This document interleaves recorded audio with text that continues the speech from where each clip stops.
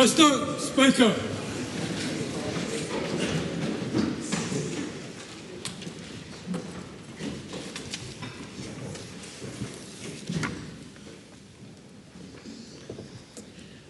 Almighty God, we give thanks for the blessings which have been bestowed on us. Laying aside all personal interests, we acknowledge the King and pray for guidance in our deliberations, that we may conduct the affairs of this House with wisdom, justice, mercy and humility for the welfare and peace of New Zealand. Amen. A petition has been delivered to the clerk for presentation. Petition of Connie Barclay requesting that the House reject the Plain Language Act repeal bill. That petition stands referred to the Petitions Committee. Ministers have delivered 16 papers. 2024-25 annual reports of Ag Research, Aurelian, Callaghan Innovation, the Charter School Agency, the Ministry for the Environment, the Institute of Environmental Science and Research, Geological and Nuclear Sciences, Landcare Research, the National Institute of Water and Atmospheric Research, Scion, Airways Corporation, Met Service, Assure Quality, Plant and Food Research and the Tamaki Redevelopment Company, and the report in relation to selected non-departmental appropriations within the space portfolio of Vote Business, Science and Innovation for the year ended 30 June 2025. I present the annual report for the Parliamentary Commissioner for the Environment for the year ended 30th of June 2025. Those papers are published under the authority of the House. No select committee papers have been delivered to the clerk for presentation. No bills have been introduced. We come to oral questions. The first in the name of the Right Honourable Chris Hipkins. Thank you, Mr. Speaker. To the Prime Minister, does he stand by all of his government statements and actions? The Right Honourable Prime Minister. Yes. Does he stand by his statement, we're going through a very difficult recovery? And if so, on what basis does he consider an economy that's shrinking to be in recovery? We are going through a difficult recovery. As I've said, it's two-speed at the moment. In our provincial industries, in the South Island and our rural communities, they are experiencing growth. But certainly in our cities, it's been very difficult. Why should New Zealanders believe him that we are in a recovery, when earlier this year he said that New Zealand was in a recovery right at the very time the New Zealand economy was shrinking by almost 1%? Well, as I said, we had a good level of growth in Q4 last year. We had very good growth happening in Q1 this year. We had international tariffs and uncertainty around tariffs hit us on the second day of April. That impacted on our Q2 result. We're growing now and expected to grow stronger from this point onwards. How much smaller is the New Zealand economy today than it was when he became Prime Minister? Well, again, the former Prime Minister needs to understand this. He created the problem. You cannot increase spending by 84%, drive up inflation, drive up interest rates, put the economy into recession and raise unemployment. That is the consequence of your failed economic management. And I'd just say, for the $66 billion man who increased debt threefold, that we now write out a $10 billion interest bill each and every year, thanks to your mismanagement, we're sorting it out. Point of order, Mr. Speaker. Point of order, the Right Honourable Chris Hipkins. Mr. Speaker, I think what the Prime Minister might be struggling to understand is what the question was, which is a very straightforward question. How much smaller is the New Zealand economy today than it was when he became the Prime Minister? He certainly addressed that question. You can't say he didn't it the other way. And the other thing is, I'd just make the point that while there is always more leniency for interjection when there is the exchange between the Leader of the Opposition and the Prime Minister, that was just getting a little bit excessive on that occasion. The Right Honourable Chris Hipkins. Thank you, Mr. Speaker. Does he stand by his statement that horticulture is crying out for young people? If so, is orchardist Paul Painter wrong when he says we're not crying out for staff at the moment and we don't have a lot of seasonal jobs? Well, just unlike the member, I get out of Wellington most weeks and I actually get out and actually see the real economy and I see real businesses. And the number of people that I talk to that say, look, there are real opportunities for people out there. Yeah, it's difficult. Yeah, unemployment's ticked up a bit, but it's the same as what it has been over a 30-year average. It's significantly below what it has been over the last 15 years. And unlike that member, we're just not happy to actually be the party of people who don't work. We are the party of workers. And we want people to come off welfare and get connected to work. It's that simple.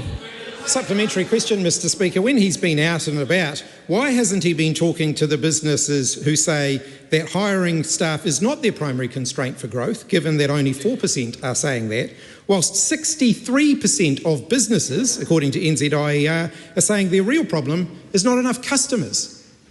Well, because the economy has been in a recession caused by your reckless spending, caused by your government running up inflation and your government running up interest rates. You put the country into the biggest recession in 35 years. You created the longest COVID hangover of any in the Western world. You actually made sure that you tripled the debt, for goodness sake, and we now have a $10 billion interest bill. We're cleaning up the Labor government's mess. It's that simple. Supplementary question, Mr. Speaker. If the dire state of the economy is all someone else's fault, why is it that the New Zealand economy shrunk by nearly 1%? Sorry. Please start again.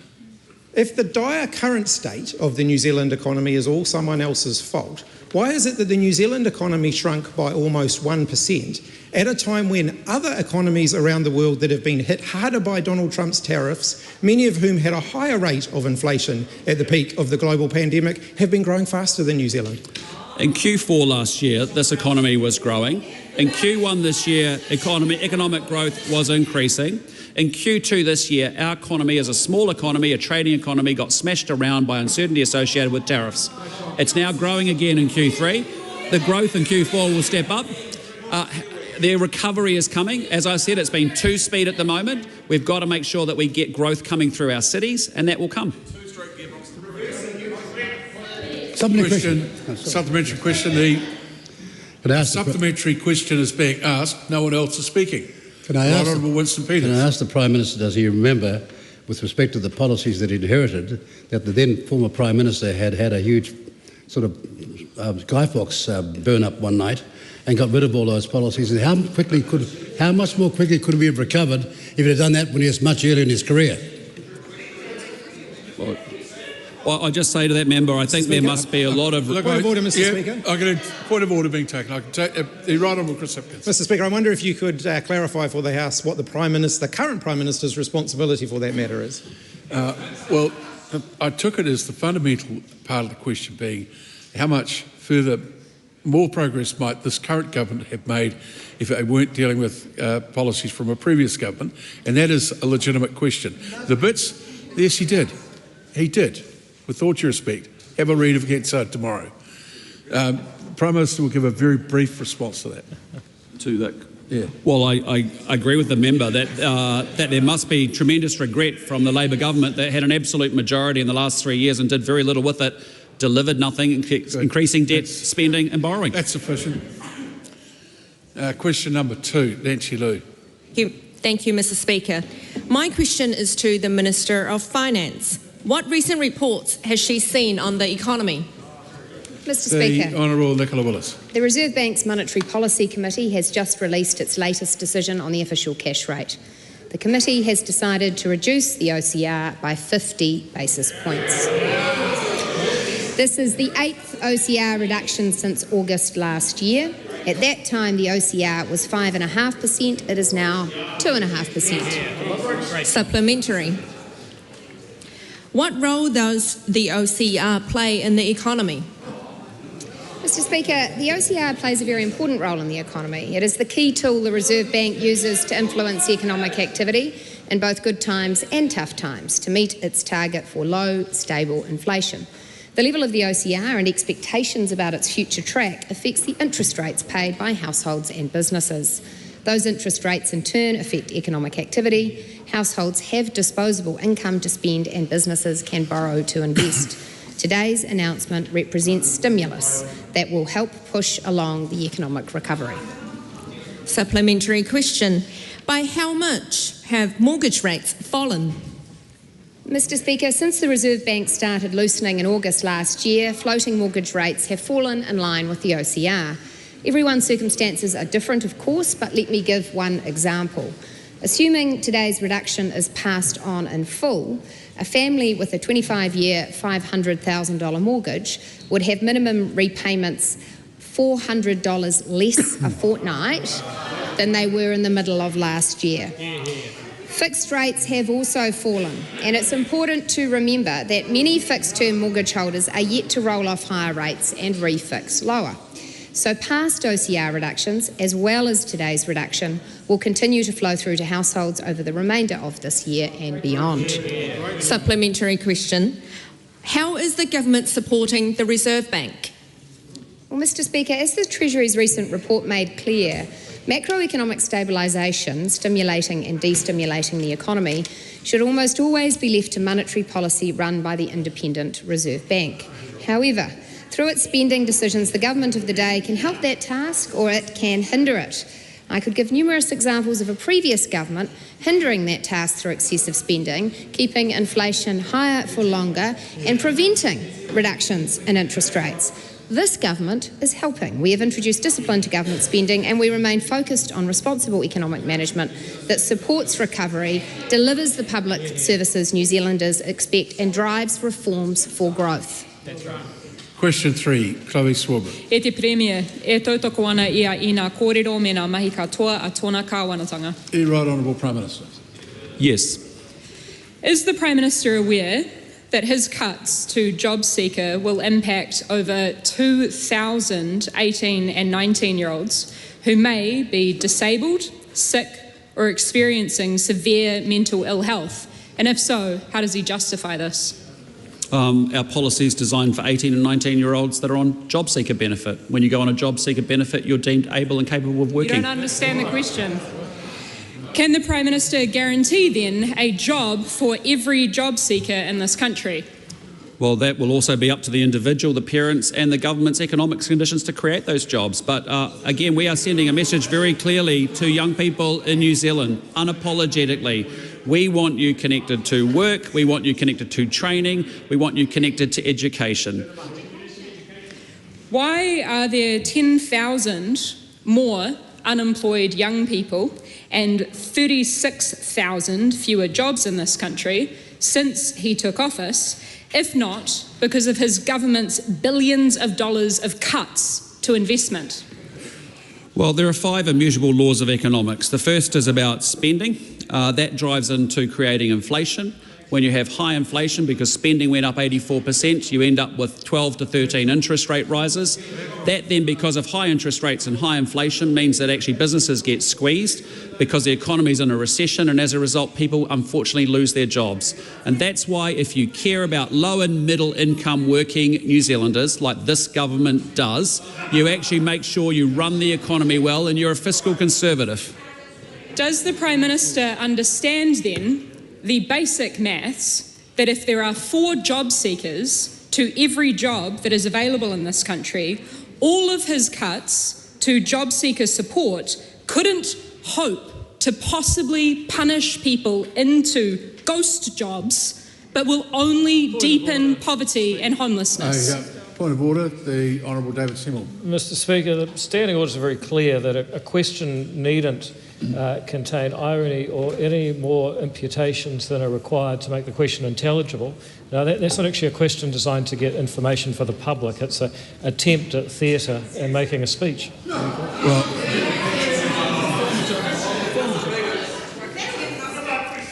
Well, let me be very clear. Attempts at theatre are a regular occurrence in this House. But I would say that putting in an expression like that is outside of those standing orders, and I'd encourage the member to rephrase some other way and start the question again. Does the Prime Minister understand that if there are 4 job seekers for every job that is currently available in this country, all of his cuts to job seeker support could not possibly punish people into jobs, but actually will deepen poverty, suffering and homelessness? On this side of the government, we care about young people. We're not prepared to actually just have them languishing and consigned to welfare like a Labour Greens government. In the last administration, with 3.2 to 3.5% unemployment, the Labour Greens government drove a 50% increase and put 60,000 more people on job seeker benefit. That is utterly shameful and unacceptable. We care about those young people. We want them connected to work, training and employment. We don't just say we'll leave you on welfare and that's good for you. many jobs did his $3 billion tax cut for landlords create? This is a government that is, I'll tell you what the landlord cut did create. Rents have gone down $5 a week instead of up $180 a week. And even more good news on housing, if you want to talk about housing and landlords. We've got 6,000 people off the State House wait list. That's the last outburst for the day. People who want to sit in their seats and barrack through question time can do it in front of the TV screens in their offices. Supplementary question, the Right Honourable Winston Peters. Has the Prime Minister made statements in support of the American Arab-led peace process? And how many letters has he received in support of that from members of the opposition or their leaders? Be very proud of the efforts of President Trump and the Arab nations that actually are creating a pathway to peace, to stop the killing and to create the ceasefire. But I have received 0 letters that I'm aware of. Question number 4, the Honourable Barbara Edmonds. Nisambuli Vinaka, Mr Speaker. To the Minister of Finance, is her economic plan the reason the economy is smaller now than it was when she took office? If not, why not? The Honourable Nicola Willis. Mr Speaker, no. The economy is where it is now because harmful and painful inflation in 2021 and 2022 and 2023, fuelled by reckless government spending, had to be brought down over time with high interest rates. As I said in my previous question, interest rates affect economic activity.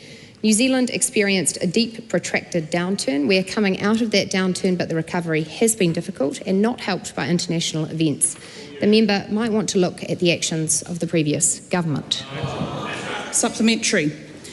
If she is taking credit for the latest interest rate cut, will she also take responsibility that this cut is because of a stagnating economy caused by her government's inaction? Mr Speaker, I have taken no such credit. Supplementary. Is her economic plan to talk about growth, hope interest rates come down and house prices grow? No, Mr Speaker. Our approach as a government is to address the underlying foundations for growth, which includes low and stable inflation to create a lower interest rate environment, having responsibly managed books, driving reforms across the areas that have held New Zealand's economy back for too long, including low rates of educational achievement, Byzantine consenting processes, excessive regulatory burdens, and a dire approach to overseas investment. These are the reforms our government is driving. And I would like to play the same game that the member played with me yesterday and quote someone from the mood of the boardroom who said, "I find it difficult to reconcile responsibility for the policies of the last government with critiques of the current government's attempts at managing the consequences of those policies." Well, then does she agree with another business leader from the mood of the boardroom who said... Wait, member's own side is making noises. Please just wait for silence in the House. Does she agree with another business leader from the mood of the boardroom who said, quote, "The government is ineffective. There is no compelling leadership and strategic plan evident that will turn New Zealand around," unquote? No, I prefer the view of the leader who said, "I like Chris Hipkins, but I'm frustrated by his lack of leadership." Supplementary. Or does she agree then with another leader, business leader from the mood of the boardroom, who said, saying, quote, "Growth, growth, growth doesn't actually help. Growth just isn't evident, and the benefits seem to be for the top end only," unquote? Well, Mr Speaker, no, I disagree with that assessment because the government is doing more, far more than simply talking about growth. It has often been a reflection I have had that if some of the reforms that we were making had been made 6 years ago, how much better off our economy would be now. If only fast-track legislation had been in place such that we didn't still have major infrastructure projects in this country being held back by red tape. If only, Mr Speaker, we had moved earlier to invite in more foreign investment. If only we had moved earlier to ensure our children were learning to read, write and do maths, to ensure that our welfare system encourages people into work. These reforms are necessary and overdue. Question number 5, Dr Hamish Campbell. To the Minister of Health, what recent announcements has he made on the government health targets? The Honourable Simeon Brown. Mr Speaker, good news. The latest quarterly results for April to June show clear improvements after years of decline.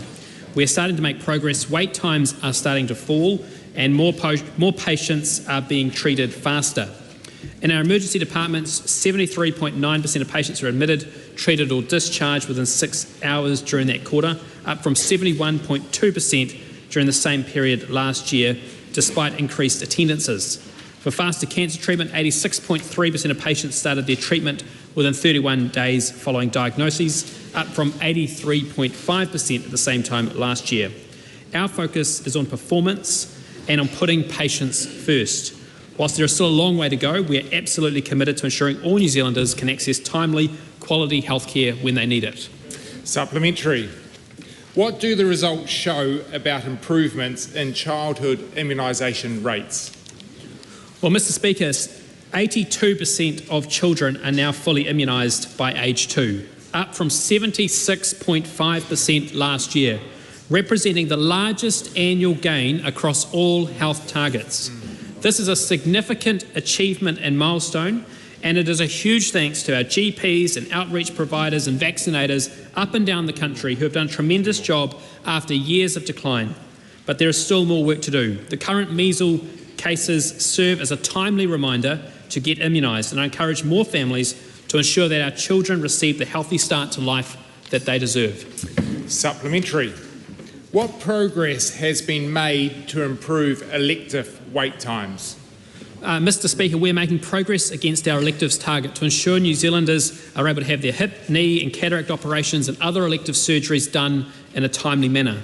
The elective targets saw the biggest quarterly improvement across all health targets, with the proportion of patients waiting less than 4 months increasing by 6.6% compared to last quarter, with every single district across the country seeing improvements. After years of ballooning waitlists, the trend is starting to shift. Since January, the total waitlist has been reducing, with the total number of people waiting over 4 months also falling by around 24%. This is thanks to our government's elective boost, which has delivered more than 16,000 additional procedures, including hips, knees and cataracts, between February and June by partnering with the private hospital sector.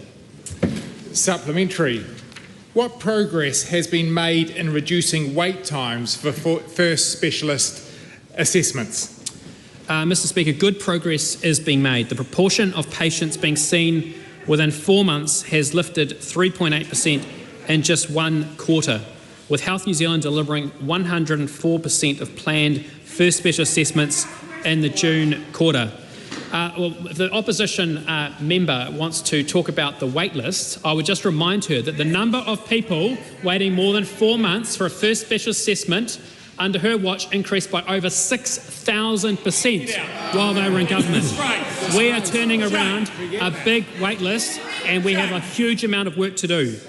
But thanks to the hard-working doctors and surgeons and specialists at Health New Zealand, they delivered 104% of planned FSAs in the June quarter, meaning more patients were seen than planned. Some regions have seen, well actually they're completely wrong, it is improving. That's what the target says. That's why we released them. And you can't manage what you don't measure, which is why we've got targets. Some regions have seen significant increases, with Whanganui up 18 percentage points, Bay of Plenty up 10.1%, South Canterbury up 4.6%. It is good to see wait lists for these critical assessments starting to reduce, but we acknowledge there is still a long way to go. Question 6, Taku Te Ferris. Tēnā koe te pika. Taku pātai ki te minita whiriwhiri take tiriti o Waitangi.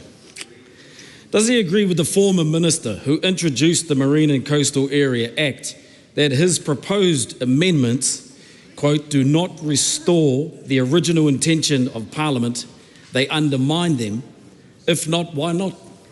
The Honourable Paul Goldsworth. Thank you, Mr. Speaker.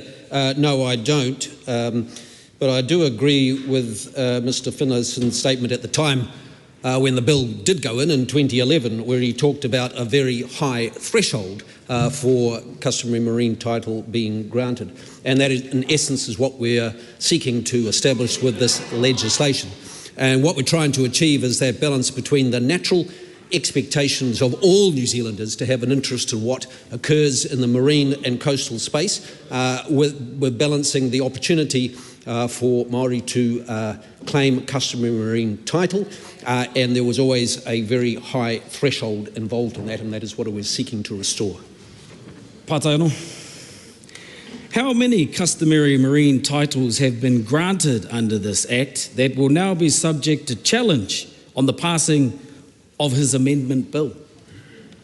Well, there are several cases that have been heard that will have to be reheard in the light of this legislation if it passes, and that's not something we've undertaken lightly.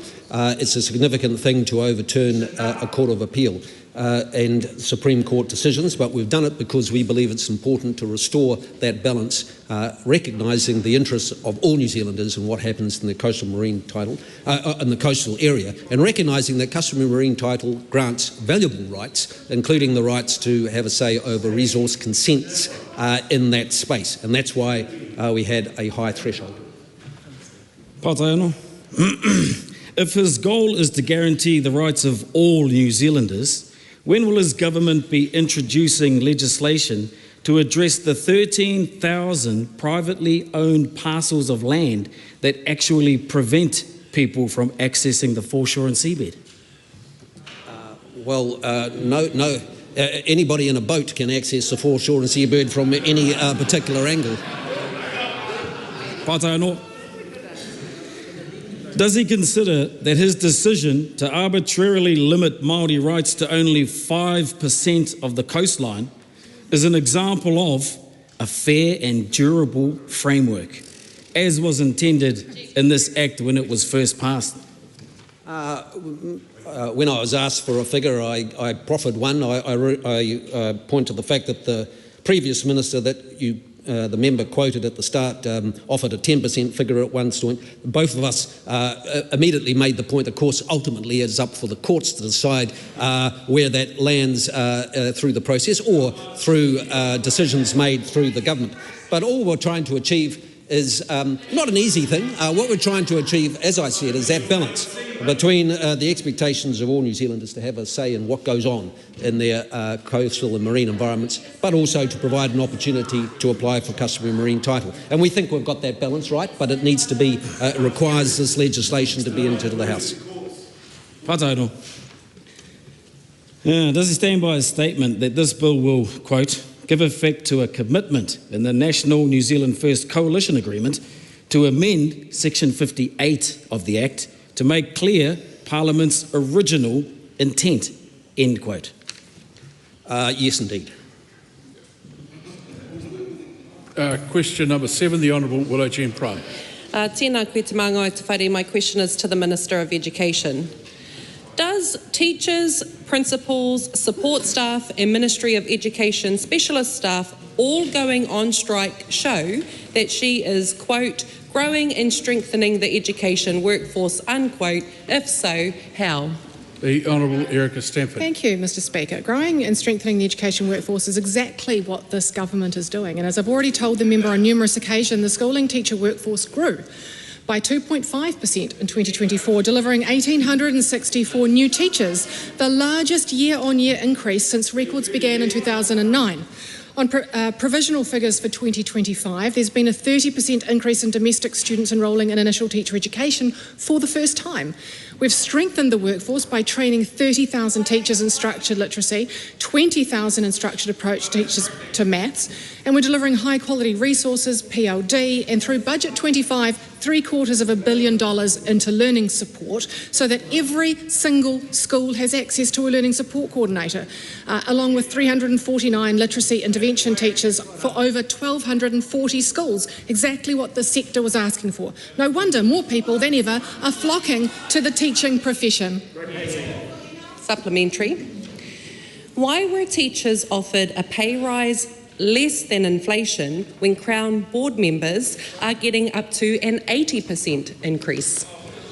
Well, Mr. Speaker, the member might like to go and chat with the unions, because the offer on the table at the moment is a fair and reasonable offer that meets the unions' calls for meeting inflation. The 4.7% that is on the table at the moment is a fair and reasonable offer that we hope that the NZEI and PPTA members will take seriously.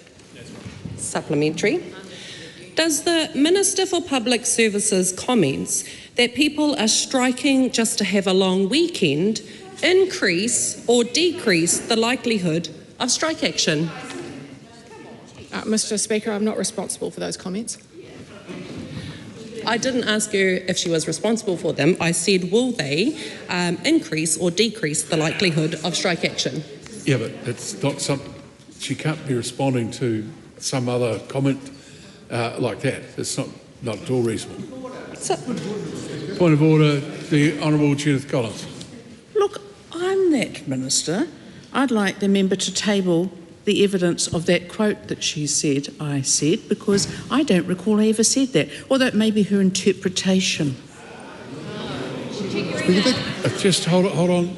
The question, point of order from the Honourable Dr. Duncan Webb. The question was in order because the Minister does have responsibility, oversight of the negotiations, and the question was essentially, how are the negotiations going in light of the behaviour of one of the other ministers? No, it wasn't. The question was, given a particular statement, what was the likelihood of it either increasing or decreasing strike action? The Minister cannot know that. She has no responsibility for taking strike action.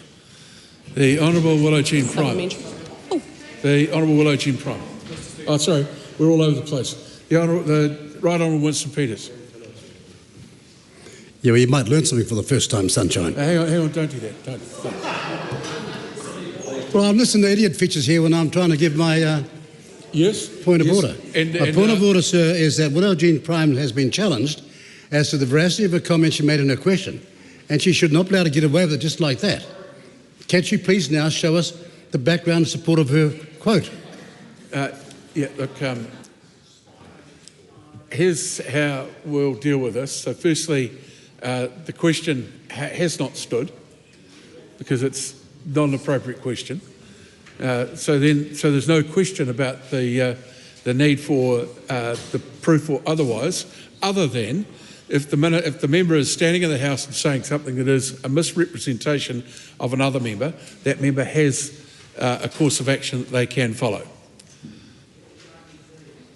Willow Jean Prime.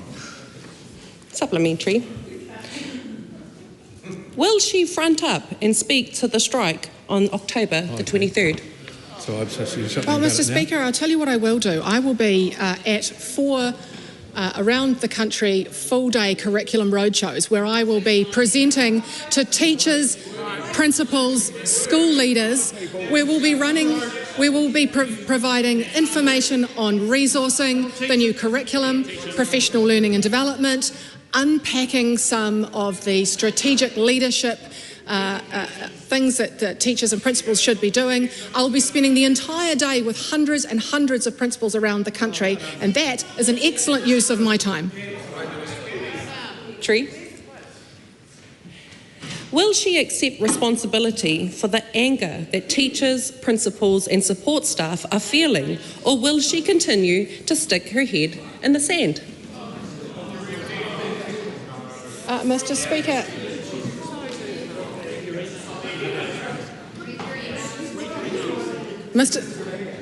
Mr. Speaker, this government has been backing teachers since the day that we took office. More professional learning and development, more resourcing, more moving of back-end resources to deliver to the front line.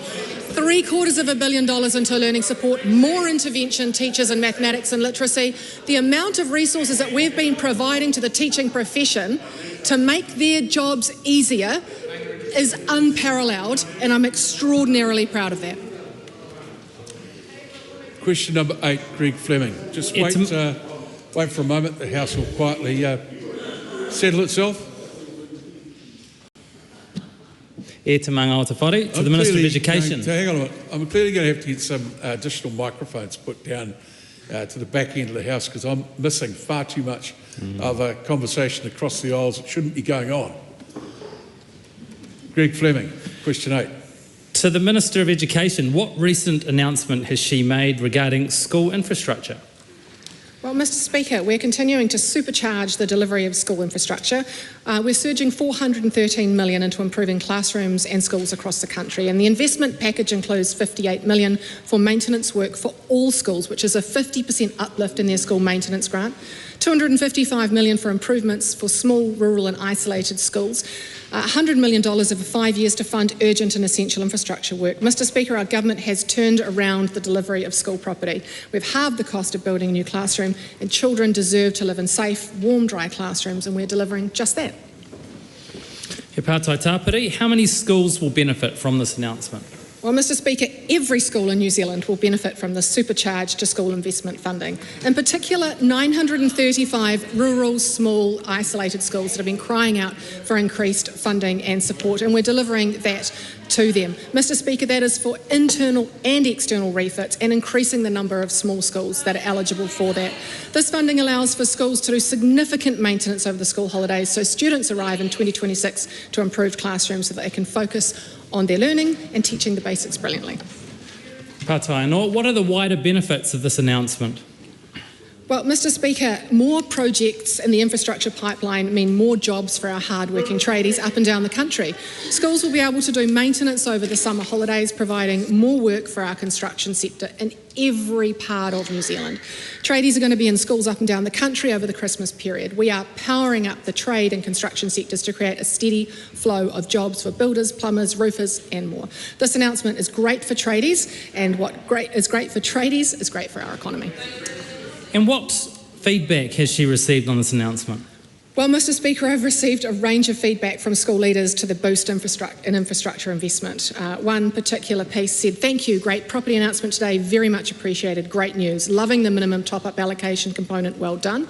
That was Andrew King, co-president of the Rural Schools Leadership Association. Thank you, this will really be helpful and make a huge difference for us. Wow, what a great opportunity not to be missed. And we're spending the money on gutter cleaning, downpipes, replacements for our 2 to 3 storey blocks. We are most grateful for the funding. Mr Speaker, our focus remains on driving efficiencies across the school property portfolio so speakers, parents, teachers and communities have clarity and certainty about their school's future. Question 9, the Honourable Jenny Anderson. Thank you, Mr Speaker. My question is to the Minister for Social Development and Employment. What is the estimated reduction, if any, in the number of people receiving job seeker support because of the proposed parental income test for 18 and 19-year-olds? The Honourable Louise Hudson. Mr Speaker, this policy is about fairness and personal responsibility, and our expectation that all 18 and 19-year-olds will be in employment, education or training. I'm advised that around 4,300 fewer 18 and 19-year-olds will be eligible for the job seeker support as a result of the parental assistance test, which has 2 parts, the parental income test and the parental support gap test. Where parents have the means to support their 18 and 19-year-old, taxpayers shouldn't be asked to do so instead. The parental income test was not included in Budget 25, which means more 18 and 19-year-olds are eligible than would have been. Mr Speaker, we are determined to reverse the trend we inherited, which saw people under the age of 25 on JobSeeker spend an average of 18 more years on benefit. This has been 49% longer than in 2017. Why has she incentivised parents on the threshold of the income requirement to reduce their hours just so 18 and 19-year-olds can access JobSeeker? Mr Speaker, we haven't. What we have done is said that parents with 18 and 19-year-olds should be supporting their children to ensure that they are in further education, training or a job. Why should parents who are receiving Working for Families for a younger child have to choose between receiving the help they need or giving it up so their dependent 18 or 19-year-old can access JobSeeker? Well, Mr Speaker, on this side of the House, we believe that all parents want the best for their children and to ensure that their 18 and 19-year-olds are set up for a great life, which means they're in employment, education or training. Why has she made it so that two parents who are both working 27 hours each on the minimum wage can now work 11 hours less a week and yet be financially better off? Because, Mr Speaker, what we don't want to see is the welfare dependency that we saw blow out in the 6 years of the previous government. As I said, a 47% increase in the length of time a young person under 25 would go on to spend on welfare. It's not good enough, which is why we are making sensible policy changes to interrupt a life for young people who should not be stuck on welfare.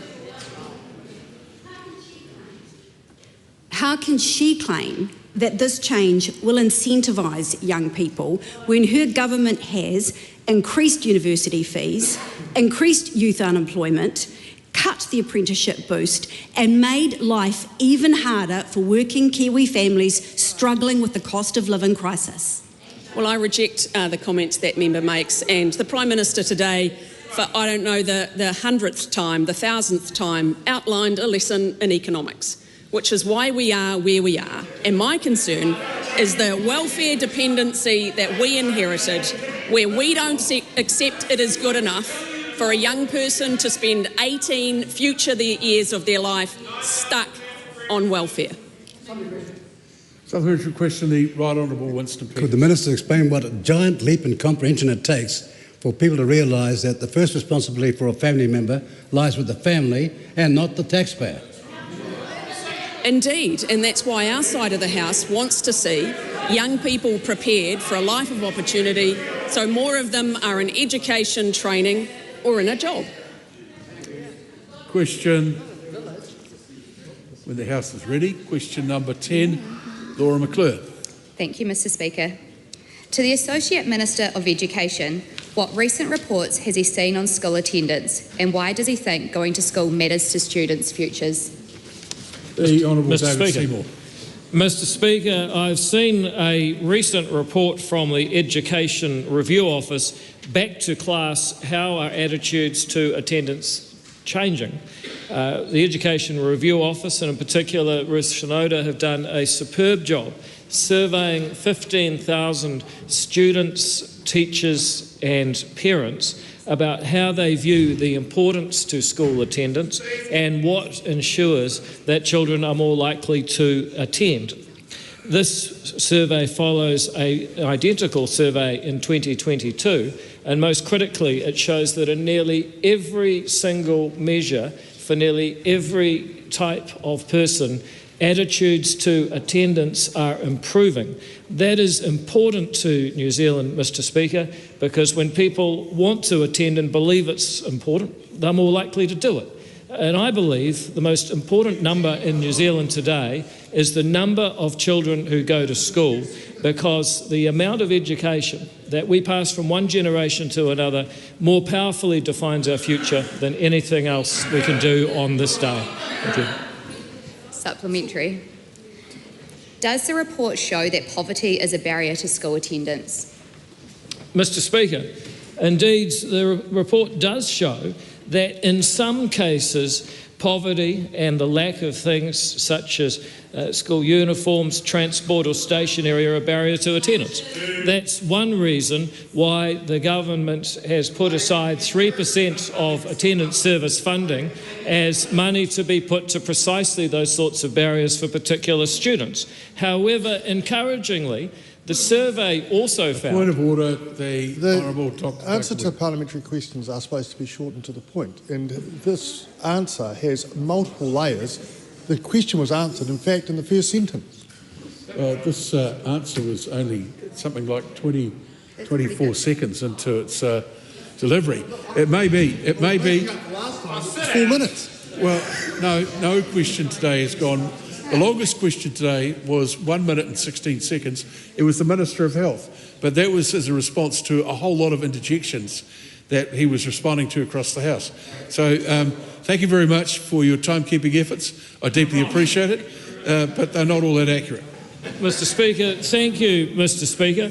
Critically, 82% of students from poorer families said that going to school is important for their future. That compares with 84% for students from wealthier families. In other words, they're almost exactly the same. 3 years ago, there was a 10-point gap. Now they are almost exactly the same. And that gives me real hope, Mr. Speaker, for the future of New Zealand. And while education may not have done well for Duncan Webb, this government thinks it's important. Supplementary. Laura McClure. What role do parents play and how have their views changed? Mr. Speaker, it's true that parents are a critical link in the attendance story, and what is so important in this survey is that the number of students who say that they are comfortable keeping their kids off school for a week or more remains far too high at 3 out of 10 parents. It has fallen in the last 3 years. 3 years ago, it was 4 out of 10 parents thought it was okay for their children to miss a week of school. The government's message is that that's taking away from their future, and it's not okay. Supplement. Thank you very much. Laura McClure. Thank you. What can teachers and principals do, and how is this changing? Mr. Speaker, one of the key findings is that the expectations set by principals and teachers are critical, and yet there has been an enormous improvement in that too. 93% of teachers and school leaders report that they set clear expectations with students, and 60% of students say that they have increased their efforts to set clear expectations for school attendance in their school community. I want to thank Ero and all of those school leaders, parents and students for joining us on a journey to where going to school regularly becomes the norm, because it's vital to the future of our country. Question number 11, Steve Abel. Thank you, Mr. Speaker. To the Minister of Agriculture, does he agree, the Associate Minister I should say, pardon me, Mr. McLeay, does he agree with the SPCA that the use of farrowing crates causes significant animal welfare problems for both sow and piglets? And if so, why has the government introduced legislation to extend the use of farrowing crates by at least another decade? Thank you, Mr. Speaker. The changes that the government are proposing are significant strengthening of the animal welfare standards for pig farming. Advice I have received shows that confining sows just after farrowing is an effective tool at reducing the number of piglet crush fatalities. An analysis of 22 scientific articles that are relevant shows that piglet mortality risk is 14% higher in systems that do not confine sows after farrowing.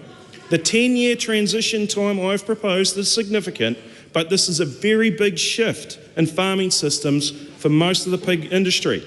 With the other changes I'm proposing, an independent economic analysis estimated the cost of transition at more than $675,000 for the average indoor pig farm.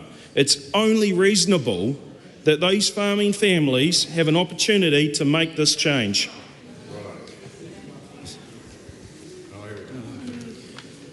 Why is the Minister going against independent welfare experts who say farrowing crates cause significant suffering for mother pigs and piglets?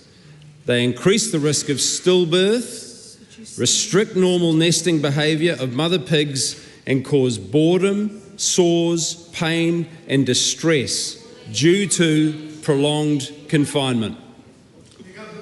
Mr. Speaker. Sorry, just a minute. Someone was speaking during that question. I still heard it. So hold on. You might have heard it. That's not the point. No one speaks while a question's being asked, no matter what you might think of the question. So you can ask it again. Thank you, Mr. Speaker. Why is the Minister going against independent welfare experts who say farrowing crates cause significant suffering for mother pigs and piglets, increase the risk of stillbirth, restrict normal nesting behaviour of mother pigs, and cause boredom, sores, pain and distress due to prolonged confinement? As I explained in the primary question, this farrowing crates reduce pig mortality by 14%. This is important, and in terms of, this is based on advice that comes from scientific experts in this field. It is a result of looking at a range of a number of studies, so I am completely comfortable with the advice that the changes we are making, and we are reducing the time from 33 days down to 7.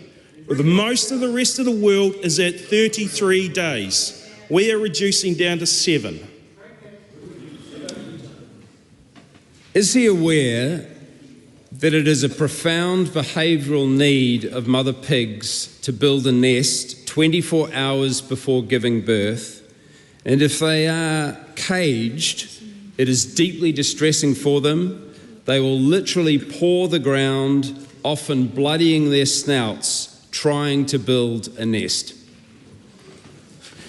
That, Mr. Speaker, is why we are introducing the requirement that nesting materials must be provided prior to farrowing. So we are covering this, and I have visited pig farms where I have been there after piglets have been farrowed, and I saw absolutely no sign of any of that.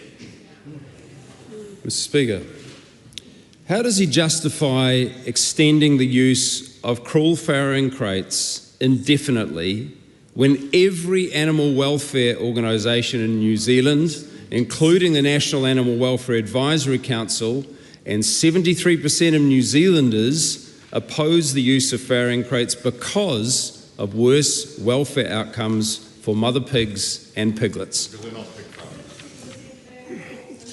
Now, whilst NAWAC's initial advice was that temporary crating was not acceptable, a reconsideration recognised that limited use of crating after farrowing was acceptable, although they remained concerned around the pre-farrowing crating would inhibit nest building. But as I said, we have strengthened those requirements for the material to be available for the nest building. Mr. Speaker, why was targeted consultation only undertaken with the pork industry across 2024 and 2025, while animal welfare organisations were blindsided on Friday with his plans to cancel the phase-out of farrowing crates? And does he regard protecting animal welfare as his primary responsibility, or enacting the wishes of the pork industry? Mr. Speaker, I will make zero apologies for talking to the people that regulations in this House will affect the most. These are going to be massive changes for your average pig farming operation. They needed to be consulted. We needed to ensure that we had a system that was practical and affordable for them. Otherwise, we would not have a pig farming industry in New Zealand. Question number 12, Aruna Williams. Thank you, Mr. Speaker. My question is to the Minister for Infrastructure. Does he stand by his statement? We make it too hard to deliver and maintain the infrastructure New Zealand needs.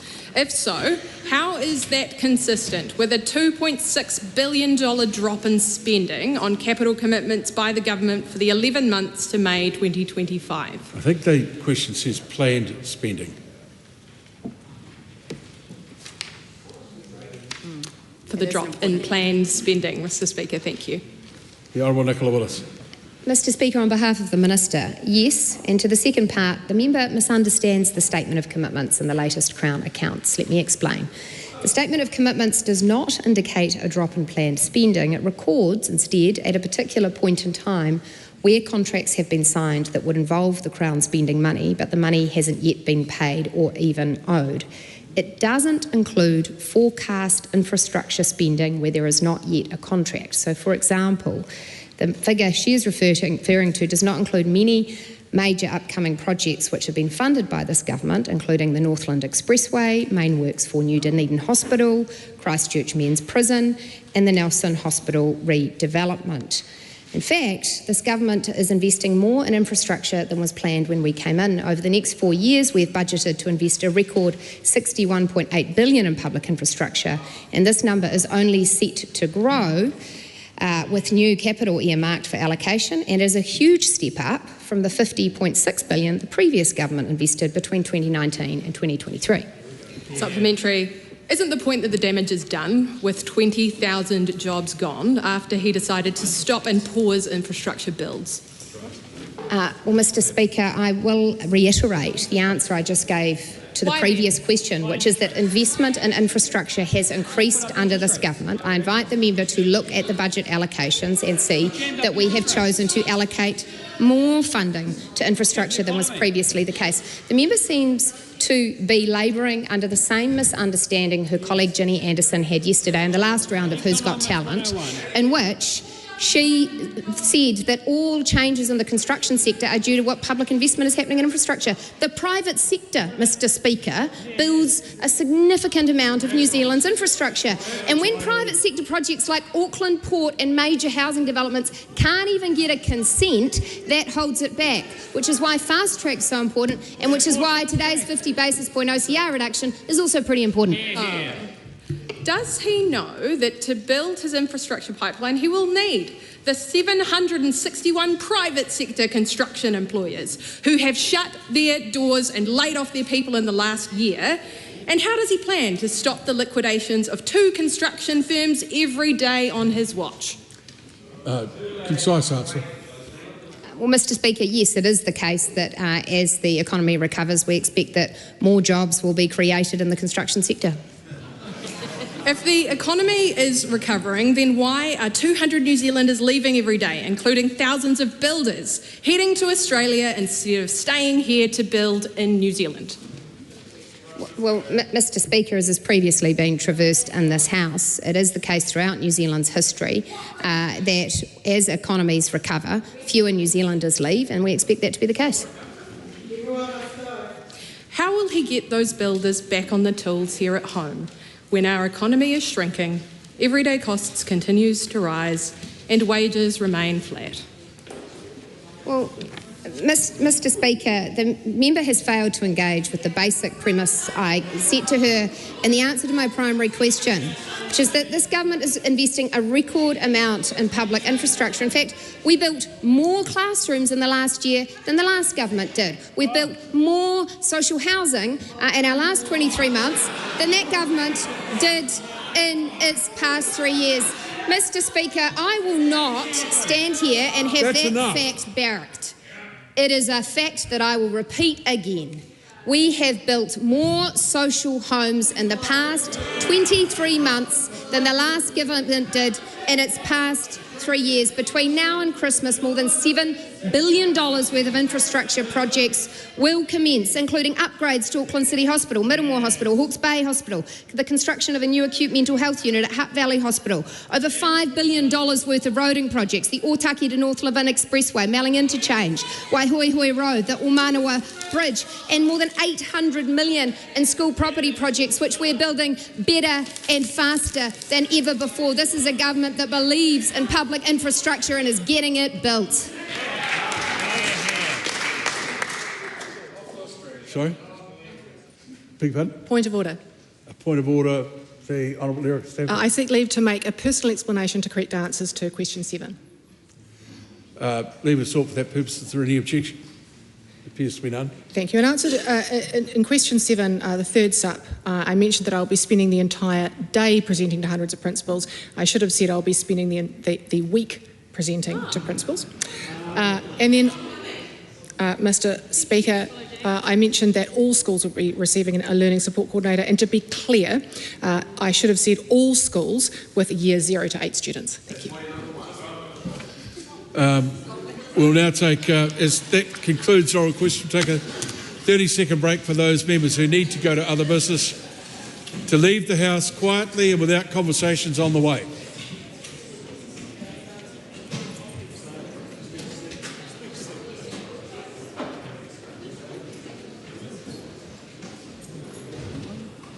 Thank you. Thank you.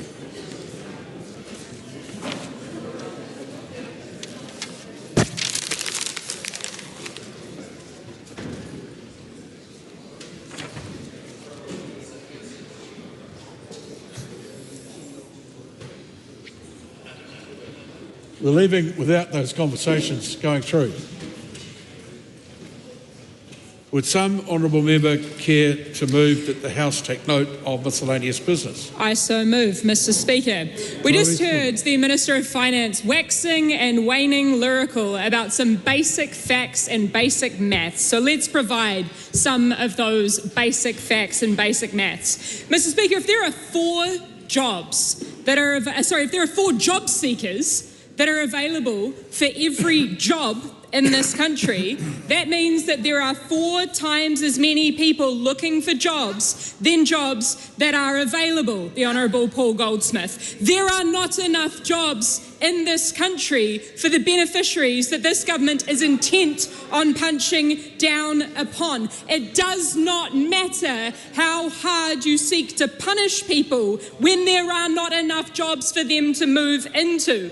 We asked the Prime Minister at question time today if he could guarantee that there was a job available for every job seeker that he seems so intent on punishing. And Mr. Speaker, he deflected from the question. So our point to the government is New Zealanders and young people in particular can't work your ghost jobs. The Prime Minister says that these young people should move to where the jobs are. But again, some of those basic facts. There are 36,000 fewer jobs and there are 10,000 more unemployed young people in the 2 years since this government came to office and implemented their economic policies of firing up the shredder and cutting billions of dollars of investment in our economy and in our people. And Mr. Speaker, that probably explains why New Zealanders are unfortunately leaving in boatloads to the tune of approximately 200 every single day to Australia, because that is this government's policy on where the jobs are. Mr. Speaker, cuts are not how you build a country. Evidentially, it's how you break one.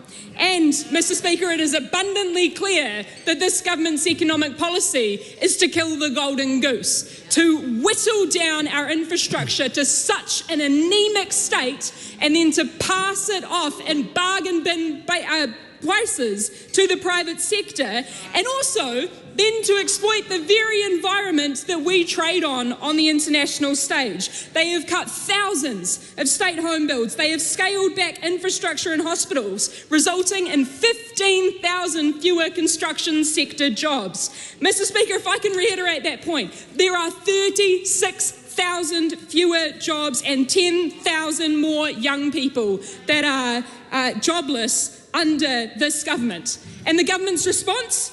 To punish those young people and to make them dependent on their parents earning no more than $66,000 per year combined, Mr. Speaker. We asked the Prime Minister today in question time if he had any awareness whatsoever about the specific 2,000 young people who would be disproportionately impacted under the Job Seeker Support Health Condition Disability Benefit. Mr. Speaker, these are young people who are currently experiencing severe mental ill health, who are disabled or profoundly sick, who this government has decided to make dependent on their parents or force them to move somewhere else to where jobs currently don't exist because this government has cutted those very jobs. This is just the latest in a long line of policies which this government has been warned will make more people poor, will make more people homeless, and will actively increase inequality. And what is this government's response to these statements in the House right now? To laugh. Mr. Speaker, I really hope that New Zealanders understand just how much this government laughs at the state of affairs which this government is handing down to future generations, because this government is choosing to intentionally make life harder for New Zealanders. And what that is exposing is that we are not so much currently in a cost of living crisis, we are in a cost of greed crisis. And this government is fanning the flames with their intentional decisions. But the message that we want New Zealanders to hear, Mr. Speaker, is that things do not have to be this way.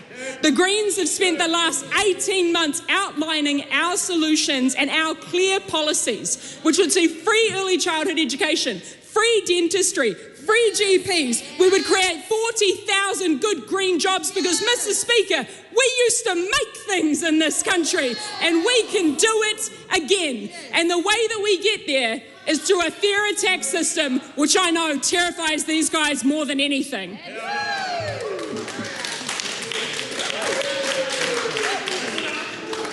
The Honourable Barbara Edmonds. Thank you, Mr. Speaker. The jeering on the other side of the House. Just a minute, we might start again. There's far too much barracking across the House. Could be because people have got various mouths full for various reasons, but they shouldn't have. The Honourable Barbara Edmonds. Thank you, Mr. Speaker. The jeering from the other side of the House during the last Speaker's speech is exactly why that side of the House and the government is so disconnected from everyday New Zealanders, because you can jeer and laugh at the teenagers who need jobs. You can jeer and laugh at the fact that we are doing nothing for climate change in this House because of that government. And you can jeer and laugh at the fact that this economy is tanking because of their inaction. But they don't think that's funny because they are so disconnected from everyday New Zealanders. Do you think Christopher Luxon has any idea what life is really like for everyday New Zealanders? Do you think he knows what it's like to stand at a supermarket aisle, to think, can I afford this? Should I put this bread back? Should I get that bottle of milk? Do you think he has any idea how everyday New Zealanders feel in the supermarket aisles? Not a clue. Or does he have any idea of what it's like to sit at your kitchen table with papers and papers of bills, trying to make those numbers add up and wondering, where on earth am I going to get this money for my power bill? Am I going to get this money for our insurance premiums? Am I going to get this money to pay my rates? Of course he doesn't. And that, Mr. Speaker, is the reality for New Zealanders all across this country right now. And the Prime Minister is so out of touch. I bet you, and I'm willing to take a wager from anyone here in Parliament, that he hasn't got a clue at all. Because in his own words, he is wealthy and sorted. In his own words, he is wealthy and sorted. He promised to make life better for New Zealanders. And what has he actually done? Pulled the ladder up behind them. He made it worse. And the members on that side say, well, he worked hard for it. Well, you know what? There are people up and down this country who are working extremely hard, who are not just working one job, they're working 2 jobs, they're working 3 jobs just to make ends meet. And that is the problem, when you're so out of touch that working hard, it's not just about working hard, it's about making sure jobs are here in New Zealand. And if you stayed connected to your community, you'd understand that. This government isn't on the side of ordinary New Zealanders. They're on the side of tobacco companies, of property speculators, of the oil and gas industry. It's the wealthy few who are sorted, not everyday New Zealanders. So when they stand up and they say, oh, the economy is turning a corner, let's be clear what that really means. It means thousands of people with no work. It means 200 Kiwis per day leaving Aotearoa, New Zealand for Australia for better opportunity. It means that Kiwis here being unable to afford to see their GP. Those mozzies, yes, those mozzies. But they have lost control of this economy, and we all know that. They can dance on the head of a pin and say, oh, we brought interest rates down. And it's quite interesting to see today the Minister of Finance saying, I didn't take no credit for it, despite the first question before that she says the government takes credit for it. But that is a symptom of a stagnating economy where we have lost jobs, we are losing Kiwis, we have a health system in crisis, and a government who is more than willing to make people homeless, to say to our teenagers, just go under the support of mum and dad. Well, you know what? The support of mum and dad would be great if mum and dad didn't have to try and work 2, 3 jobs just to put a roof over their heads. But, you know, according to the National Party MPs, they do not work hard. And New Zealanders can demand a government that they deserve. So they have lost control of the economy. This is exactly what National Party wants to do, is to blame everyone else, give the support for the wealthy people, and never mind the bottom feeders, because they're wealthy and they're sorted. The next Labour government won't just be a Labour government, it will be a government for everybody in New Zealand. Because when everybody thrives in New Zealand, our country thrives. When we invest in our people, when you create jobs, they will want to stay here and they will want to make New Zealand a better place. Because at the moment, that government is giving them no option but to leave. Mr. Speaker.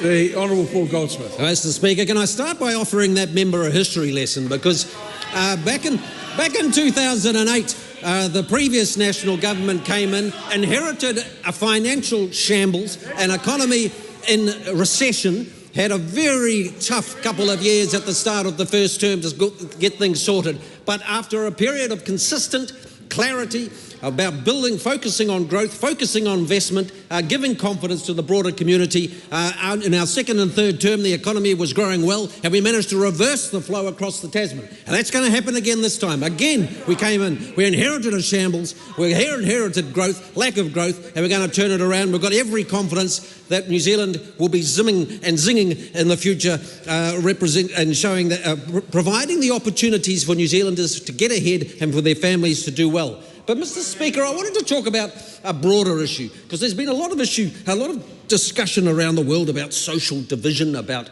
polarisation, about incivility in politics and about aggression in politics. And if we look around the world, often the people talk about it's the far right that's behind that. But the reality in New Zealand, of course, is that it's the Greens that are driving that level of aggression in politics. It's the Greens, it's the sanctimonious tofu wouldn't melt in your mouth Greens who are the ones who are driving the division and acrimony within our body politic, Mr. Speaker, aided and abetted by Labour.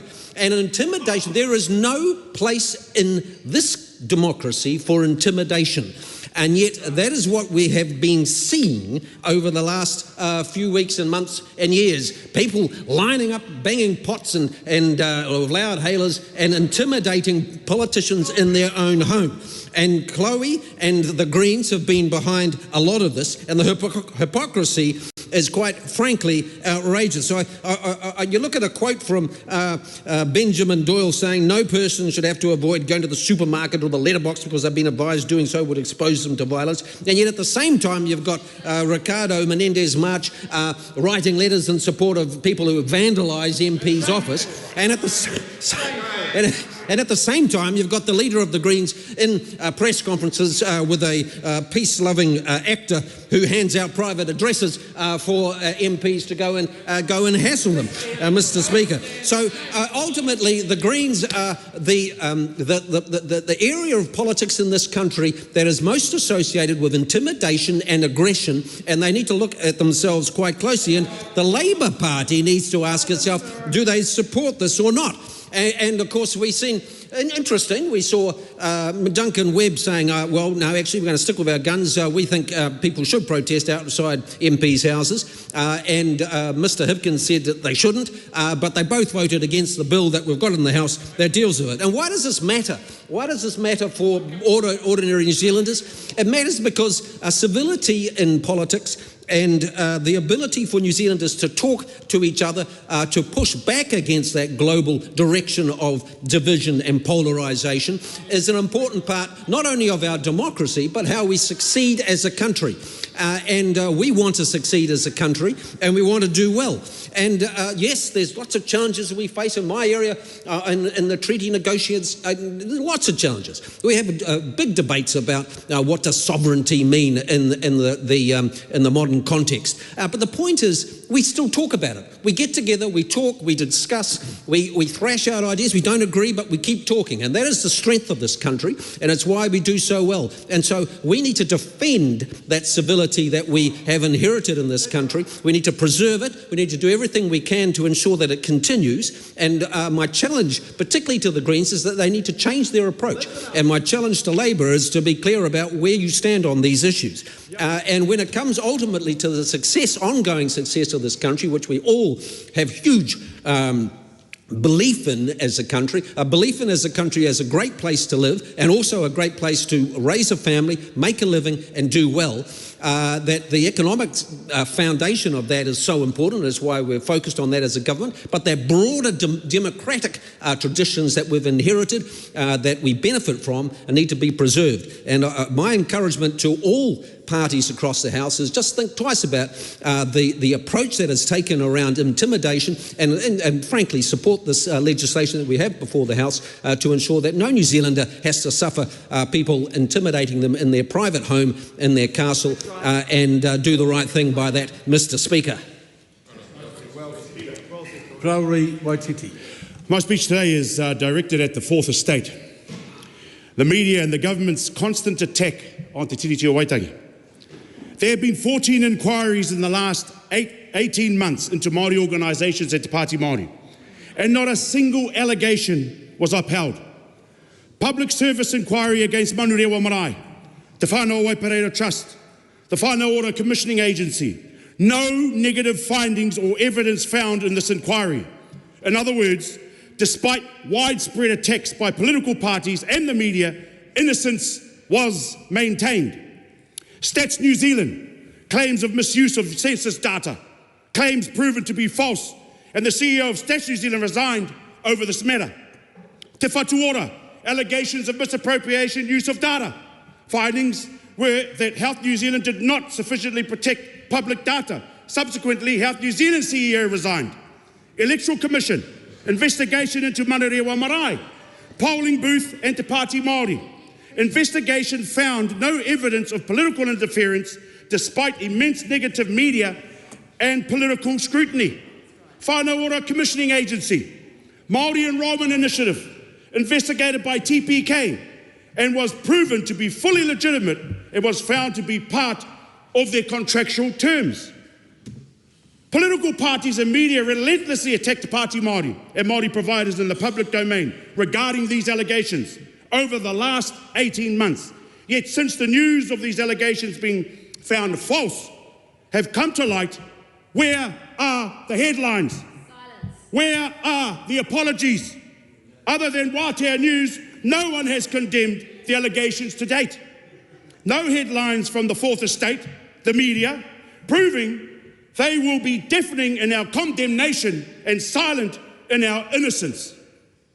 This only further highlights that Māori will always be guilty by whakapapa, and that we will always be tried, convicted and executed before the truth is revealed, whilst the wealthy get to hide behind name suppression and privilege. That's how Māori are treated in this country's media. If it doesn't bleed, it doesn't lead. When allegations were made against Manurewa Marae, Whānau Ora, Te Paumatakana and Te Pāti Māori, the headlines screamed corruption before a single fact was proven.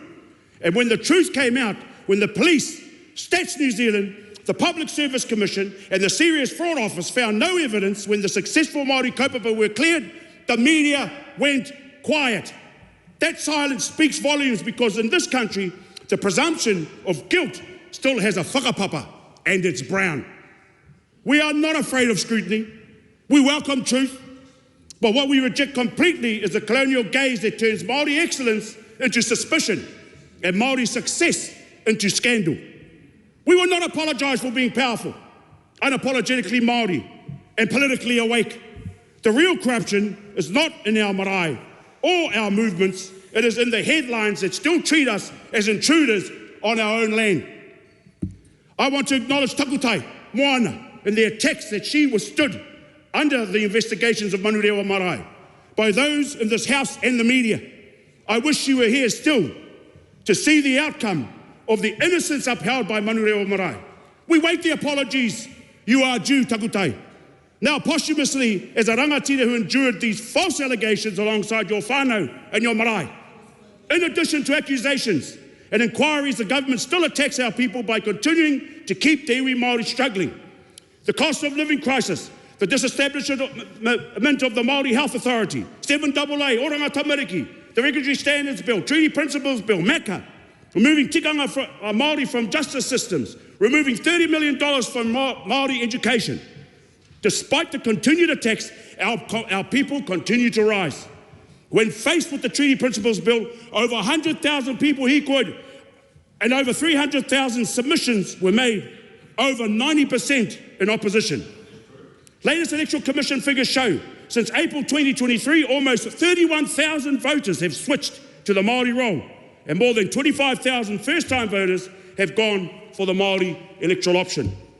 Over 1 billion people saw the haka led by Hana in Parliament. The world is watching the continued rise of a movement against this government. Our people are rising, and there has been unity demonstrated on a scale never seen in Aotearoa before in retaliation to this government. We are committed to our mokopuna. We will activate ourselves. When we vote for ourselves, when we believe in ourselves, we keep sailing towards our Aotearoa hau. Kia ora tātou. Dan Bidwell. Mr. Speaker, we on this side of the House welcome today's announcement by the Reserve Bank to lower the OCR to 2.5%. This provides much needed relief for businesses and households right across New Zealand. But today, Mr. Speaker, I wish to touch on my home city of Auckland, because we are facing a long COVID hangover. And that COVID hangover was caused by the previous Labor government spending $66 billion of taxpayer money and raking up debt over twice to 42% of gross domestic product. That was the largest debt-fueled spending binge in the developed world, according to the IMF. Now, the good news, Mr. Speaker, is that there are some good green shoots for the economic recovery. And I'd like to focus on 3 areas of green shoots today. The first is infrastructure. And my colleagues, some of whom are here today, we visited the ports of Auckland on Monday. And under the fast-track regime, we've just consented a new project at the ports of Auckland to improve the extension of Ferguson North Berth, and also that will enable cruise ships that are bigger to dock here in Auckland, and it'll enable about 200 jobs, Mr. Speaker. And that approval took place in 66 days, record time, and record time that would never have happened under the previous government. The second area is the Milldale development in the Auckland suburb of Wainua. I had to look up Wainua. I've never been to Wainua in the north of Auckland. We've got Filton Hogan land development, and they're delivering around 1,100 housing units to the total of 595 million.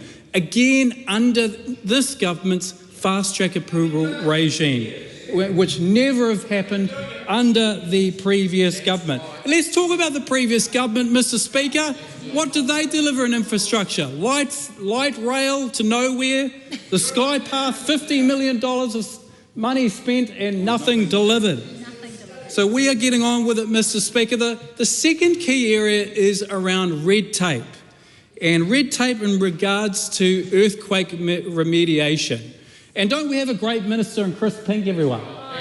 He has announced significant reforms in the area and to the tone of removing the whole of Auckland from the seismic zone and the EPB system.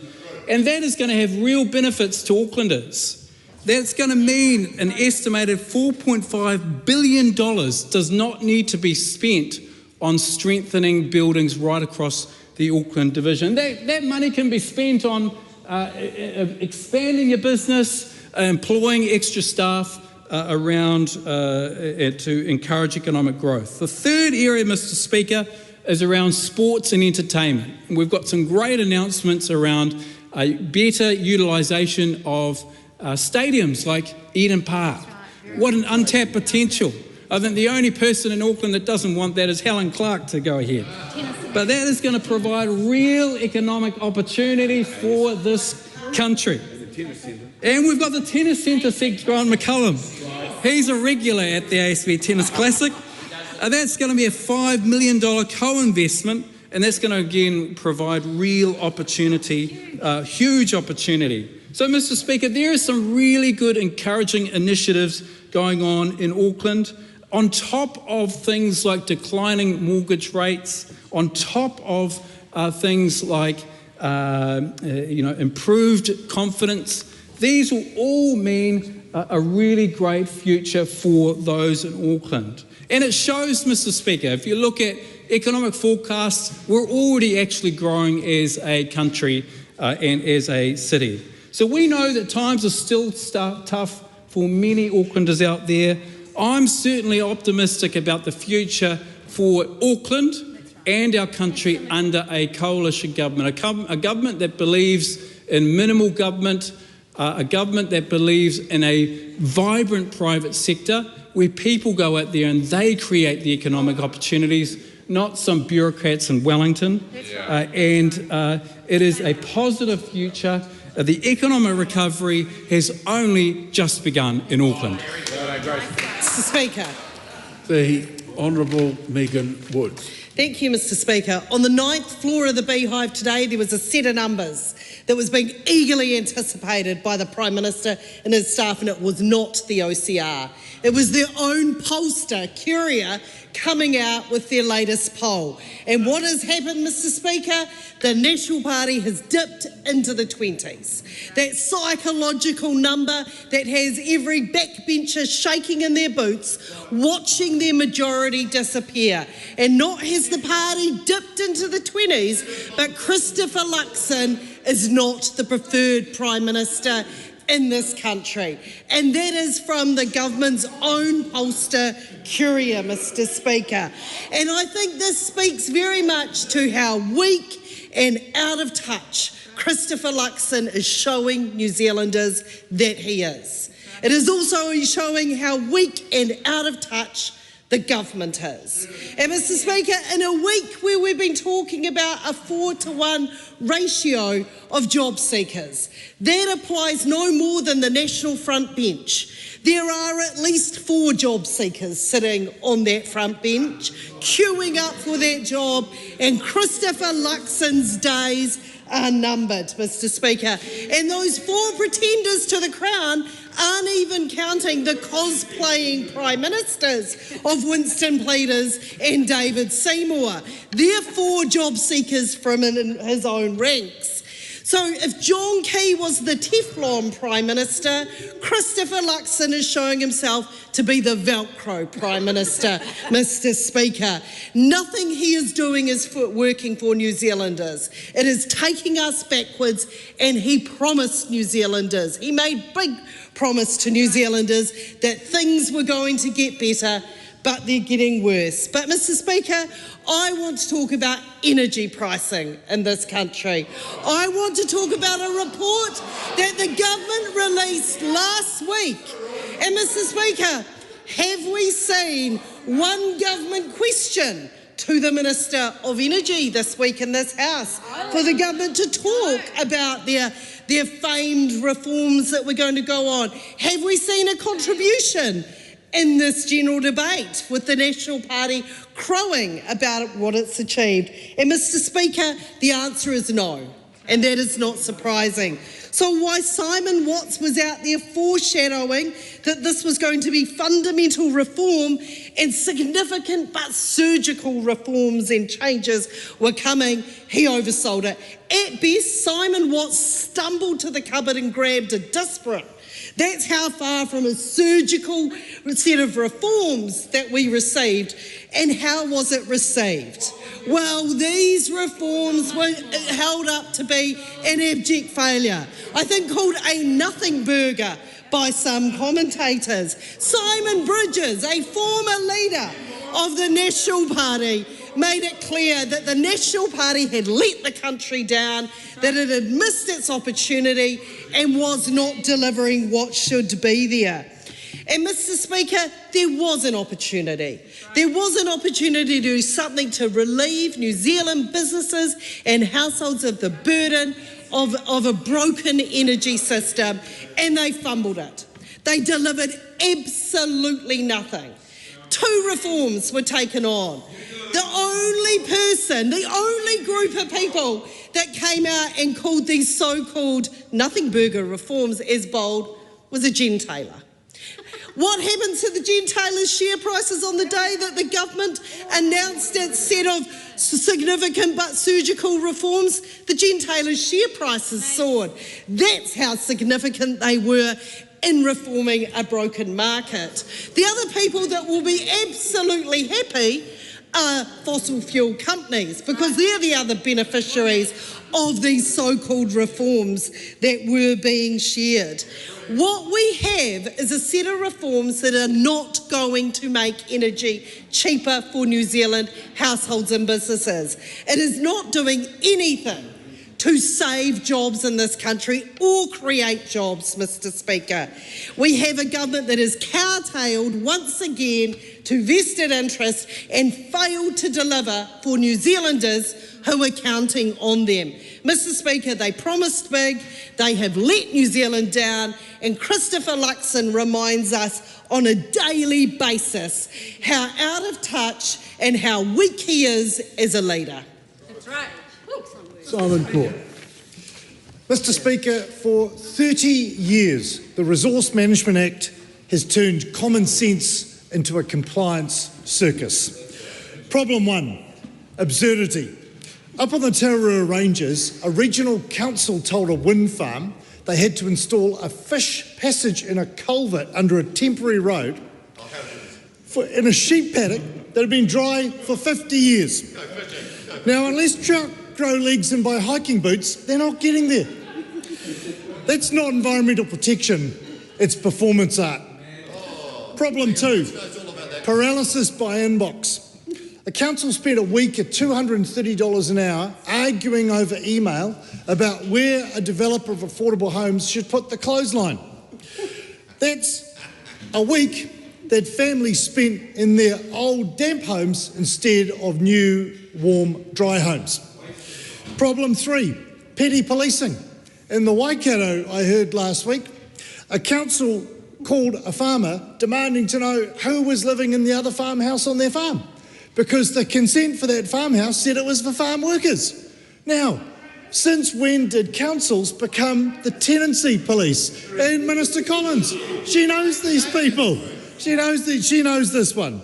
Problem 4, plans that punish growers. In the Manawatu, Canterbury and Waikato under Plan Change 1, regional rules demand consents for what common sense says should be permitted. Growing food for people. You shouldn't need a consultant and a lawyer to plant onions.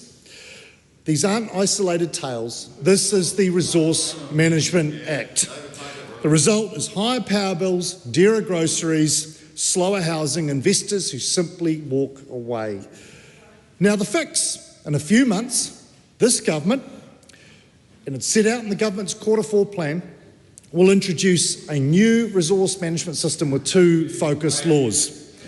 A Natural Environment Act, which sets clear environmental rules suited to each region. So we stop arguing over trivia and focus on the real environmental risks that we need to manage. A Planning Act will make it simpler and more affordable to deliver infrastructure and housing.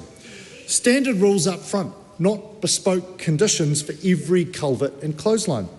We'll permit common low-risk activities by default. We'll cap council fishing expeditions for more information that drag out consents for months and years. Infrastructure will get a straight path with spatial planning and national direction that actually enables quarries, power generation, pipes, transmission, and of course waste disposal facilities without which our cities would choke and die. We're going to have a low-cost planning tribunal to call time on unreasonable demands, quickly and publicly. Māori engagement happens where it's meaningful, at national direction and plan making, not bolted onto every consent. What does that deliver? Well, energy projects delivered on time. The trout on the ridge nonsense disappears. Wind, solar, thermal, gas, coal, all on the same consenting pathway, easing bills for infrastructure and households. Warm, dry homes sooner. No week-long email epics about clotheslines. Clear, standardised rules and zones across the country. Simple compliance. Infrastructure planned once and delivered without all the drama.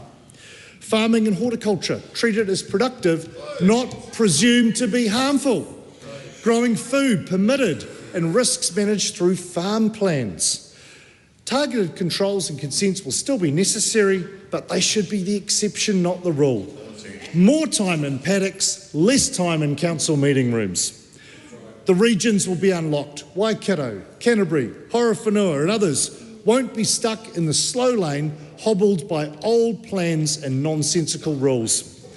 Treaty settlements upheld, special places protected, fresh water and coastal areas simply managed under the Natural Environment Act. Investment confidence returns, fewer bespoke fights, predictable decisions and upfront spatial planning. Madam Speaker, Mr. Speaker, Acton Government is stripping back the system to the essentials, protecting the environment with clear limits. I'm fizzing to introduce this reform alongside Minister Chris Bishop. Let's get it done. Let's grow. Let's build. Let's dream big. Yeah. Catherine Webb. Growth and more growth means jobs and more jobs. It means higher wages and it means a better future for New Zealanders. And that is why we are driving economic growth in the regions, backing our primary sector, which creates jobs and opportunities. So the news today of the OCR dropping another 50 basis points and decreasing mortgage rates is welcome news for families struggling with mortgage repayments. But it is also welcome news for our growers, farmers and businesses across Hawke's Bay, because it gives confidence and certainty and more money to invest in growing our economy and creating jobs. And this lifts wages for everyone. This is why we are laser focused on economic growth. And with the recent recess that we've had, I took the opportunity to get out across our amazing Tuki electorate. And a highlight in the last few weeks was visiting the Hastings Stortford Lodge sale yards. And it was amazing to see the farmer confidence back again, with record highs in farmer confidence, because finally they have a government that is backing them and allowing our farmers to do what they do best, and that is farm. We've slashed the red tape, we've got rid of the bureaucracy, and we've been out in the world hustling for trade deals so we have better markets to send our good products to. And wow, is it making a difference? There is a massive global demand for our red meat. And it was amazing actually to sit next to a farmer at the cattle sale, and he said he had never seen such record prices in his lifetime. Cattle were going out the gate for $3,500. $1,000 each. And this is just phenomenal for the growth of our economy because it motivates more spending and puts more money back into the pockets of New Zealanders. And it's not just our Hawke's Bay farmers putting money back into our economy, it's our growers too. That's right. Hawke's Bay is the fruit bowl of New Zealand, contributing hugely to our economic growth story. And having a government backing our Hawke's Bay horticulture sector is making a huge difference. For years, I sat on the board of New Zealand Apples and Pears, and under the Labour government, the apple industry could never meet the $1 billion export mark. Well, guess what? Under our government, it has exceeded the $1 billion export mark. In fact, our horticulture exports have hit record highs, $8.5 billion this year. And I was just recently actually out at the Yummy Fruit Company and I had this awesome guy come up to me in the pack house. And he said to me, "Thank you for all the work that you're doing in horticulture." He said he'd been on a benefit, but he was now able to hold down a job and provide for his 5 children, working hard in the apple sector and feeling a real purpose in his life and a bright future. Much better than languishing on welfare. And I love these stories. And we need to keep creating jobs and opportunities, which is done by supporting our primary sector. Around 360,000 Kiwis are employed in our food and fibre sector, about 15% of the total workforce. And in Hawke's Bay alone, our region is set to add another 1,000 new jobs in agriculture and horticulture. And not only are we actually delivering for our primary industries, but we're also giving local hospitality industries the boost they need too. Just recently in the recess, I was out at the Common Room in Hawke's Bay, a very iconic establishment, and they had just invested in a big renovation, putting a whole lot of lighting and new DJ systems into the establishment, and they had used the investment boost package of this government, which enabled a 20% tax deduction along with depreciation. And it's this kind of investment which grows our local businesses and creates jobs and delivers for New Zealand and gets our country back on track. Mr. Speaker. The Honourable Ginny Anderson. Thanks, Mr. Speaker.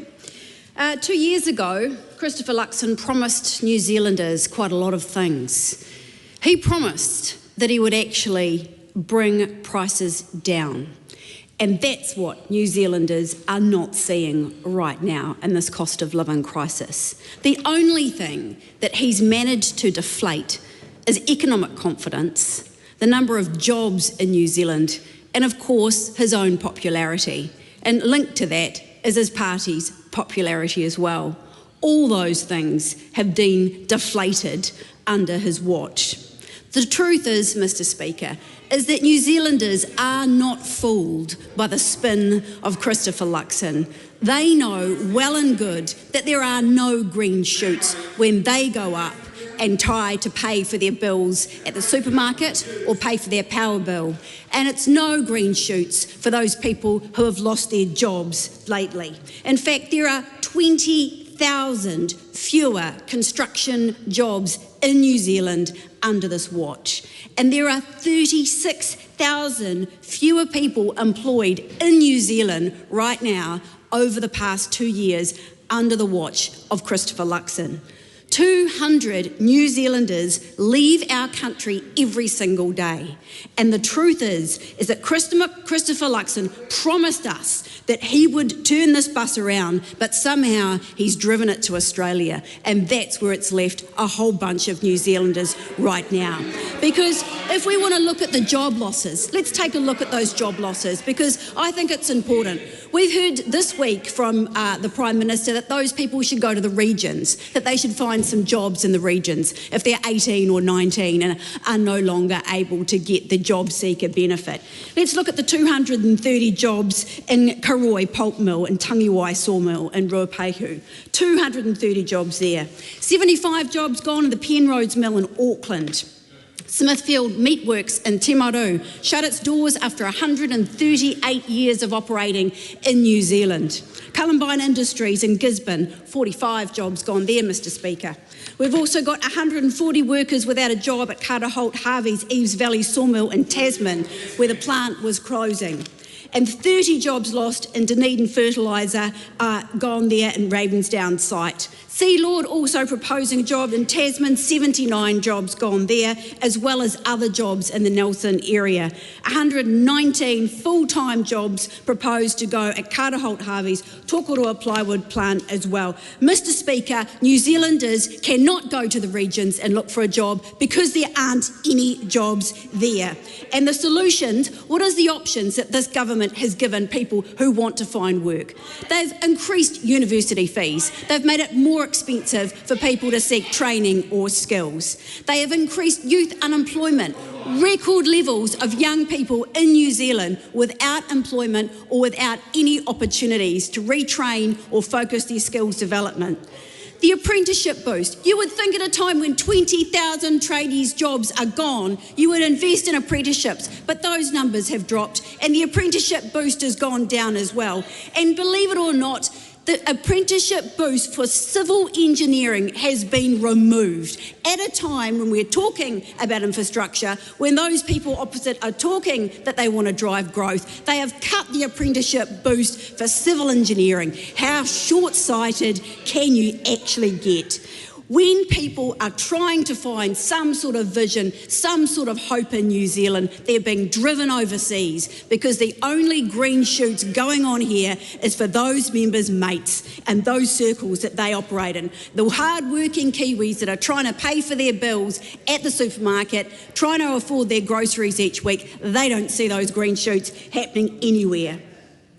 Every parent wants the same for their kids in New Zealand. They want them to be safe, they want them a chance to grow up, get a good job and do well and stay here in New Zealand. That's our aspiration. But right now there are far too many families who have lost that hope. Under Christopher Luxon's watch, people are working longer hours and still struggling to be able to pay the bills and put food on the table. The job opportunities just aren't there. We believe in an economy that serves everybody, not the other way around. We believe that every person deserves a fair pay that pays a decent wage, good jobs that grow local economies and grow local communities. That's what we believe in. We do not believe in simply serving ourselves and letting people drift off to Australia. This government has no vision. Grant McCallum. Thank you, Mr Speaker. Tēnā koutou katoa. Water, it is life, it is sustenance, and in Northland, it is also the literal liquid gold that helps underpin our economic future. For decades, our region has wrestled with a cruel paradox: abundant rainfall for half the year, followed by summer droughts that stifle our potential. This cycle has limited us to lower value land uses, while our fertile soils cry out for water. But we are writing a new chapter. Today I want to show you with tangible evidence how strategic water storage is not just an environmental solution, but a powerful engine for economic growth. Using the proven track record of the Kirikiri dams to highlight the incredible promise of the new projects the Matawai, Aotearoa and Te Wakahero reservoirs bring. Let's first look at the blueprint just down the road in Kirikiri. The Kirikiri irrigation scheme with its 2 dams was completed in the late 1980s. It was a visionary project and the results are undeniable. Before the dams, Kirikiri was largely a pastoral land area. Today it is the horticultural heartland of the north. A 2016 report confirmed the scheme contributes more than $100 million annually to the regional GDP and supports over 1,300 full-time job equivalents. Think about that. One infrastructure project generating $100 million a year. The evidence is also visible in land values. which can be 3 to 4 times higher for irrigated land within the scheme area, reflecting the substantial proven economic benefit of a secure water supply.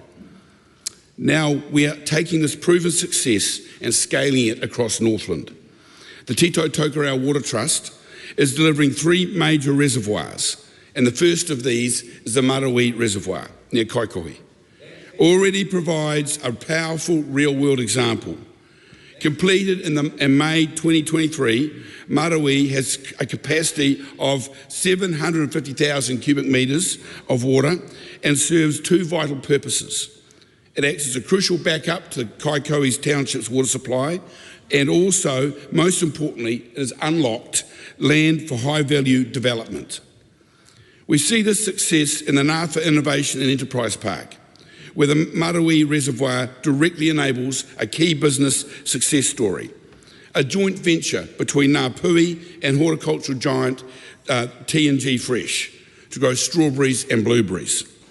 This isn't just theory, it's happening right now. This venture provides sustained, skilled employment for local kamahi and allows Ngāpui to generate wealth from their own land, diversifying Northland's economy and demonstrating how water security fosters new industries and jobs. Building on the Marawī experience, we are scaling up with our two larger projects. Aotearoa Reservoir holds 4 million cubic metres. This will be the largest new facilities built of the 3 dams and will integrate up to 1,000 hectares.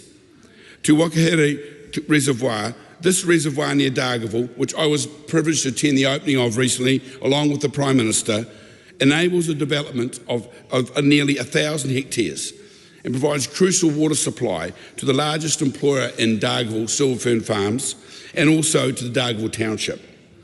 This has already enabled enterprises like Te Aotearoa to establish new avocado orchards, attracting whānau back to the area with job opportunities. So I say to 18 and 19-year-olds in Northland, there are opportunities out there, opportunities that are better than being on welfare. I look forward to the day that we are employing young, motivated workers in these projects rather than so many RSE workers. The lesson from Kirikiri reinforced the rapid success of Marawī is clear. Water security is the foundation of economic growth in Northland.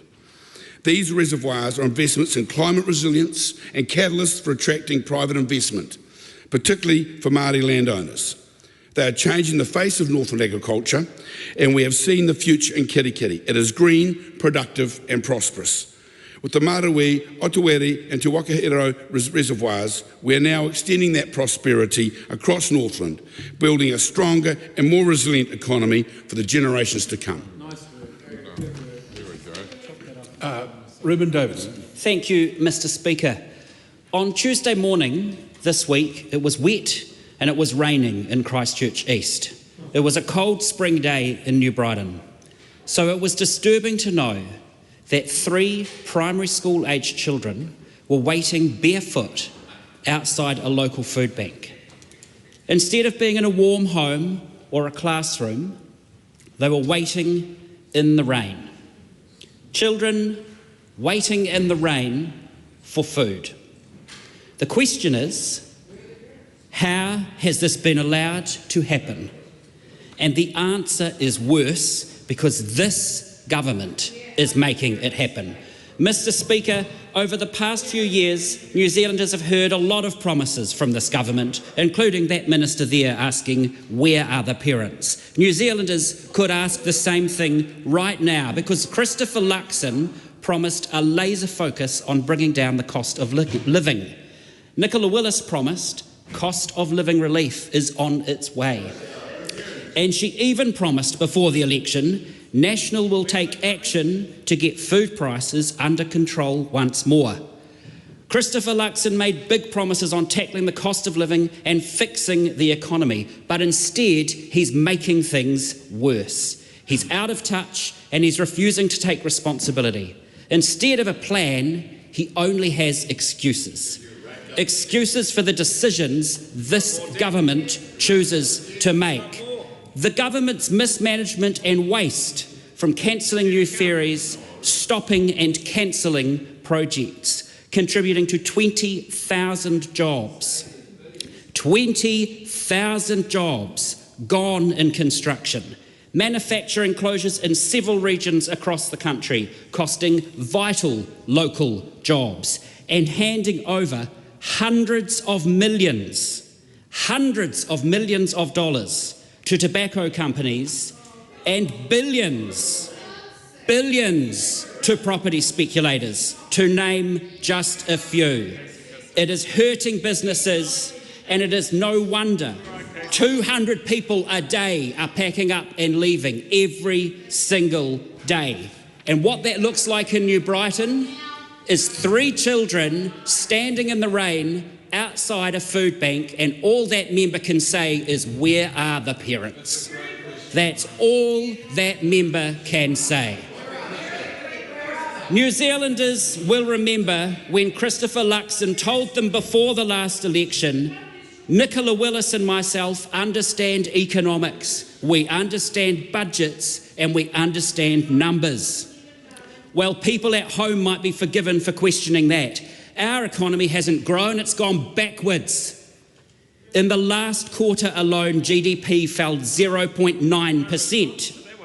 And whilst Christopher Luxon, like that member, likes to talk about rights and responsibilities, you'll never hear him or her take responsibility for the damage they are doing to our economy.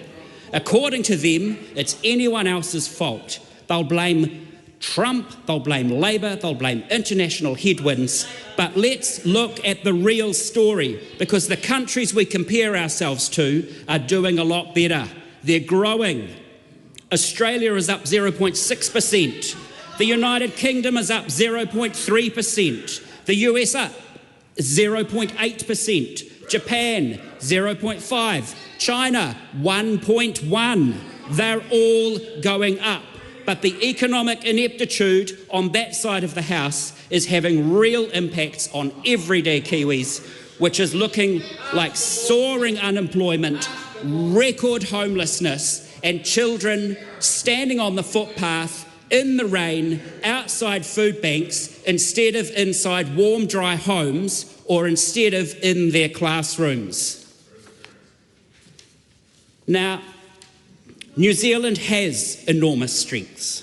We have a skilled, creative economy and workforce, proven innovators, and a financial sector that can channel investment into the future.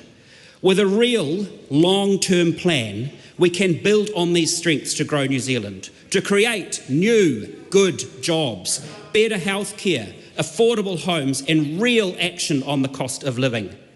We will move beyond this government's short-term thinking to a plan that eases pressures on families and tackles the long-term challenges that will shape our country for generations to come. Because people don't fall into poverty, they're pushed there, and right now you are pushing. The Honourable Casey Costello. Mr Speaker, in the last moments of the House sitting before the recent 2-week recess, we were forced to endure insult and indignity in this House by the dishonourable speech given by an MP who we had accommodated his desire to give a departing speech. An MP who had spent, in terms of the life of this Parliament, a matter of moments here. We had to endure a narrative that was not only an insult to members of this side of the House, but to the party that brought that member to this Parliament. The member was an MP in a party led by 2 women, yet we were told this is a hostile and toxic place unless you're a cis white man in a black suit and a briefcase. Mr Speaker, let us pause and reflect on the makeup of this Parliament and identify the number of cis white men with black suits and briefcases. And let us look at the history of this House, the shoulders on whom we all stand. Our first Māori MP was elected in 1867. James Carroll, Peter Buck, Aparana Ngata, Maui Paumari, Iriaki Maturatina, the first female Māori MP who served for 20 years. Whetū Tirakatini Sullivan, the first female minister, and at the time she left Parliament, was the longest serving female MP. And what of Georgina Bayer, the first in the world transgender MP, serving 2 terms of Parliament? And I would also look at my own party, Mr. Speaker, led by Mr. Winston Peters, who has carved out a political legacy that is unrivalled, not because he is a cis white man, but because he is a statesman unrivalled for his political acumen. And our deputy leader, a true champion of Māoridom, of the provinces, and most importantly, a Māori Dalmatian who could far unlikely be described as a cis white man that is apparently needed to survive in this House. And let us also not ignore our youngest wahine, Hannah Rafferty Maihi Clark, who has paved a proud place in our political landscape and without doubt could not be categorised as a cis white man. I cite this legacy because I want to put the record straight following the insult laid at all of our feet because we were told we had to be cis white men to succeed. I am appalled that a member of this House talked of a political system imposed on our land. What an insult to our proud legacy, the country that was the first to give women the vote in the world. The cowardice and ignorance of that parting shot by a member who did nothing to use the privilege afforded by being an MP in this Parliament. To throw parting shots, run out the door, believing there would be no right of reply. Well, Mr. Speaker, I am replying. Yes, to stand in this place requires fortitude. It requires strength, it requires character, it requires courage, and it requires determination, but it does not require any of us to have to be a cis white man to succeed. It is a privilege and an honour to be here. It behoves each of us to forge relationships, find common ground, but most of all, to show up. Not only did this member insult us, our legacy and this House, but in the same speech called for revolution that must, I quote, rise up from the land and from the people. That message was clear. And then in the last days, the party that Benjamin Doyle represented has been associated with the Rising Up, an attack on a Minister of the Crown's home. But apparently, we are to believe it is a really long bow to draw to suggest there is a connection. Well, I think not, Mr. Speaker. To stand here is an honour, to serve is a privilege, and here is the place you prove your worth. And if you can't handle the heat, you are welcome to leave. But do not sling mud at our democracy and our legacy, and do not for 1 minute suggest that only cis white men can succeed. Neither our race or our sexual identity is relevant. We succeed because of the content of our character. We succeed because we stand up, because we show up, and we do the hard work that needs to be done every single day. Thank you, Mr. Speaker.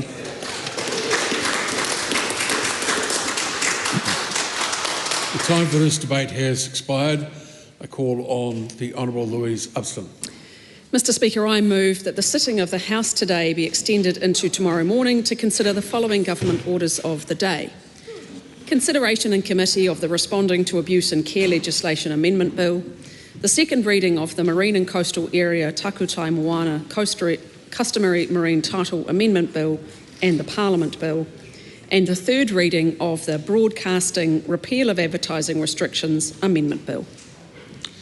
The question is that the motion be agreed to. Those of that opinion will say aye. Aye. To the contrary will say no. No. The ayes have it. A party vote is called for. The clerk will conduct a party vote. New Zealand National. 49 in favour. New Zealand Labour. 34 votes opposed. Green Party of Aotearoa, New Zealand.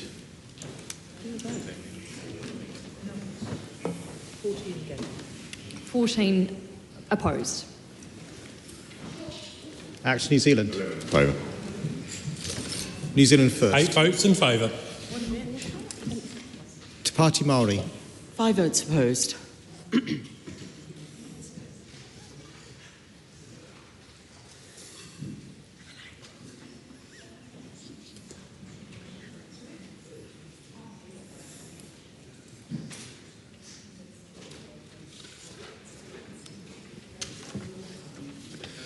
The ayes are 68, the noes are 53. The motion is agreed. I call on Government Order of the Day, Private and Local Orders of the Day, number 1. Auckland Council Auckland Future Fund Bill, second reading. Dr. Carlos Chong. Mr. Speaker, I move that the Auckland Council Auckland Future Fund Bill be now read a second time. Auckland Future Fund Bill is a significant and forward-looking piece of legislation that will help shape the future of New Zealand's largest city for generations to come. Auckland is not just our largest urban centre.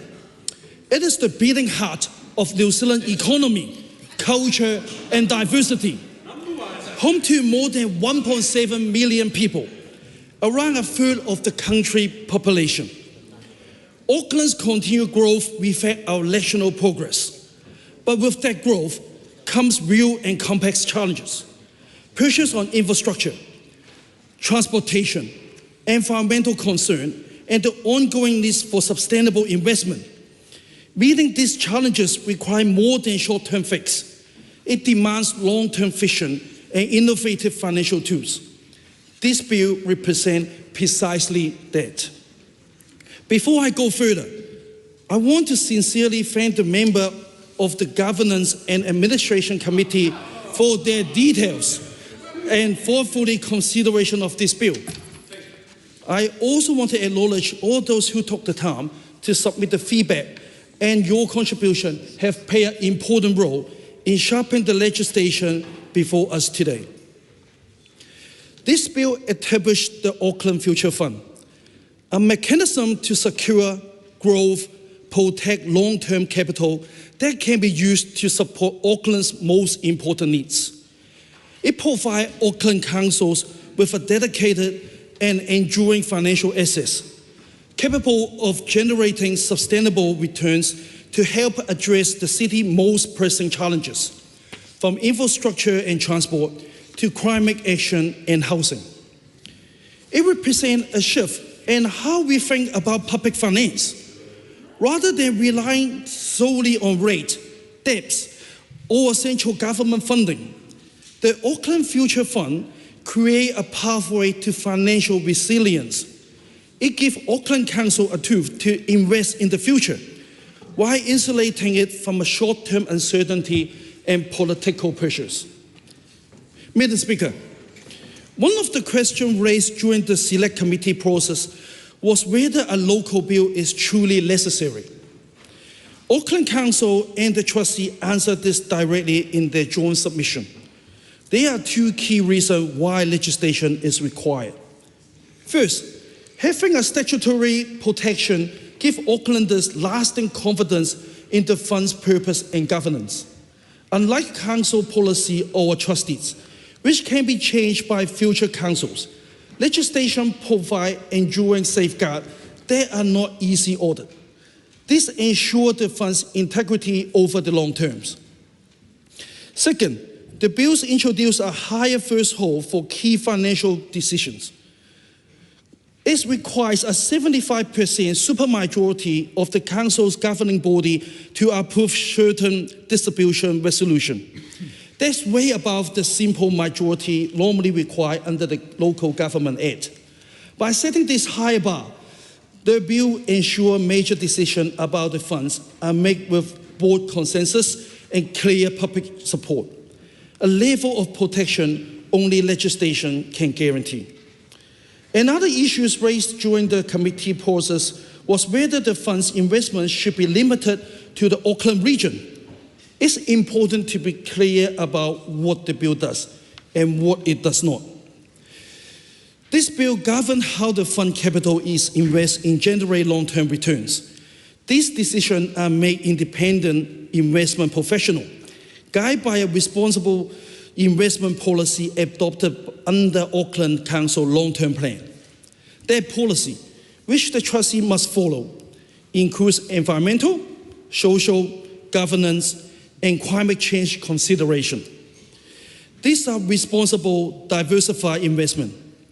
Restricting them to Auckland alone would reduce this diversification expose the fund to unnecessary regional risks, and could undermine long-term return and limited performance. It would also conflict with the fund's responsible investment policy, which is designed to ensure ethical and sustainable investment across sectors and markets. To be clear, this bill separates investment decisions from how returns are used. Investments are managed independently, but how the income is spent remains a council decision, subject to normal consultation requirements. Under Section 12 of Local Government Act, any spending must benefit Auckland. That safeguard remains fully in place and is unaffected by this bill.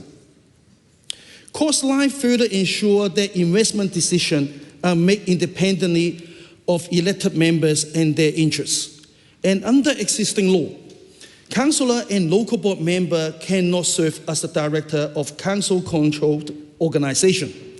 This provision reinforces the fund independency and safeguard the integrity of this operation.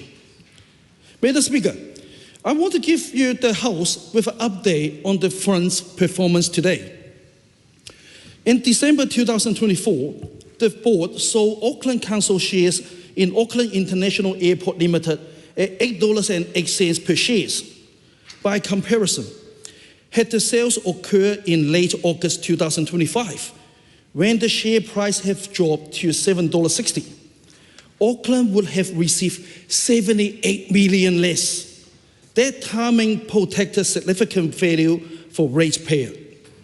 Also, between December 2024 and June 2025, the fund delivered a return of 4.06%, a strong result in a volatile global market.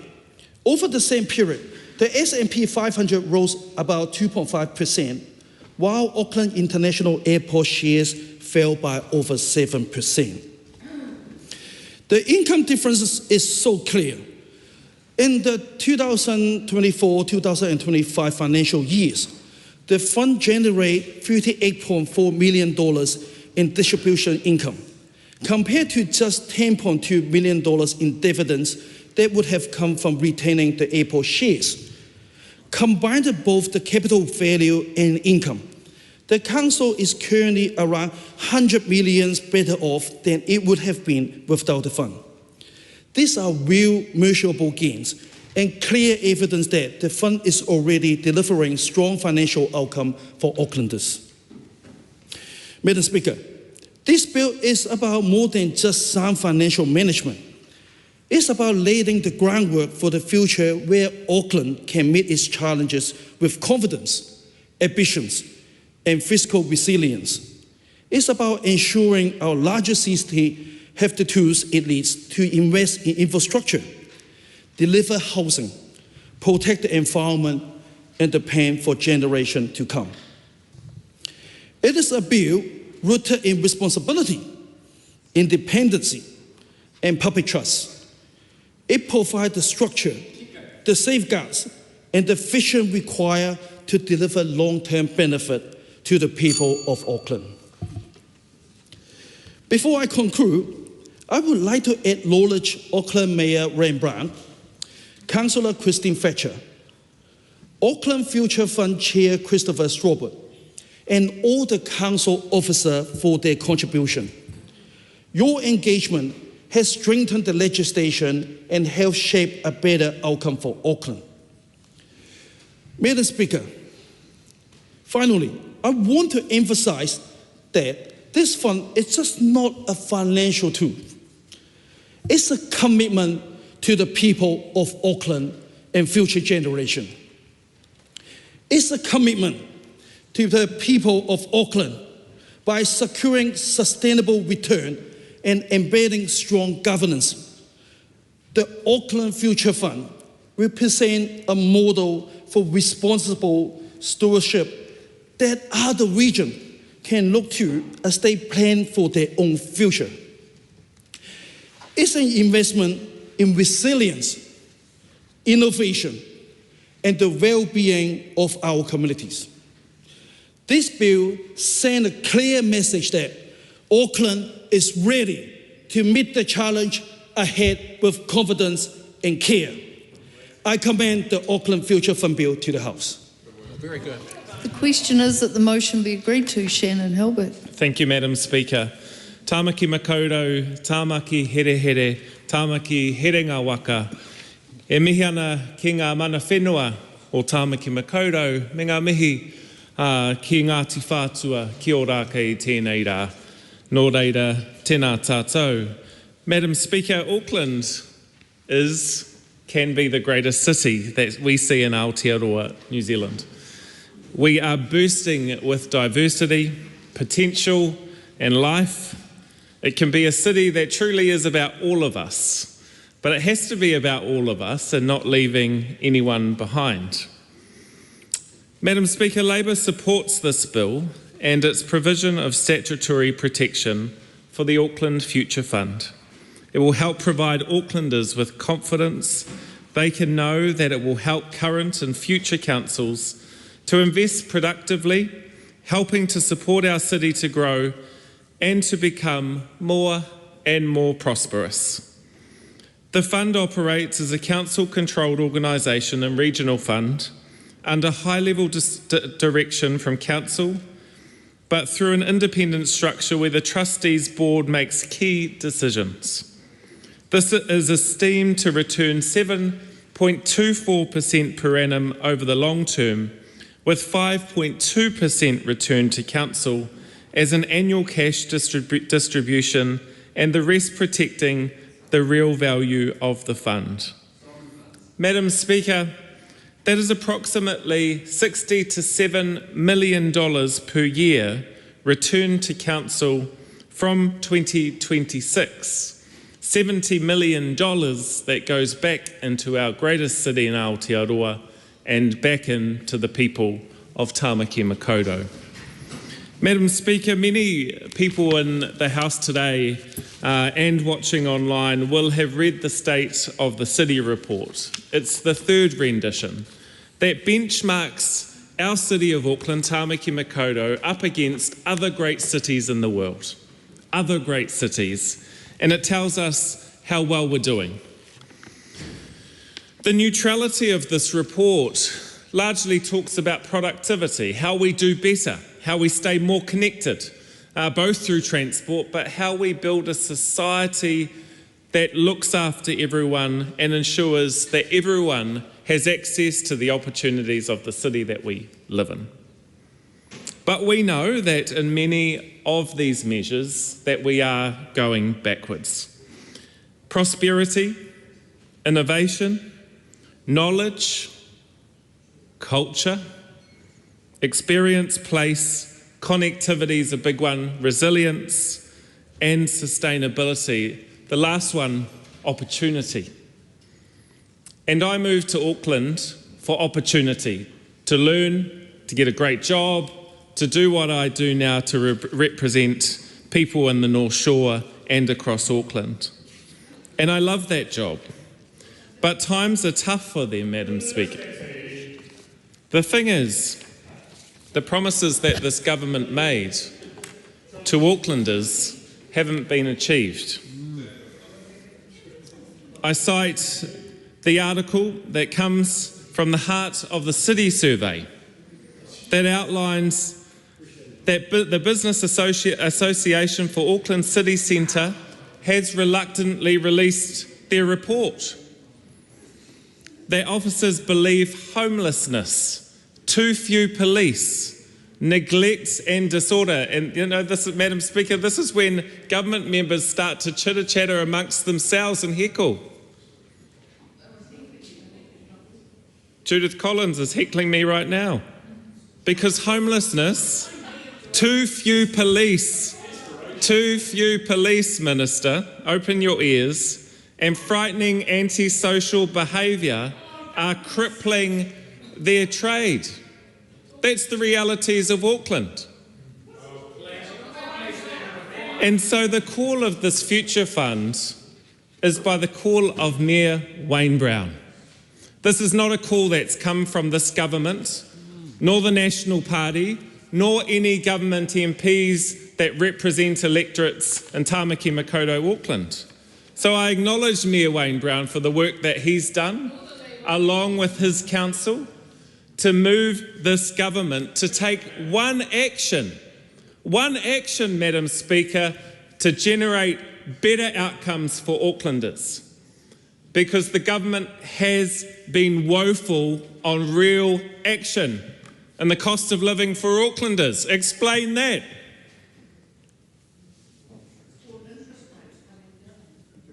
Coming down. And so, you know, the minister might want to explain to people in Papakura, how does that tangibly make a difference in their households in her own community? No change, Madam Speaker. But the important stuff today in this House is that we get on and move through legislation that actually creates real change to Aucklanders. And this change, in my 10 minutes, to have my say, is to talk about the progress that Auckland Council is making and Mayor Wayne Brown.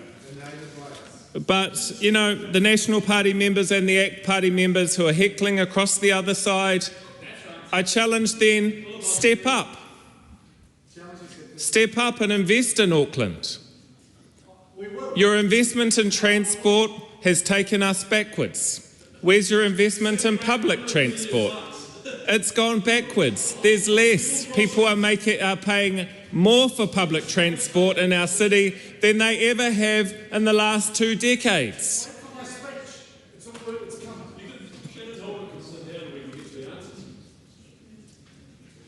Shannon Hilbert still has time left on the clock. Thank you, Madam Speaker.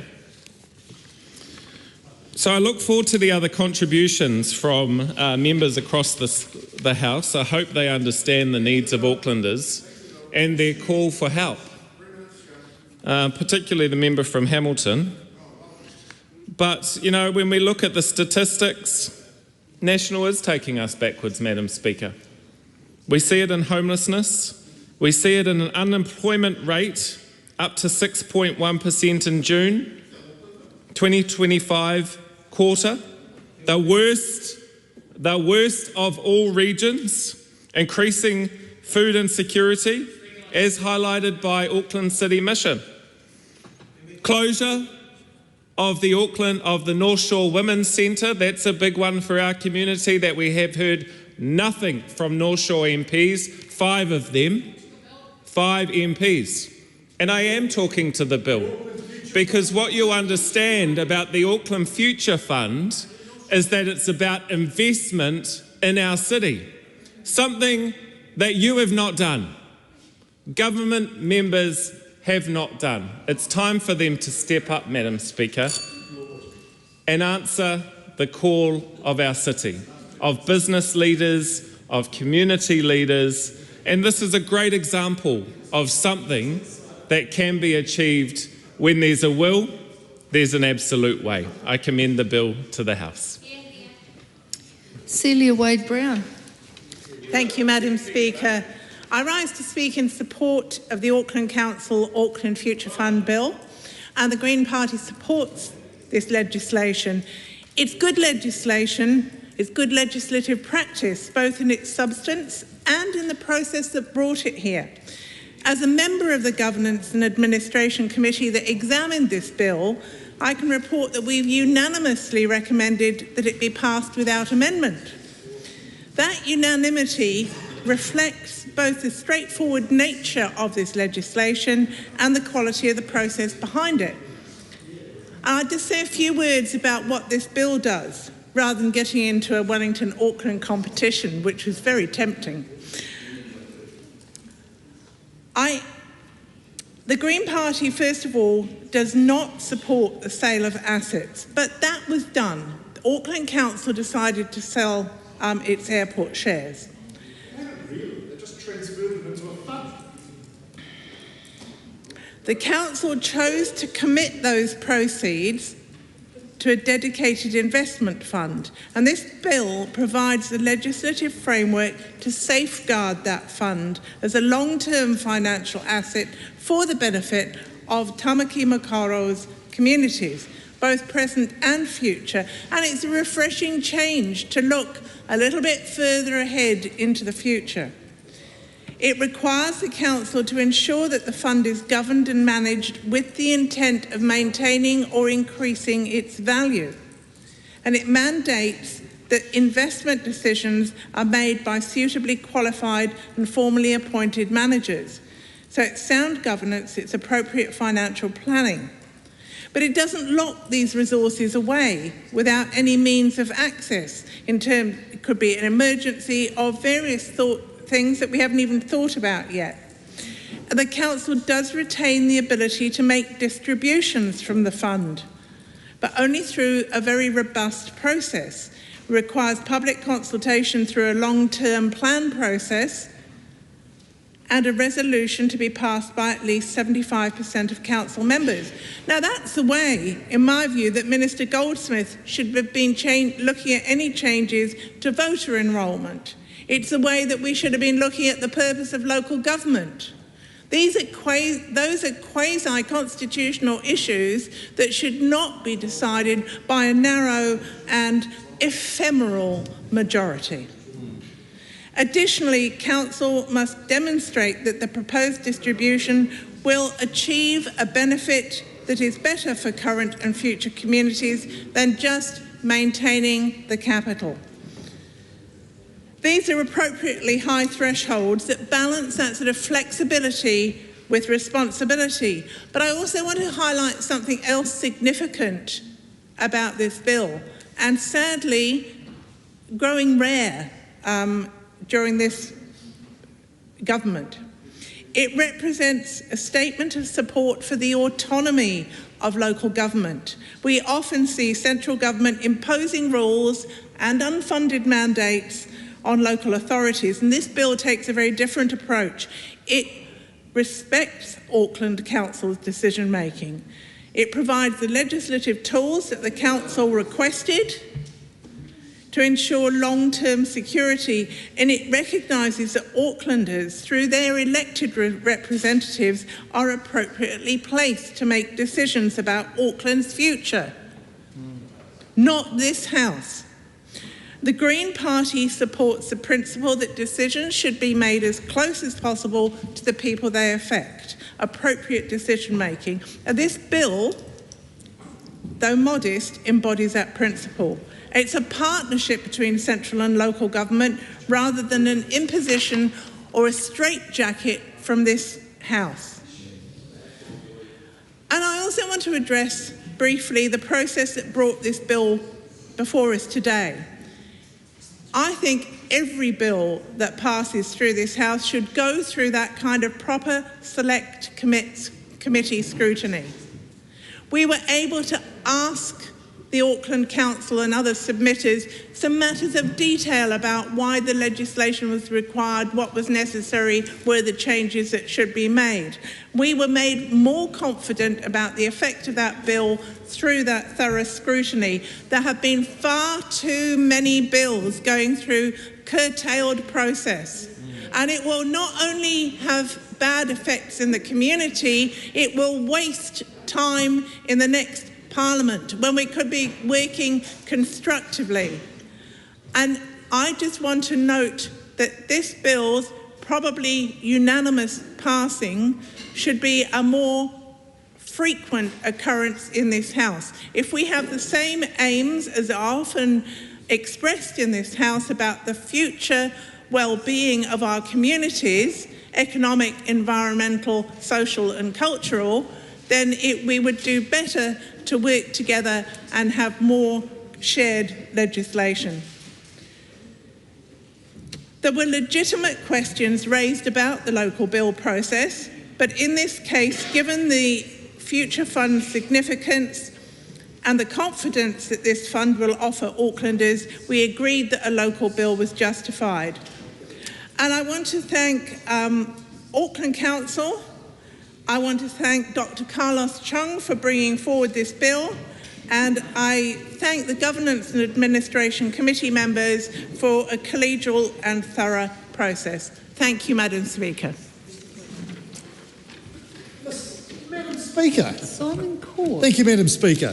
Firstly, I want to acknowledge the member, Dr. Carlos Chun from Mount Roskill in Auckland, the member who's brought the Auckland Council Auckland Future Fund bill. Congratulations, Carlos. Your bill will succeed. You've put in a lot of hard work, and Auckland is now and Auckland is in the future. Well, thank you for this. I also want to acknowledge the courage of Auckland Council in the face of the regressive forces which say no matter what assets you've got, whether they're performing well or badly, you should never sell them because assets should always remain stashed in a cupboard under the stairs or the back of the garage because they're assets. Well, it makes no sense. Auckland Council has seen sense that recycling assets and transferring the capital into an arrangement that can earn better rates of return and potentially, if they make more courageous decisions, lead to the deployment of that capital into new infrastructure that produces economic growth and makes Auckland a better place to live. If they can show that kind of courage, then the outcome from this Auckland Future Fund will be dramatic for Auckland. That's going to take a commitment. It's going to take, as I've said, courage. It's also going to take some significant planning and weighing up priorities because, boy oh boy, I'm an Aucklander and I can tell you there's a lot of infrastructure lacking. We've got wastewater overflowing into our harbour, places like where I live in Te Aotearoa Peninsula, the Henderson Creek, and here's one of my Te Aotearoa mates, Phil Twyford, who's just joined us today. He knows what I'm talking about. We've got transport issues. The city's going to grow by another 1 million people, and I can tell you that despite those who would say you could just get out of your car and walk, you could just take a bike, we'll put on more buses, tell you what, we'll take out the car parks, we'll create bus and bike lanes, you can catch a bus. 1 million more Aucklanders coming to live in Auckland, they are not going to catch a bus and ride a bike. They are going to need to drive their cars on roads. And that is why, in addition to all the other things that Auckland Council already has on its list, a $4 billion shortfall between the infrastructure it knows it needs to fund and the amount of money it can get from ratepayers, it also is going to have to turn its mind to another 1 million people coming, according to the Auckland Plan. We're going to have to increase the capacity of our existing and new roads by at least 60 to 80% to deal with the growth. That must sound like Armageddon to the Green Party. I'm sure that Julianne Genter would be having an absolute meltdown if she's here right now. But in fact, growth demands infrastructure, and it's not always the infrastructure that we like. So, how did this infrastructure deficit occur, and how will the Auckland Future Fund help deal with that? Well, for many, many decades, Auckland Council and its predecessors has a maybe if we don't plan the infrastructure, maybe the growth won't happen approach. Well, that's not reality. Auckland has grown. It's a very attractive city to live in. I've lived there most of my life. And it's attracting more and more people who want to share in the benefits. Thousands of kilometres of coastline. There's the Hauraki Gulf marine protection areas. We're going to restore the Gulf. So many good recreation opportunities. Not to mention jobs and manufacturing, high-tech, finance. So many good reasons to move to Auckland. But we have an infrastructure deficit caused by an anti-growth council over many years, poor planning, and of course, poor financial management. Every week in Auckland, I'll give you an example of poor financial management. Every week in Auckland, trucks go round and round the city intended to pick up a tiny little bin of food scraps that Auckland Council said every household must have this bin. They must put all their vegetable peelings in this tiny little bin and they must put it out on the curbside every week, and they've bought a fleet of trucks to pick it up. Now, I'll tell you what, most households don't bother putting out that bin. They've got another plastic bin they probably used to store something useful, like the plastic bags that they've hidden from the plastic bag police that they can still keep under the kitchen bench at home. It's projects like that that's cost $500 million or more, wasting Auckland ratepayers' money, that have led to the situation where Auckland's run out of money for infrastructure. So by selling the airport shares and transferring those funds into the Auckland Future Fund, that actually provides for money to be spent on infrastructure we might need. So what could Auckland Council spend it on? Well, in their regional land transport plan, they've identified public transport and other infrastructure that needs funding. They don't have the money. Of course, the City Rail link is near completion, and there are over a dozen level crossings approaching the city from the west and from the south, some to the east, which, because the road traffic and the trains meet at the level crossing, you can't actually increase the frequency of trains and move more passengers through City Rail Link unless you separate the rail lines from the road. Well, that was never planned or funded by the previous Labor government or the previous ex-Labor Mayor Phil Goff. So now we have potentially another decade of disruption and billions of dollars that need to be spent on funding the grade separation on the Auckland train network before we can start to see even the first meagre returns from the Crown's $6 billion or so investment in City Rail Link. Poor planning, poor financial management, a lack of courage. Basically, maybe if we don't plan for it, they won't come council. Well, this government has committed to the City Rail Link projects. We put down around $200 million for the first stage of grade separation.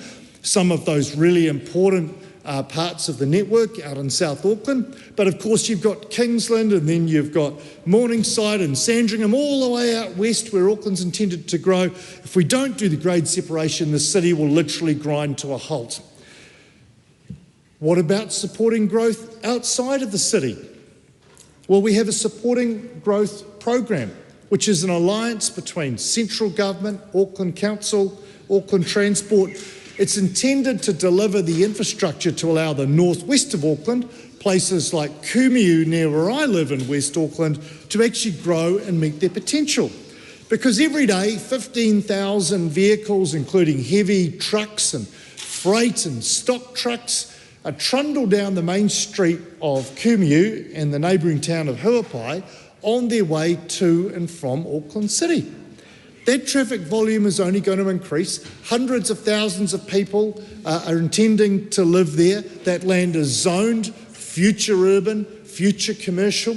None of it can be enabled. None of those homes can be delivered without the enabling infrastructure, such as a 4-lane bypass around the little town of Kumiu, which, if that bypass goes in, will be able to grow and flourish just like other towns are when bypasses go in. Think of the Kapiti Coast. Think of all of those towns that benefit from Transmission Gully, now able to grow, kids can walk to school safely, all of these benefits are available if we put the bypass in.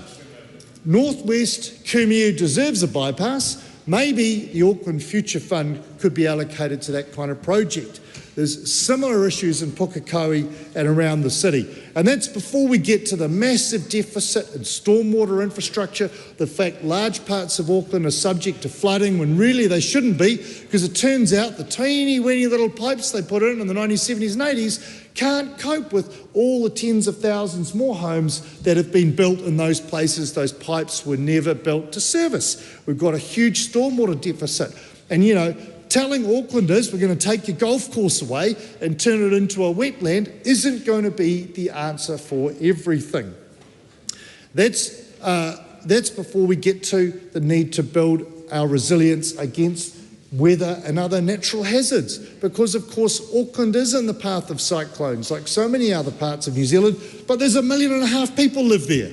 So we really, really need to make sure that coastal defences, sea walls and all of those things that protect our assets, protect our roads, protect community facilities are actually funded and delivered. So I'm proud, the ACT Party is proud, to support the Auckland Council Auckland Future Fund bill to progress, to pass into legislation and to be given effect to. But I also want to make it very clear, Auckland Council is on notice. The future elected members of Auckland Council will need to be courageous and take decisions that mobilise this fund into impactful investments. Otherwise, all this effort that proud Dr. Cullis Chung has put into it will be wasted. Go Auckland Council, get on with it. Nice. Andy Foster. Madam Speaker, what a fascinating speech to follow on from. Look, I wanted to start off by congratulating. I'm going to mention Wellington later on, Tale of Two Cities. I just want to start off by congratulating Dr. Cullis Chung, my good friend there, for your sponsorship of this bill. I also wanted to congratulate the Auckland Council because they have brought this bill to this House. They didn't have to do it, but they've brought this, and I think it's a matter of great responsibility on their behalf to safeguard this Auckland Future Fund, because they'd already established this Auckland Future Fund before coming to the House, so they didn't have to do this. What they've done is said, we want to wrap some extra rules and controls around this so that future councils cannot spend that money too easily. And it was fascinating listening to Simon Court there. I think he'd probably spent the fund about 100 times over. What we're talking about here is the ability to be able to spend some of the income from the fund, not to be able to dip into the fund itself unless you genuinely have a real emergency that the Auckland Council by 75% majority have said, actually, we do think it's more important to be able to spend some of that money to run down some of that capital rather than to keep it and to keep growing that money. So, it might make $40, $50 million a year. That's going to be a significant benefit, but it's not going to pay for all of those things, and certainly not all of the things that Simon Court was talking about in a short period of time. It might contribute to them over a longer period of time. That would be a significant contribution. Madam Speaker, I just wanted also to credit Auckland Council because they've been given a little bit of a serve there, not only for their responsibility in bringing this legislation to the House, but also for their responsibility in the way in which they are managing their finances and their rate increases. And I would note that of all the big metropolitan councils in the country, their rates increase over the last 2 years is the smallest. And the one thing we hear from ratepayers all across the country at the moment is their concern about rates levels. And Auckland Council last year 6.8% on the residential rates. This year 5.8. They're not tiny rate increases, but they are the smallest in the big metropolitan centres and some of the smallest in the country. So I want to congratulate them for that. Madam Speaker, the money that's made up this Auckland Future Fund has been from the sale of shares in Auckland Airport, and of course the various constituent parts of the various constituent parts of what is now the Auckland Council. So the various different, the Waitakaris and North Shores and Auckland Councils and so on. They all had shares in Auckland Airport, and they've been progressively sold. This was the last big chunk of those. Of course, the Crown itself sold its shareholding probably 20, 25 years ago, I think it was. What they've done, though, that makes good logical sense to say, instead of having all of our money or a large chunk of our money in one asset, Finance Management 101 basically says you diversify your assets, and that is what the Auckland Future Fund is about. It's about giving this in a controlled way to professional financial managers to manage a fund to achieve at least the kind of return that you were getting from the shares in Auckland Airport, and probably at the moment a greater return from those shares. So it's a diversification proposition. It is not a spending proposition. It's not saying we've sold these shares and now we're going to sell them. Because the shares, of course, in Auckland Airport represents something which has been built up as an asset over a very, very long period of time by the owners of that asset, the Crown, the councils, and more latterly private shareholders as well. And of course, in fact, the investment, we'd heard about the investment in CRL in Auckland, but in fact the biggest, that's a huge investment that's being made, but actually by dollar numbers, the biggest investment in the country at the moment, and I think it probably will be the biggest investment in nominal dollar terms ever in New Zealand, is the redevelopment of Auckland Airport. Air New Zealand might not be entirely happy with that, the scale of that, but that is the nature of that. Is a very significant investment. So, Madam Speaker, the establishment of the Auckland Future Fund is about not spending that long developed asset, that long developed amount of money quickly. It's about saying it was built up by past generations and it will be available to continue to provide benefit to today's generations, but also to future generations. And the whole idea of wrapping that fund around with this legislation, which we're talking about at the moment, is to say to councils, there is a discipline on you that you cannot simply go and raid the piggy bank. You have to do that in a careful and measured way. And I think that shows great responsibility on behalf of the current Auckland Council, who has said to the government, to the Parliament actually, not to the government, the Parliament, to say, can you pass this piece of legislation? I'd also make the point, Madam Speaker, that the fund is worth about $1.3 billion. And actually there's been an addition to that fund as well. There was a special dividend from another asset of the Auckland Council, that is the Ports of Auckland, and they declared not only their normal dividend, but also a special dividend of $45 million, and that has gone also into the Auckland Future Fund, and that came from the sale of their shares in Marsden Maritime Holdings up in the Northport area.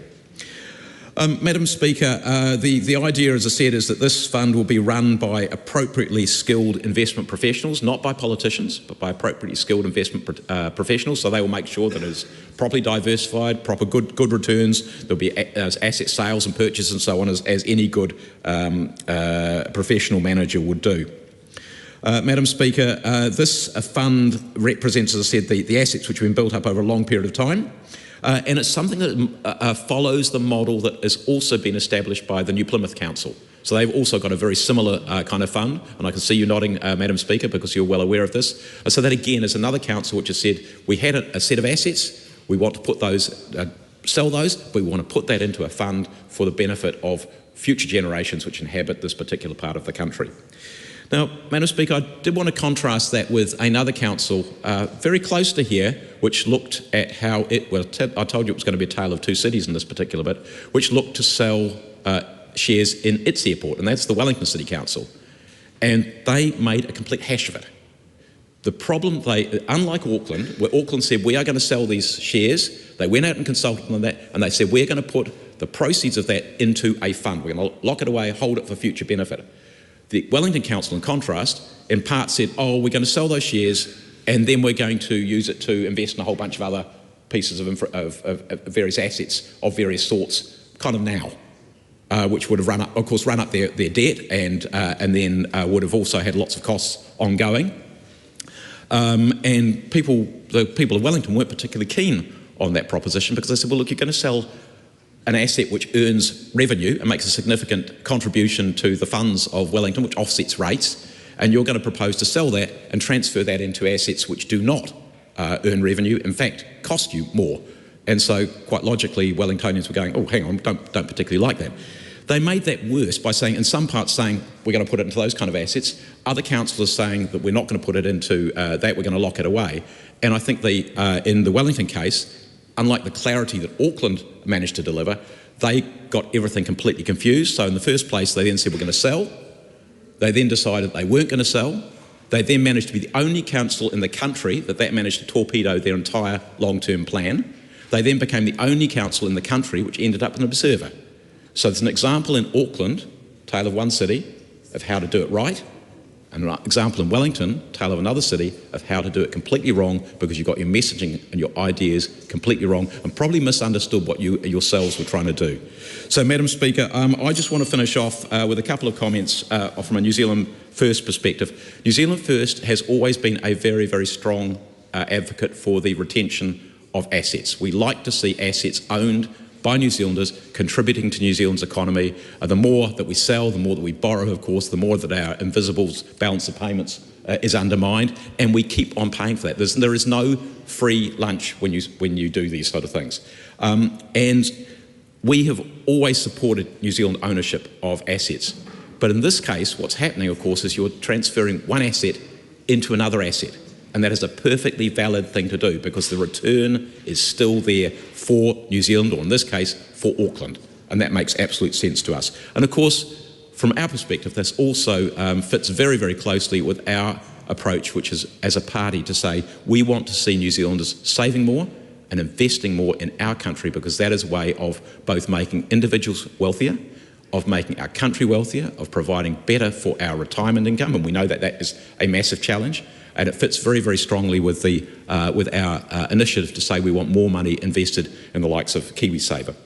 So, Madam Speaker, delighted just to finish off and say, again, to commend Dr. Carlos Chung and to commend the Auckland Council for this initiative and to commend the bill to the House. Next call is a split call. Mario Minau Kapakingi. Tēnā koe te pika, tēnā tātou te whare. I want to start by expressing unmet expectations, Madam Speaker, and we'll get the gist of it as I go through. Unmet expectations. So originally, in the first reading, Te Pāti Māori supported the intent of the Auckland Council Auckland Future Fund Bill, and a bill that aims to protect whakapapa. It aims to protect intergenerational wealth and secure Auckland's economic future. However, to my colleague on the left, smiling, we can no longer continue that support. Our change, I know, altogether, our change in mind in position reflects a deeper issue without stronger and more direct engagement with Māori. That's the missing piece, and it's a critical piece from our party's perspective. This bill cannot deliver on its promise of equity or intergenerational well-being. Yes, the bill outlines consultation requirements under the Local Government Act, and yes, the trustee is expected to uphold Te Titi o Waitangi obligations. But let's be realistic, expectations are not guarantees, and that remains an issue in this regard.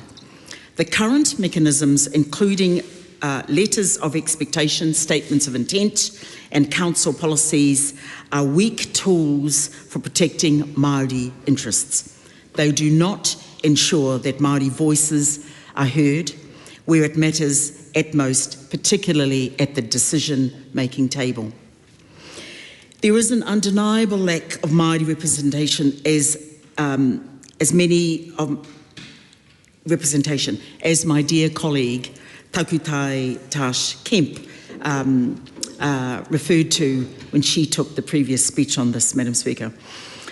So how can we talk about securing the future for generations to come when Māori, the fastest growing population in Tāmaki Makaurau, over 250,000 strong, are not explicitly included in the governance of this fund?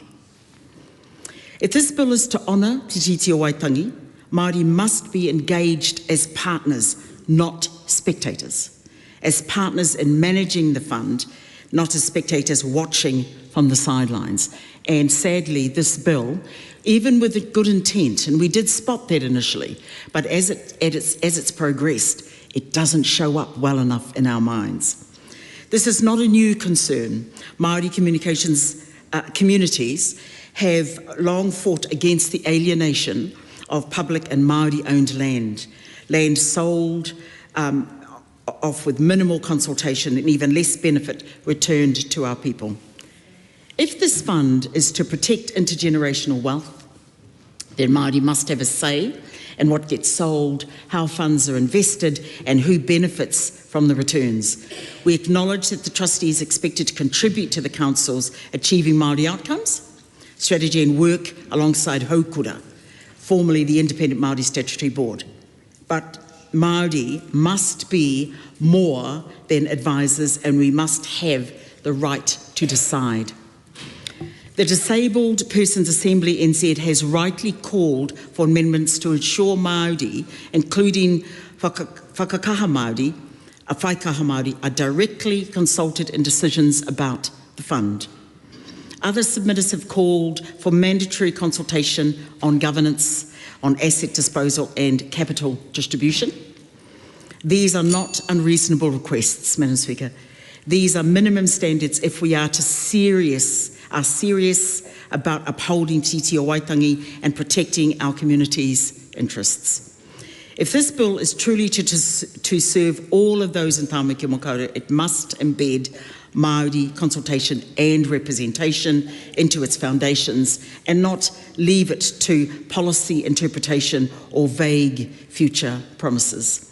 Māori voices must be central to the development, governance and oversight of this fund, not peripheral. This is the only way to honour Tīti. That is our only way forward. Thank you, Madam Speaker. Madam Speaker. Ricardo Menendez-March. Madam Speaker, the Green Party, as our previous speaker noted, is voting in support of the Auckland Council Auckland Future Fund bill, which, as others have already described, comes through a history and an unfortunate history of the selling of assets, in this case airport shares, by the Auckland Council.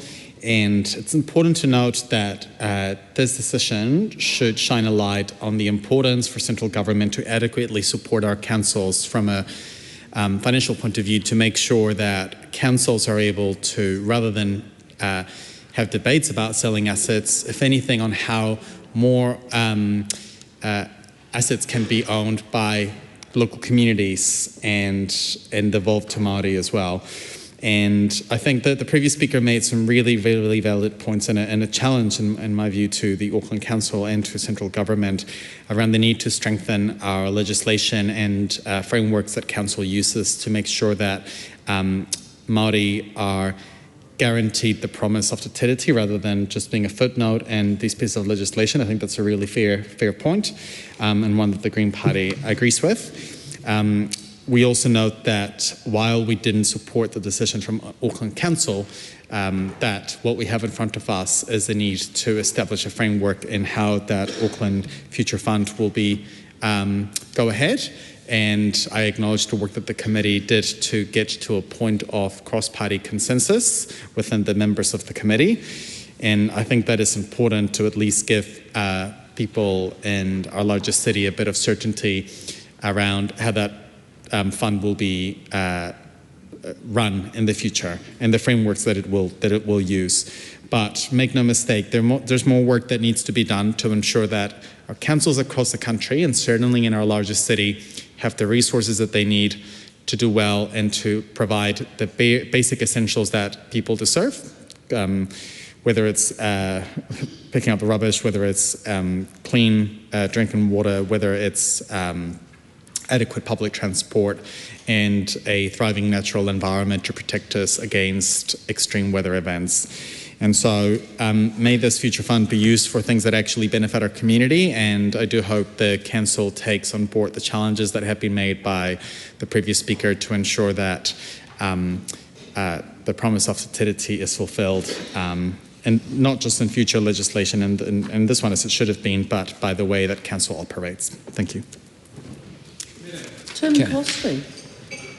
Thank you, Madam Speaker.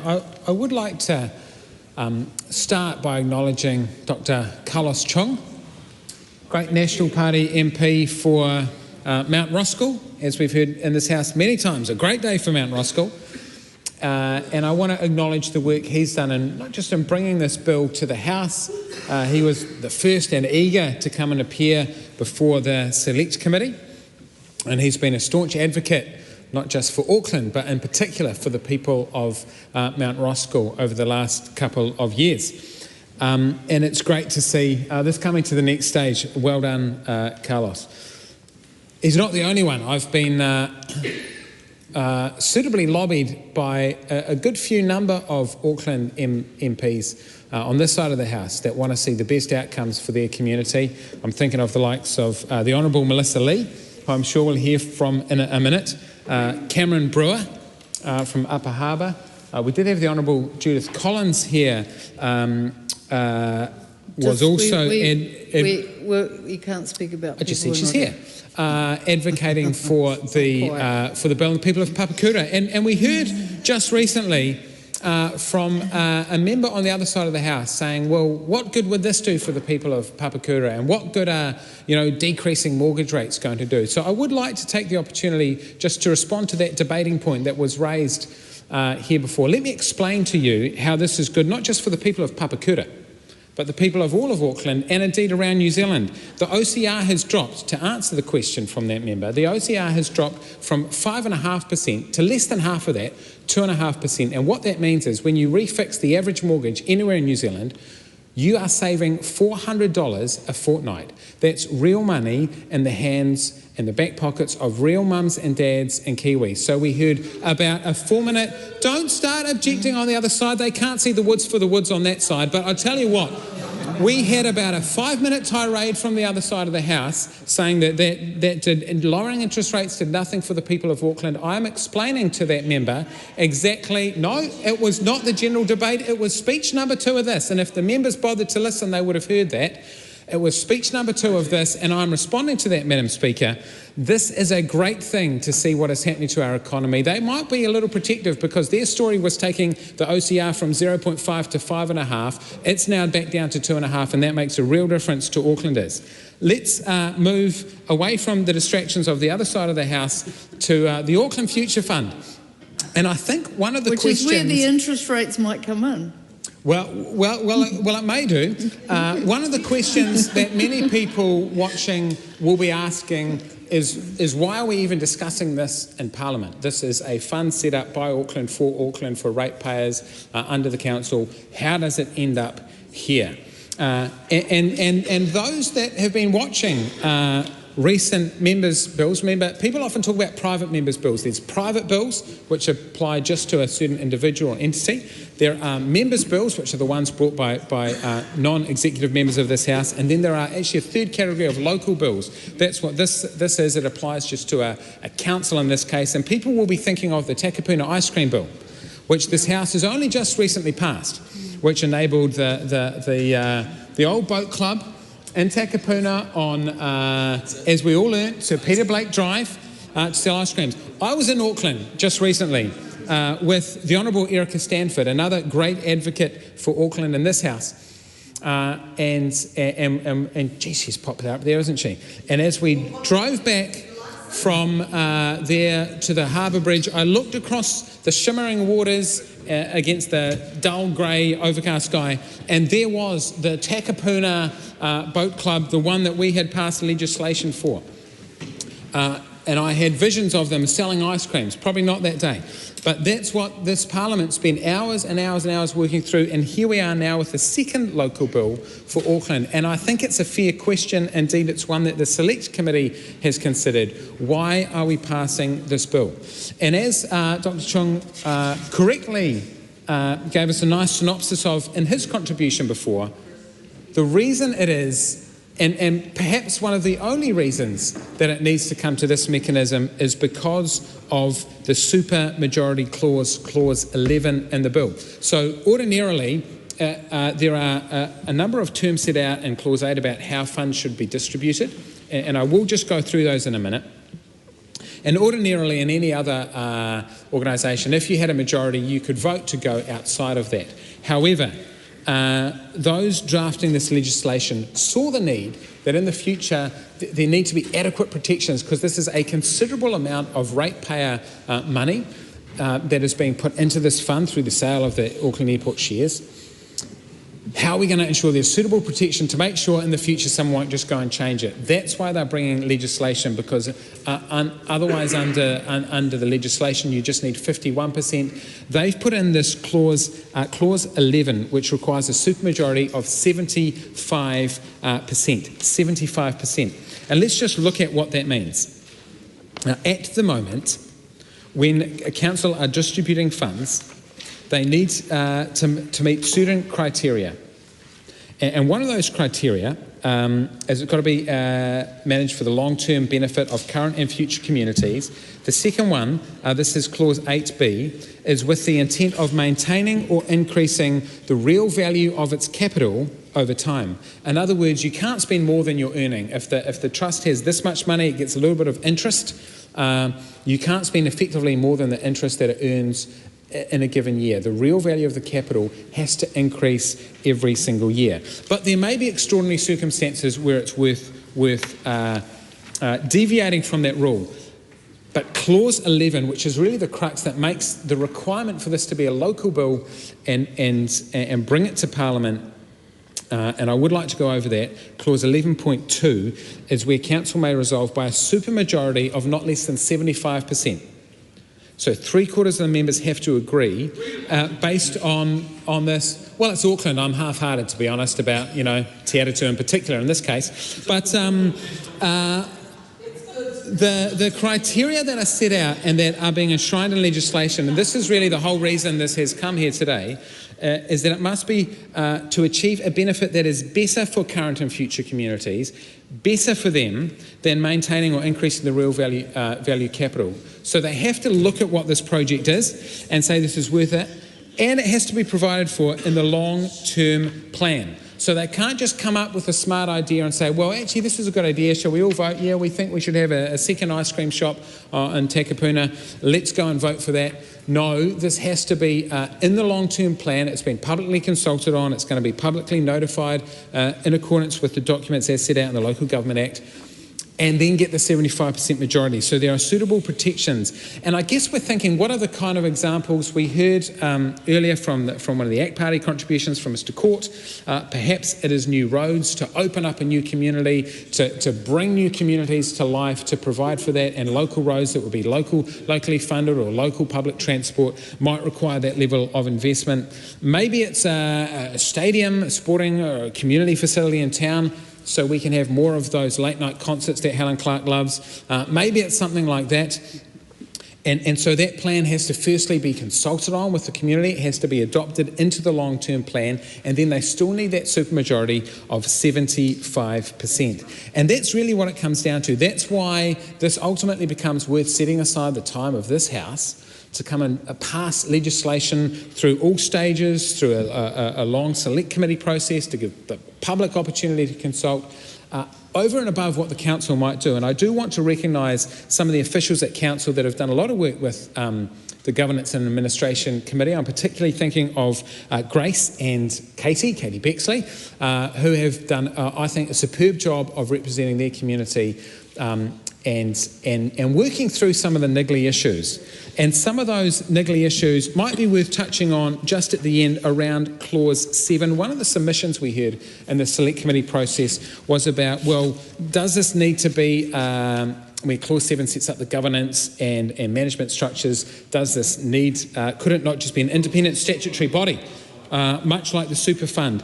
But actually what we have learned as we've teased out these ideas is that the protections that coming through this bill means you get the local government bill from 2002 and the local government Auckland Council 2009 legislation that have requirements for audited consolidated financial statements, for an auditor's report, auditor general reviews, and that provides, I think, the peace of mind that Aucklanders would be looking for when we look at a sizeable capital that's being invested into their future.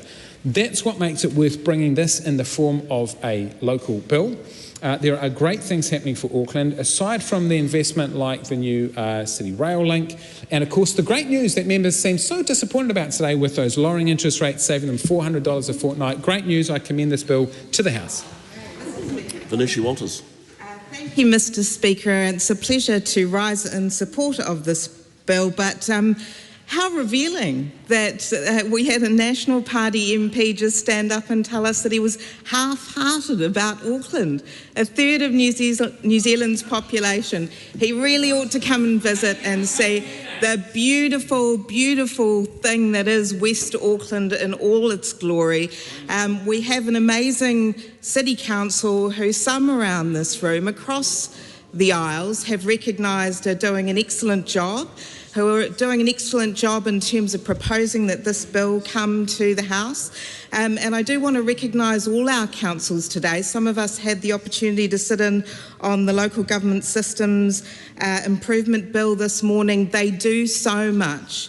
They do so much, and often not just the things they choose to do, but what they're directed to do under statute and under legislation. And it's examples of funds like this that will allow them to secure a good future for Auckland.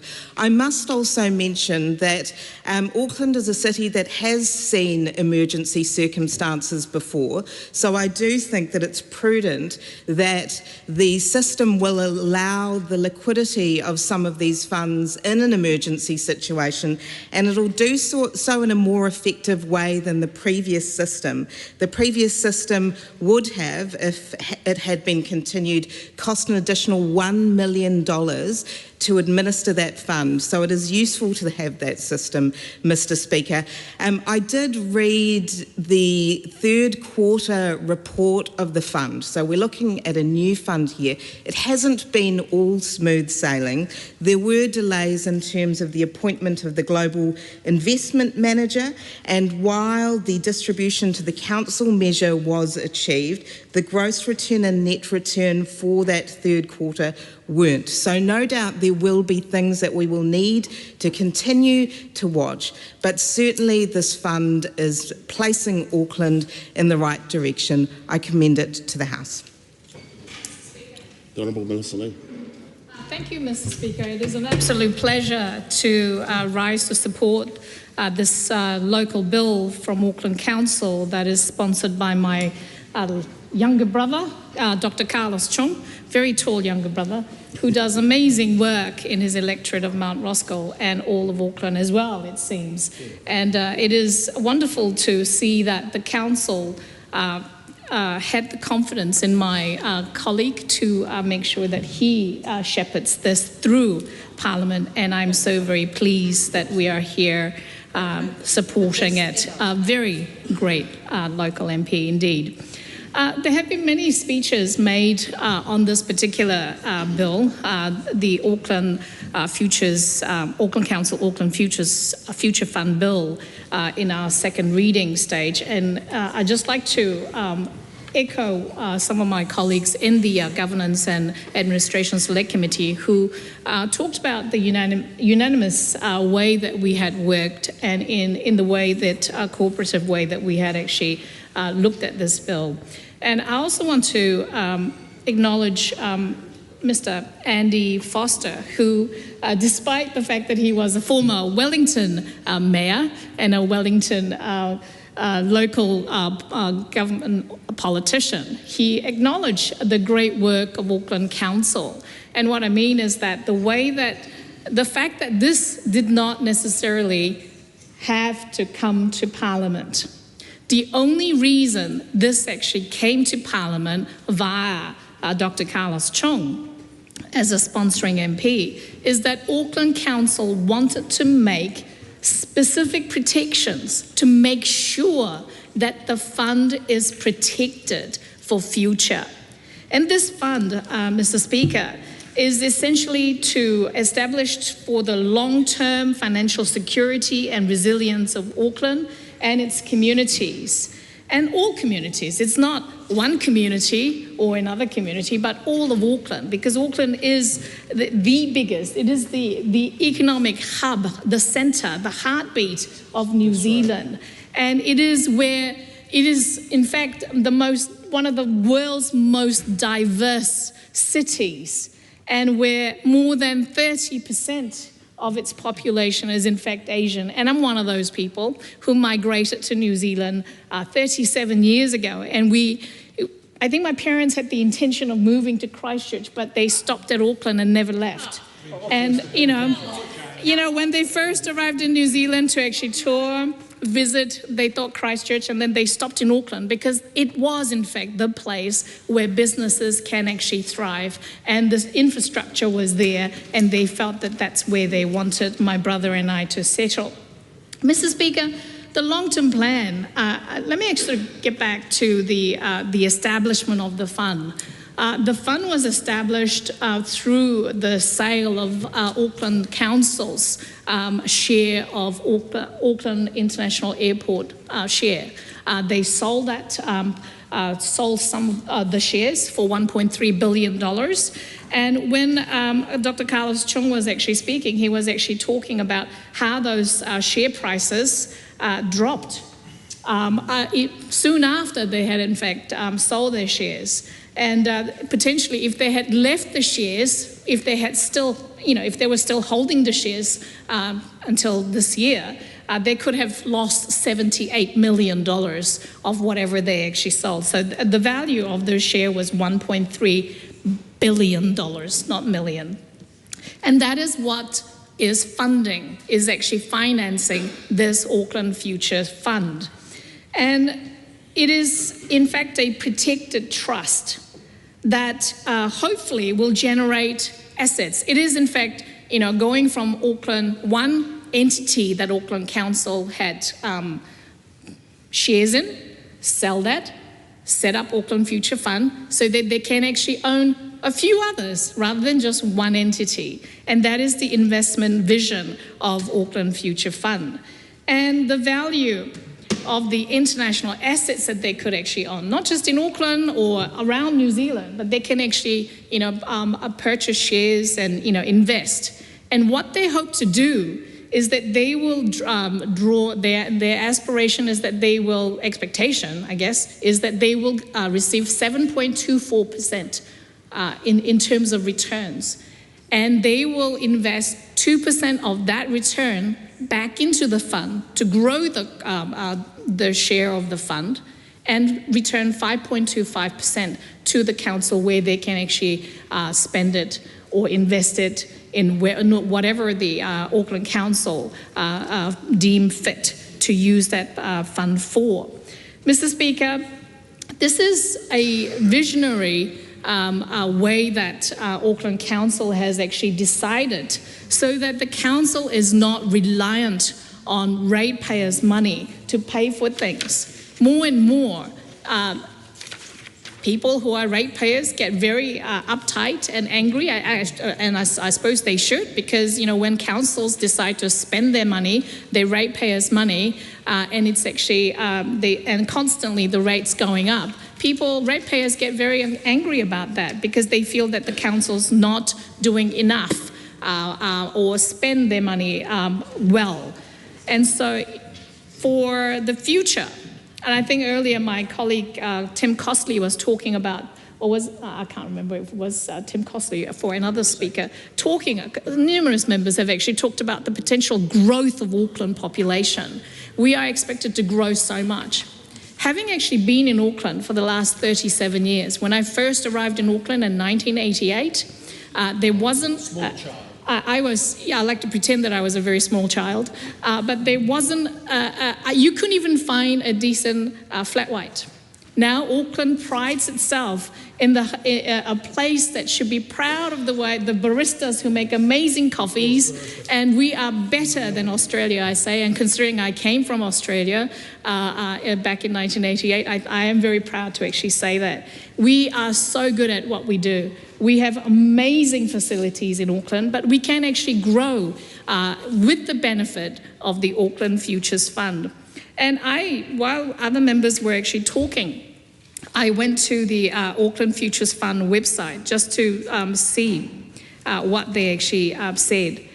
The council, it says, and I quote, "As a council control organisation, the Auckland Future Fund operates under the high-level direction of Auckland Council, but through an independent structure where the trustees board makes all the key decisions.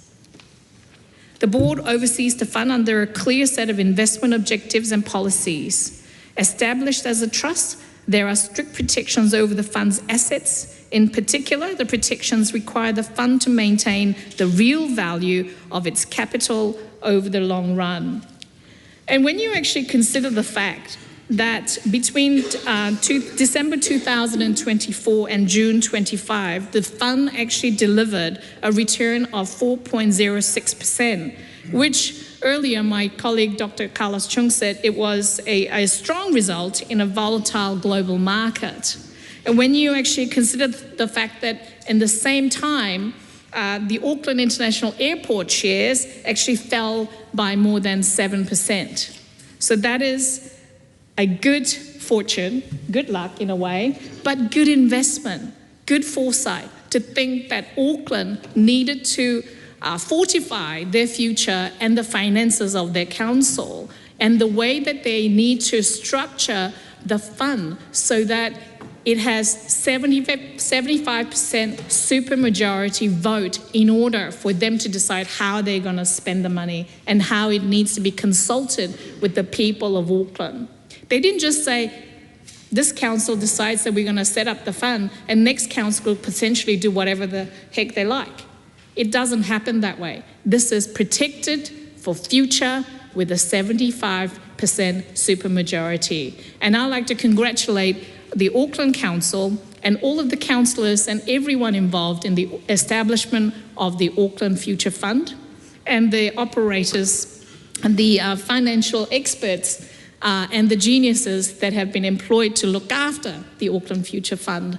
I hope that you can actually do an amazing job to provide a much brighter future for Auckland City ratepayers and also citizens of Auckland City, as I'm one of them. And I'd like to once again congratulate my colleague, Dr. Carlos Chung, for bringing this bill to the House. I commend the bill to the House. Next call is a split call. The Honourable Phil Twyford. Mr Speaker, I have a question for the Honourable Melissa Lee. If she thinks this is such a great policy and such a great bill to put in place protections around safeguarding public assets in an elected organisation like Auckland Council, why didn't the National Party do that when they flogged off a 50% share of the energy gentailers in 2013-14 and promptly frittered away the billions of dollars that came into the government coffers as a result of that privatisation exercise that the National Party did? That's quite a contrast, and I invite parliamentary colleagues on the National Party benches to think about that for a moment. There's two good reasons to vote for this bill. The first is that Auckland Council asked this Parliament to legislate these particular safeguards. For example, a 75% supermajority before these publicly owned assets can be sold, and also a set of criteria that require a justification for the public good. But the second reason is that this, I think, is a genuine effort to manage public assets in a new way and to get the best out of public ownership. And I think it's right and it's good to see the great majority of votes in this House supporting this bill.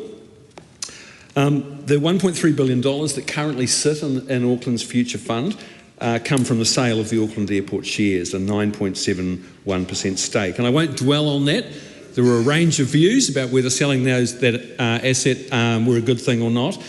But what I do want to comment on is the fact that there are, in our view, some important reasons for public ownership. For example, the holding and public ownership of strategic assets, particularly in situations where you've got infrastructure or an entity that's a natural monopoly.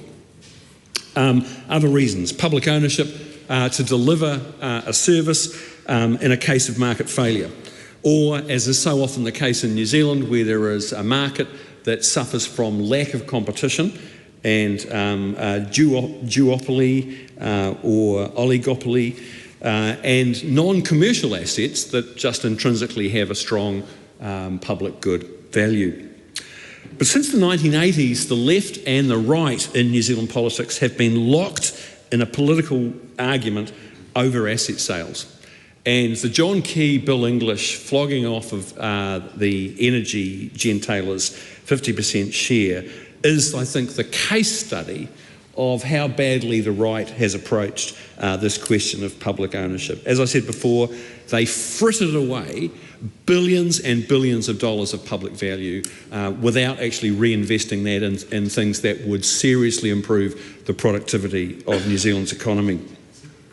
It's for that reason that the left always resists the selling of public assets, and why that has become such a hot button issue in New Zealand politics. What I hope is that the wide support in the Parliament for this bill could suggest the possibility of a new consensus about how we approach public ownership. Auckland Council's Future Fund is based on the idea of strategic management of publicly owned assets. Its charter includes a commitment to growth of those assets, shepherding them and growing them so that Auckland Council is able to use public ownership in a smart way to deliver on its task and to meet the needs of the people of Auckland. It is about using public ownership for the public good. And I urge members I don't have any hope for the ACT Party, to be honest. But I urge the National Party, at least, and certainly New Zealand First, who I know feel strongly about this issue of public ownership, that we must build a consensus around how to properly preserve and look after and grow public ownership in New Zealand in the interests of the public good. And there are lots of models around the world that would allow us to do that. And Auckland Council's initiative with the Future Fund is a modest but positive effort to do this for the people of Auckland. Cameron Brewer. Mr Speaker, it's with great pleasure to rise for the second reading of this Auckland Future Fund bill, and it is a masterstroke for our leading region, certainly when it comes to population, our commercial capital, and it is growing at a rate of about 50,000 people per year. And in fact, Auckland could reach 2 million people by 2030. So that just gives you some indication of the challenges that lie ahead and the infrastructure need that is unrelenting. And this is not about asset sales, this is about asset recycling. This is about putting selling the old family silver and buying new family silver. And as others have said, Mr Speaker, this is ring-fencing this fund in perpetuity, protecting it for future generations. And the sell-down of Council's final shareholding in the airport last year, as has been articulated, formed the basis for this $1.3 billion fund that now sits as the Auckland Future Fund. But as has also been mentioned, there have been other contributions, one being in June by the Ports of Auckland, when they announced the special dividend of $45 million to be paid as a capital contribution into the Auckland Future Fund. And that came on top of its $52 million dividend for the Council. And I want to just use this opportunity, Mr Speaker, to acknowledge the success, because it was never guaranteed, but the success of the Ports of Auckland and its CEO, Roger Gray. I want to also acknowledge the success of the Ports of Auckland as it pertains to the chairperson, Jan Dawson, and I congratulate her on being appointed just in the last few days board chair of ACC. If you want to drive performance in ACC, Jan Dawson is a very good appointment. And in fact, I think the Mayor said in jest to Jan, or possibly the CEO of Ports of Auckland, that if you don't get the Ports of Auckland going, then there's always the option to sell down the operational arm of the Ports of Auckland. But that's not on the books now, given that it's a contributor to this fund, it's a contributor to our region and city of Auckland. And as Desley Simpson, Deputy Mayor Desley Simpson said at the time of the formation of this fund last year, this fund will give our council much needed headroom. And so I want to thank Desley Simpson for her leadership, not just at the council, but around the formation of this Auckland Future Fund.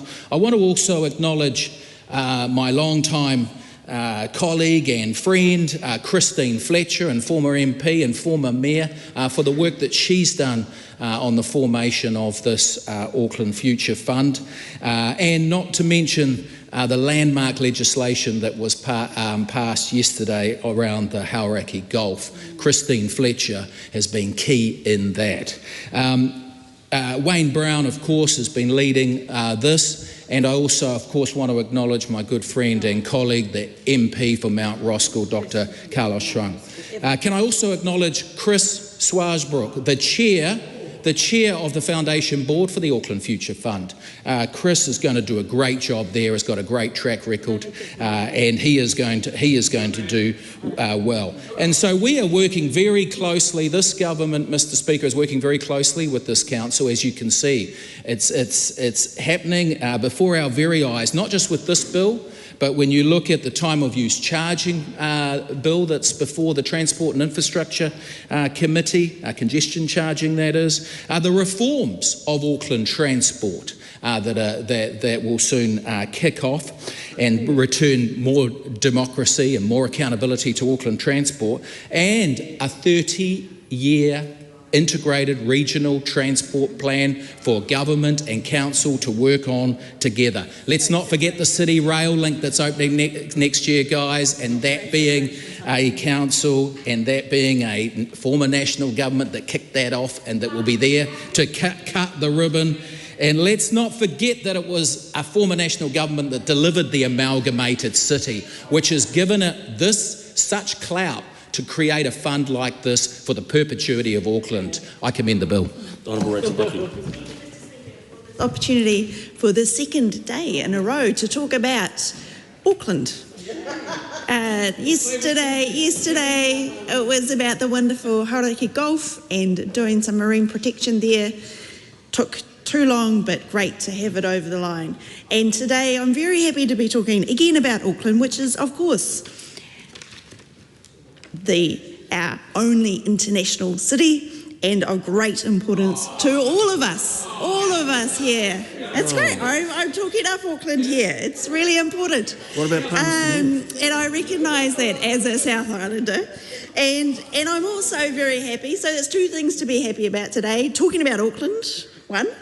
And secondly, talking about the future. Great to be talking about words like long-term and future in this. And the purpose here is to safeguard these funds, and so it's to continue as a long-term financial investment for the benefit of the current and future communities of the Auckland region.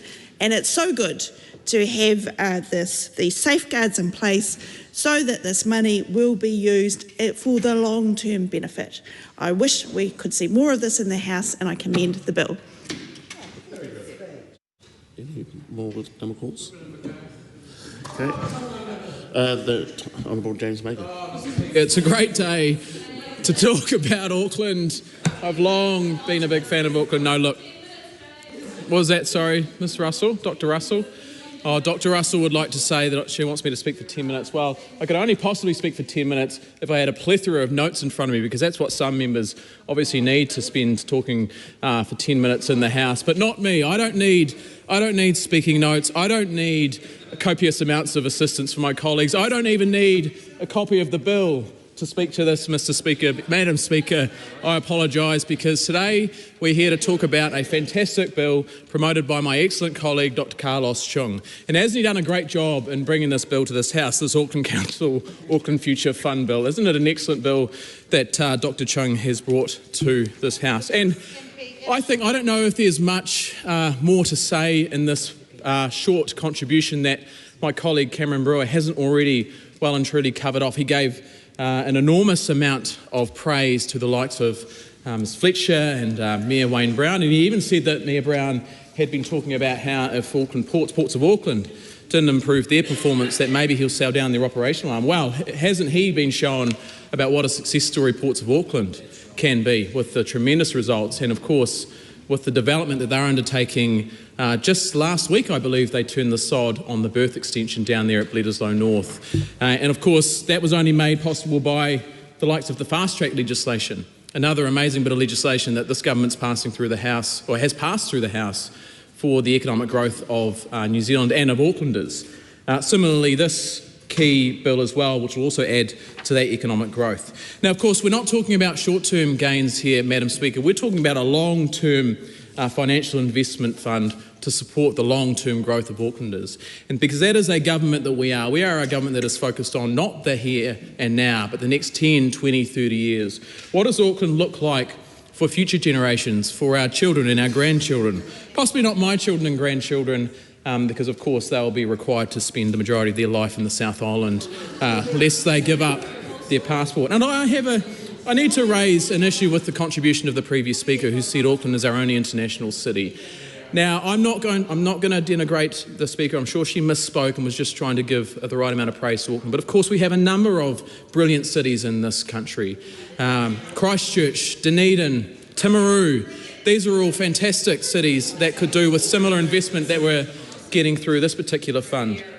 But I digress. I talk too much about the South Island on a day which is really specifically supposed to be about the Auckland Future Fund local bill. Now, of course, this bill is one which aims to protect the real value of Auckland Council's assets for generations to come. And I think it's worth looking at that for a second, because you've seen a lot of this in this government, thinking about, well, how do we actually make sure that we secure the future for New Zealanders for the next 10, 20, 30 years? And along with this particular piece of legislation, I also reflect on the work of the National Infrastructure Plan, which is one of those pieces of work which has received bipartisan support across the House. And when you look at what Minister Bishop is trying to do in that infrastructure space and the needs of cities like Auckland who need to both grow, not only now but in the future, you'll see that the investment opportunity that funds like this produce are key to that investment. We've got to provide certainty to the international community if they're looking to invest heavily in New Zealand. If we're going to invest in our ports, in our roads, in our infrastructure, in our tunnels, in our bus lanes, in our, let's maybe even say someday in the far distant future, light rail may even be a possibility in some of our big cities. It might not come now, but funds like this at least give us the opportunity to explore those options. And it means we don't have to go cap in hand across the world looking for every dollar and cent. We can actually get it from within. Now, I will talk a little bit about the management of the fund. My understanding from my colleague, and I spoke to him about this a short while ago, just before taking this call, it was important to highlight that the management of the fund will be flexible. Of course, it allows for internal or external governance structures, including trusts or other entities. And that's important because we don't want to put this investment fund inside a square box with very hard, thick, bold outlines that they can't be manoeuvred in and out of. We want to provide some flexibility because we don't know what the future is going to bring in the next 30 years for Auckland. We don't know whether in 30 years' time it should be in a trust or the fund should be in another kind of entity, or whether or not there's some sort of third entity that exists in 30 years' time. So providing that flexibility for management is very important for this kind of bill.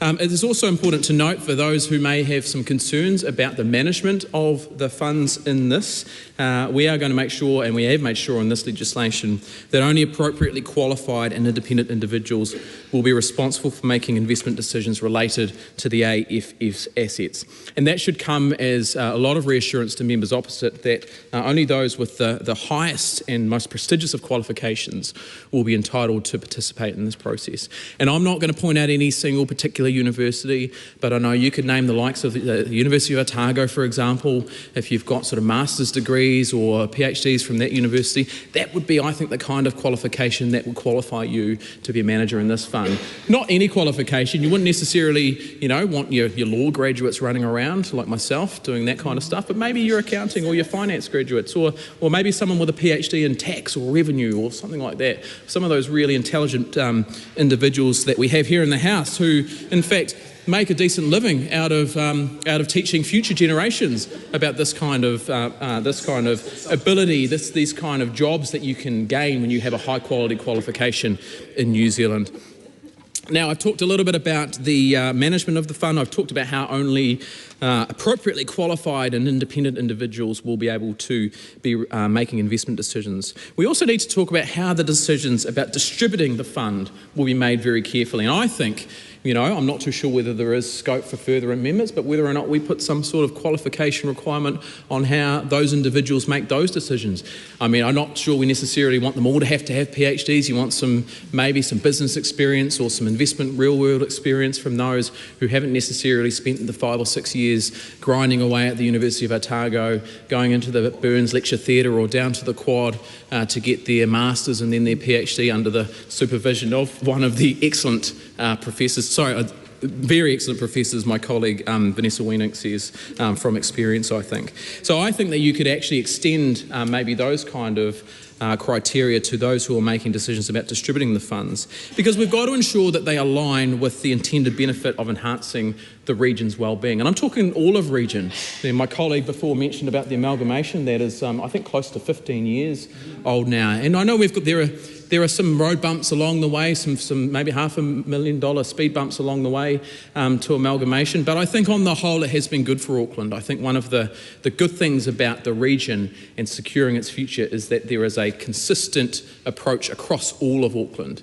And having not spent a lot of time in Auckland myself, much to my great shame, I think, I'd love to spend more time in Auckland, but there are mountains to climb and tar to hunt down in the Riviera of the South. But I understand that bringing that disparate grouping of Auckland councils together to create this single entity has really, I think Ms Brooking maybe had a point. It has really turned Auckland into a great international city, a city that we can be proud of, and we can be proud of the people that have been born and raised and come from Auckland, and those who choose to move there and live there. I actually think that bills like this that are aimed at securing the future of regions like Auckland are incredibly vital to its success. So kudos to Mr Brewer, Mr Chung, Ms Narkley and all the other Aucklanders who are in there. I see Mr Wilson down there as well. There'll be a fierce battle in Upper Harbour this year, I would imagine. Who can be the king of the bridge up there?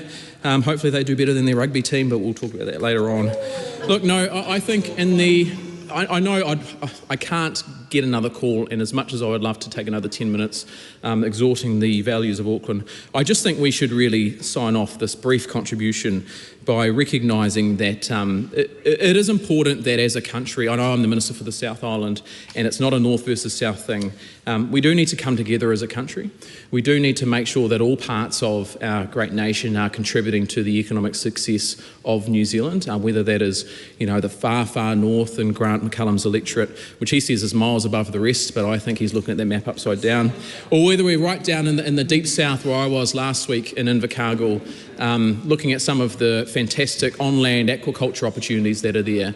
It's the kind of approach that we need to take to make sure that New Zealand Inc. as a whole operates, to make sure that we have the kind of country and future that generations want to live, work, play and raise a family. And so with that, Madam Speaker, bearing in mind that I will be in Auckland this Saturday and I will be enjoying the economic growth and vibrancy that we are seeing there over the coming years. I haven't yet been able to get a ticket to the train, but I'm hoping that all going well with my associate transport role, maybe I can get a brief delegation to join the rail link. But in saying that, I really do think this is an excellent bill. I'm glad it's supported across the House and I commend it to the country. Well, that was a real lesson in opportunity. The question is that the motion be agreed to. Those of that opinion will say aye. To the contrary, no. The ayes have it. A party vote has been called for, please, Clerk. New Zealand National. 49 votes in favour. New Zealand Labour. 34 votes in favour. Green Party of Aotearoa, New Zealand. 14 votes in favour. ACT New Zealand. 11 in favour. New Zealand First. 8 votes in favour. Te Pāti Māori. 5 opposed.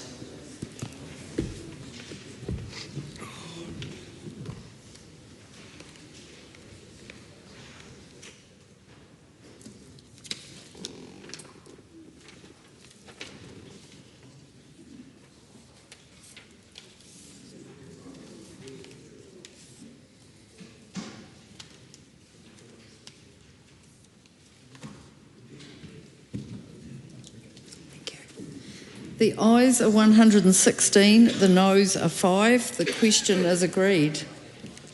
Council Auckland Future Fund Bill, second reading. This bill is set down for committee stage next sitting day. I call on Members' Order of the Day number 1. Companies Address Information Amendment Bill, committee stage continued. I declare the House in committee for further consideration of the Companies Address Information Amendment Bill.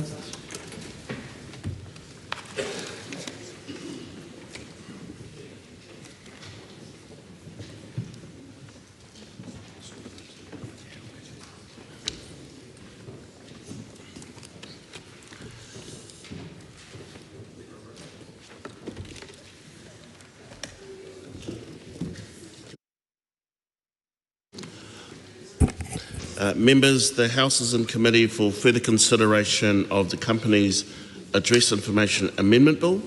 When the committee was last considering the bill, we were debating Clause 2. Clause 2, this is the debate on the commencement of the bill. The question again is that Clause 2 stand part. The Honourable Dr. Deborah Russell. Mr Chair, when we were last debating this a few weeks ago, Tom Rutherford had just asked a series of questions about the commencement clause. He had asked what is an order in council. I think that was for the benefit of people who might be watching at home and might not know what an order in council was. Well, we do need to have language that specifies legally what's correct as well. An order in council is an order that's issued by the Executive Council, that's the Ministers of the Crown, to put something into effect. And it's often used to bring legislation into effect. So, in effect, what it will take for this legislation to come into effect is a Cabinet decision. Unless that hasn't happened, there's a hard line there of a year from the date of royal assent. Mr Rutherford also asked whether 12 months was sufficient for the officials to complete the necessary preparations. The officials assured us during Select Committee processes that that was indeed the case. Of course, the Minister is responsible for the officials rather than me. I take the officials' word for the fact that they say that that is enough time. He asked of what regulations needed to be made and did they need consultation. No regulations need to be made for this, so no consultation is needed. And what if all the preparations aren't in place from day one? Well, I have to go back to what the officials told me, which is that they assured me that they would be able to have this set up in time for the legislation to take effect. The question is that Clause 2 stand part. All those in favour say aye. To the contrary, no. The ayes have it. Members, we now come to Clause 3. Clause 3, this is the debate on the Principal Act. The question is that Clause 3 stand part. Nope. The question is that Clause 3 stand part. All those in favour say aye. To the contrary, no. The ayes have it. Members, we now come to Clause 3A. Clause 3A, this is the debate on the amendment to Section 2 interpretation. The question is that Clause 3A stand part. Tom Rutherford. Thank you very much, Mr Chair. I'm just making sure. I might just seek your guidance for a moment, actually, if that's okay. Sure. I actually want to pay credit firstly to the Honourable Dr Deborah Russell for returning to the House with answers to those questions I posed about 4 weeks ago. Had been actually sitting on the edge of my seat here for the last 4 weeks, waiting with bated breath for those responses. So I appreciate her seeking those answers and getting the clarity for me. Mr Chair, just wondering if you can just clarify for me. We're looking at Section 4, Part 4, no, Clause 3A. 3A. Yes. 2A, the transitional savings and related provisions. Clause 3A, this is the debate on the amendments to Section 2 interpretation. That is on page 2. Yes. On page 2. Thank you very much. That's what I was looking for. Yeah. Thank you very much for clarifying, Mr Chair. While I'm on my feet, I will take the opportunity then. I'm keen to understand, if we look here, it says around appropriate alphabetical order. I want to clarify from the member in charge firstly around why that was decided upon, and then it says around alternative address in relation to the person, meaning that the address given for the person in an application under Section 360D brackets 3 close brackets, open brackets C, close brackets, or a new alternative address given in a notice under Section 1591. Can the member in charge just clarify what both of those sections actually are for those who are potentially watching along from up in the debating chambers up the top or watching along at home? It would be really interesting to get some clarification. Sue's Resmain says there's no one's up there. She can't see behind me. She can't see what's behind me. And so I'm just keen if the member in charge could just clarify for us around those particular sections and what they're getting at in there, because it is really important to understand so we know actually what this slight amendment around the interpretation is actually looking to achieve. So I'd ask if the member could clarify for that, please.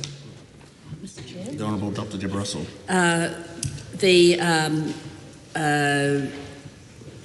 Member Tom Rutherford asked about really what this section is. This clause is amending in the original Act, so the the primary act here is the Companies Act. Section 159 of the Companies Act is the notice of change of directors, and in order to give a change of directors you have to specify a number of things. They're listed in, so that's what it amends there. So inserting alternative address in its appropriate alphabetical order, of course, this is amending the interpretation section of the Act, and as I'm sure Mr Rutherford actually knows, we don't just randomly bung terms in there, we actually do list them in alphabetical order. So there you are, it's specifying alternative address, and it flows through into effects on 159 of the original Act. Mr Rutherford also asked about sections, I think 215, 1A and 1B, or sections 360D to 360G. Oh, well, just so when you will, those are actually new clauses in this particular bill, so you can read further through the bill, and we will end up discussing them later in the bill. Dr Vanessa Winnett. Thank you, Mr Chair, and it's good to see you back in the chair there, Dr Russell, and you've been great at giving us some back and forward so rapidly, and you almost seem to have really preempted and thought ahead of what my questions were going to be. Oh, look at that, you've got a matrix. You've got a matrix of all of the possible things that we could ask if we were... Now, wouldn't it be wonderful if I could get a copy of that? That would be just amazing and really helpful. But you know, these are the things where, as new MPs, we're actually learning a great deal on these members' days about how we debate these issues and the very important elements. And just even seeing your matrix there has given me great inspiration for the next time we go ahead with these. And it will help as I go through. As we go through this in section by section and clause almost by clause, we're taking us to 5A, which looks at subsection 5. No, we're on clause 3A. 3A, I see. Yeah.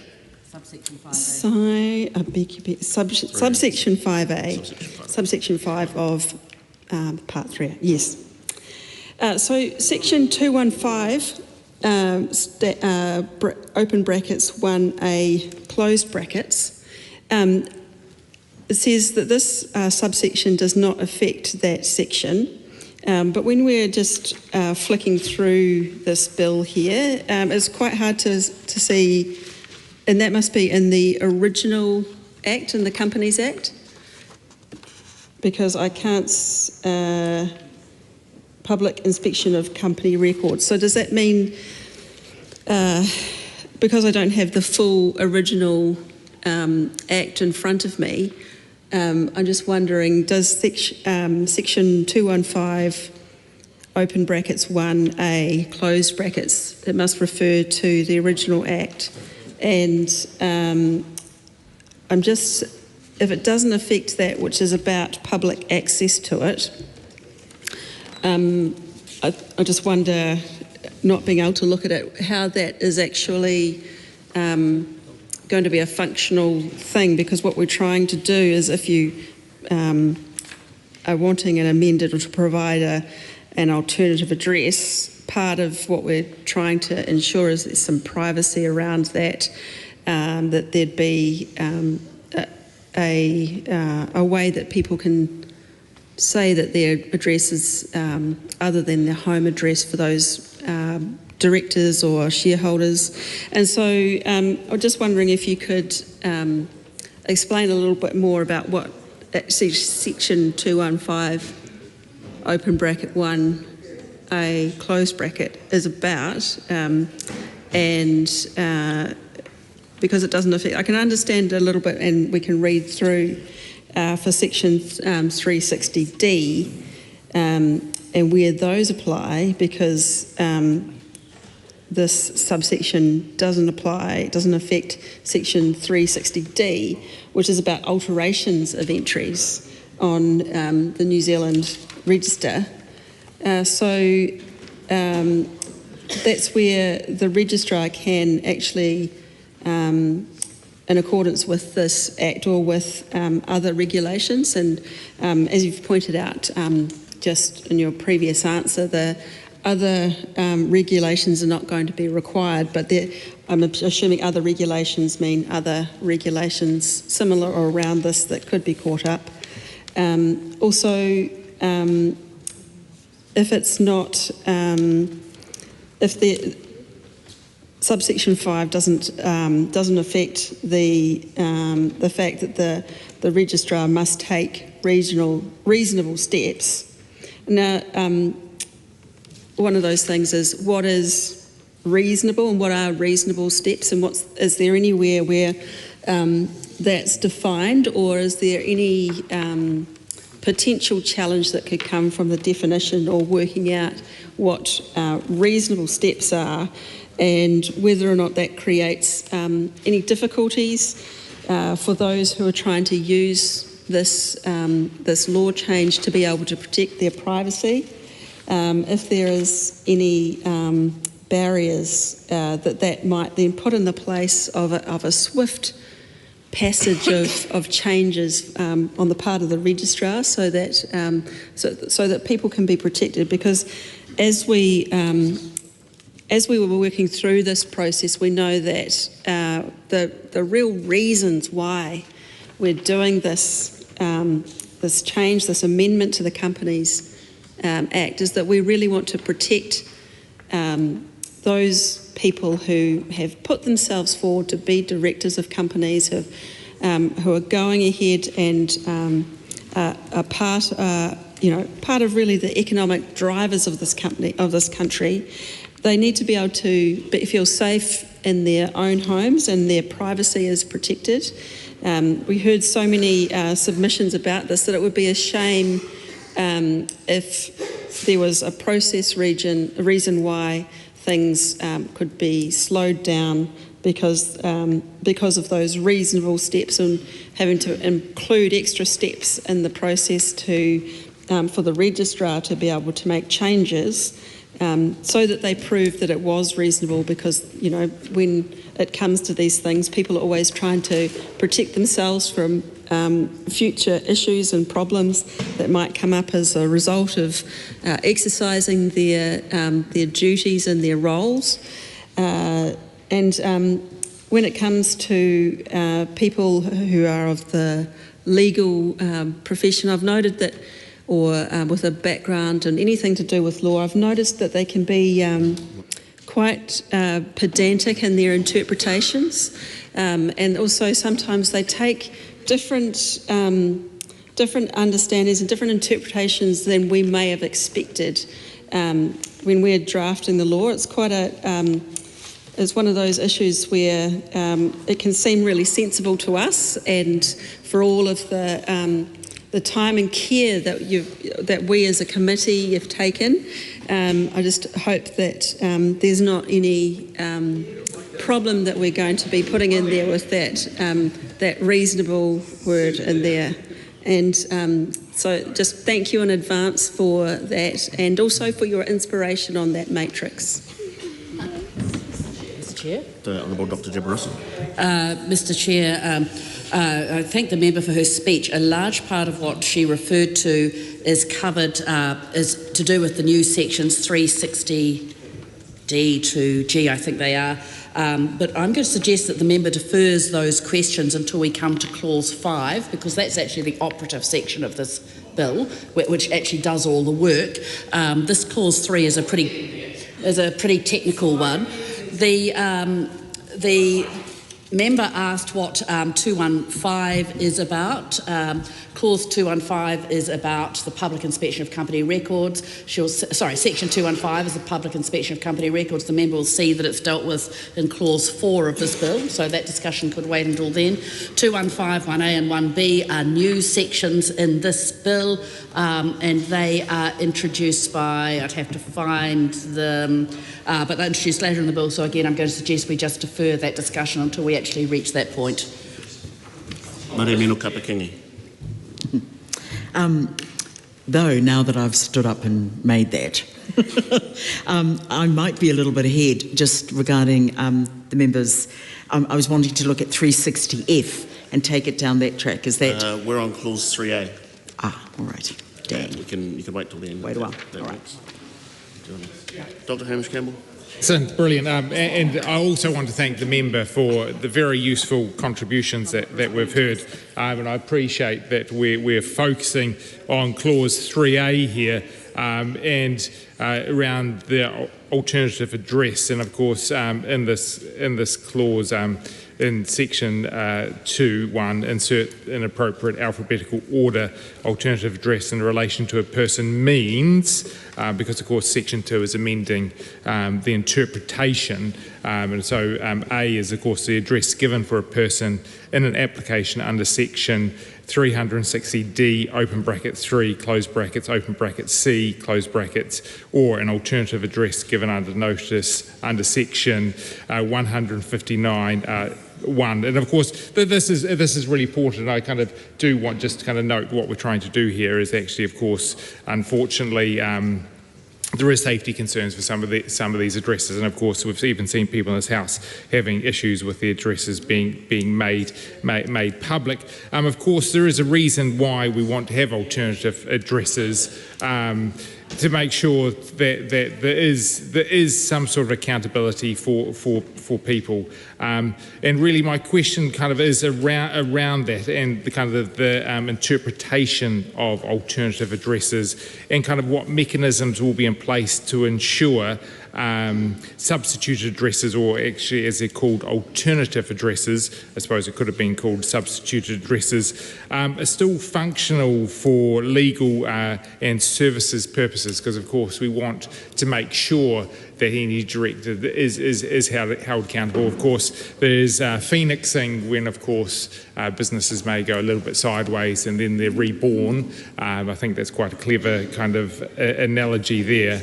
Rising from the ashes is where it comes from, but of course we want to make sure that the directors are accountable. So really it's about what mechanisms are in place in this interpretation to ensure that the alternative addresses that are given are still functional for legal and services purposes.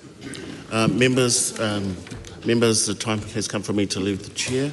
The House will resume at 7:30.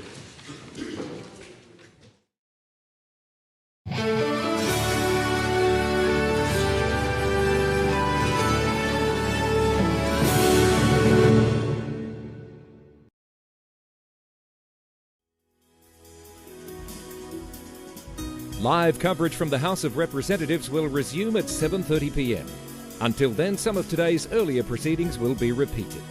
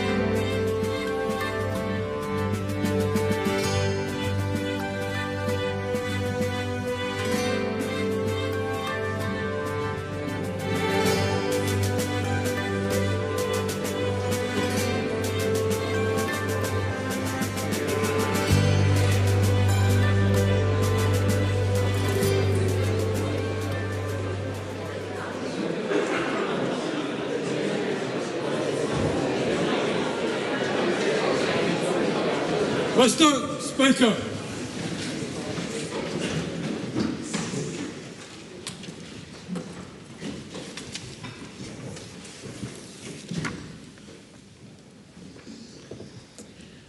Almighty God, we give thanks for the blessings which have been bestowed on us.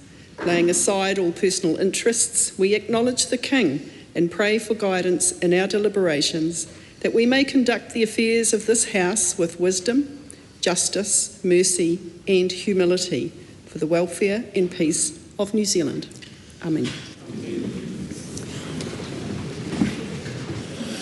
A petition has been delivered to the clerk for presentation.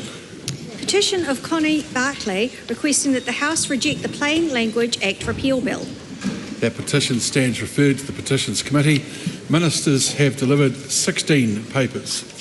2024-25 annual reports of Ag Research, Aurelian, Callaghan Innovation, the Charter School Agency, the Ministry for the Environment, the Institute of Environmental Science and Research, Geological and Nuclear Sciences, Land Care Research, the National Institute of Water and Atmospheric Research, SCION,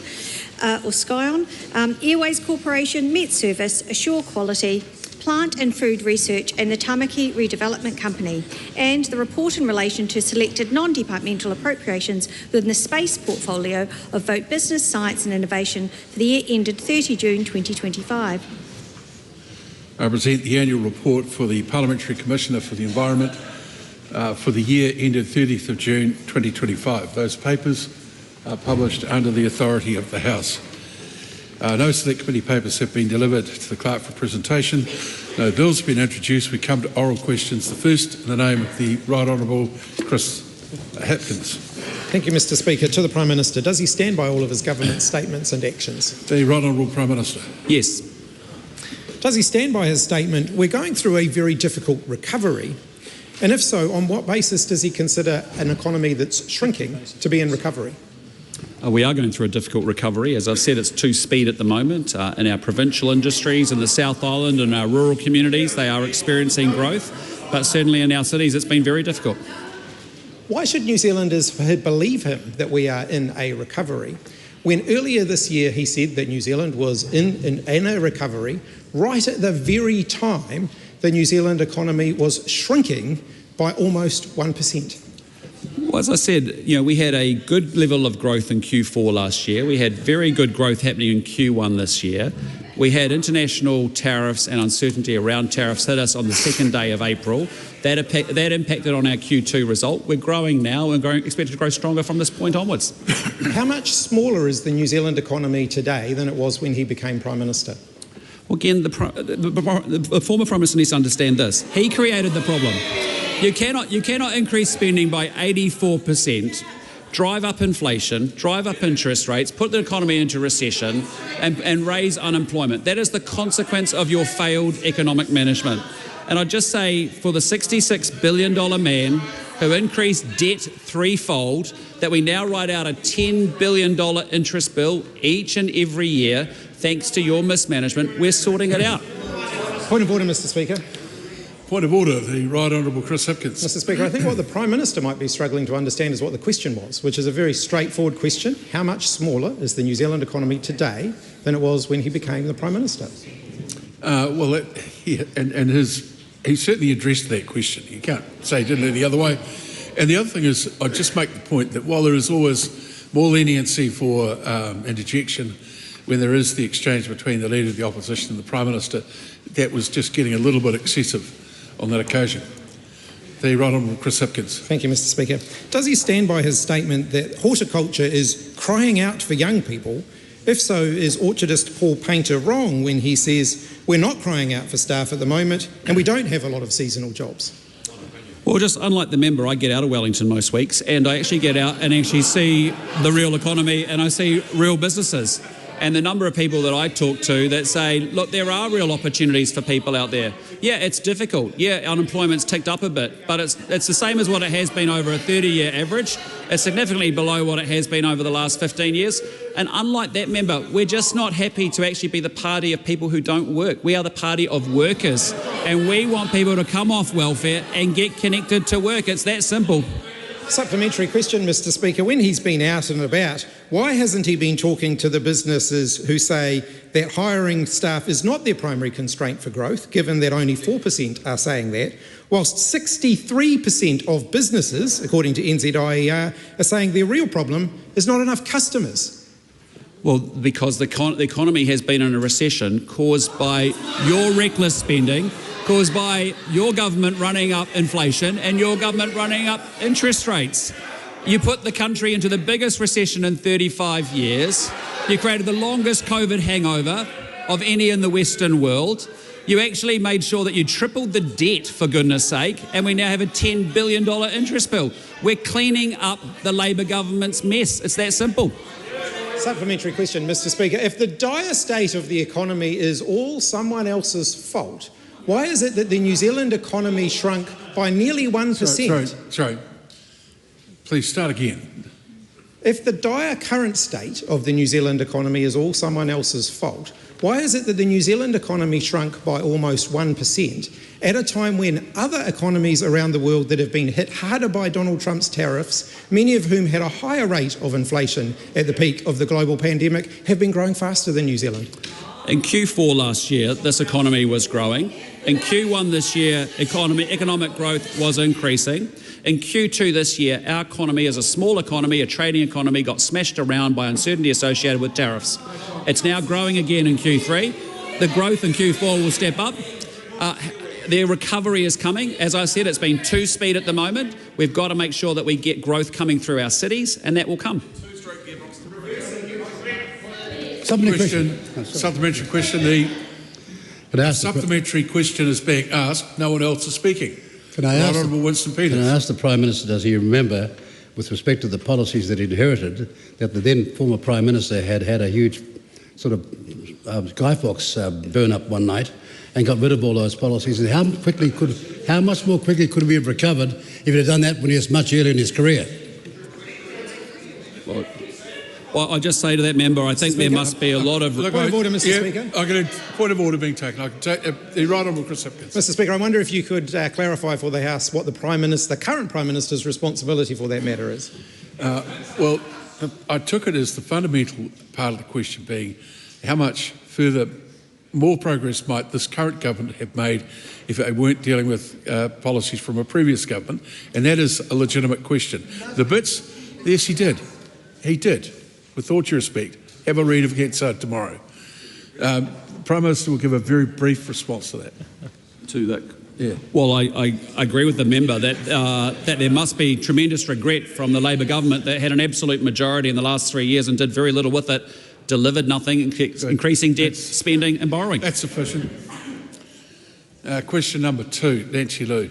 Thank you, Mr. Speaker. My question is to the Minister of Finance. What recent reports has she seen on the economy? Mr. Speaker. The Honourable Nicola Willis. The Reserve Bank's Monetary Policy Committee has just released its latest decision on the official cash rate. The committee has decided to reduce the OCR by 50 basis points. This is the 8th OCR reduction since August last year. At that time, the OCR was 5.5%. It is now 2.5%. Supplementary. What role does the OCR play in the economy? Mr. Speaker, the OCR plays a very important role in the economy. It is the key tool the Reserve Bank uses to influence economic activity in both good times and tough times to meet its target for low, stable inflation. The level of the OCR and expectations about its future track affects the interest rates paid by households and businesses.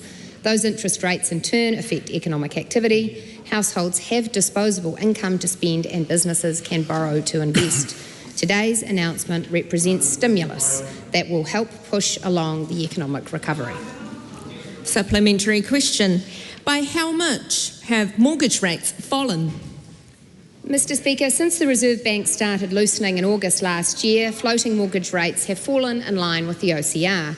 Everyone's circumstances are different, of course, but let me give one example. Assuming today's reduction is passed on in full, a family with a 25-year, $500,000 mortgage would have minimum repayments $400 less a fortnight than they were in the middle of last year.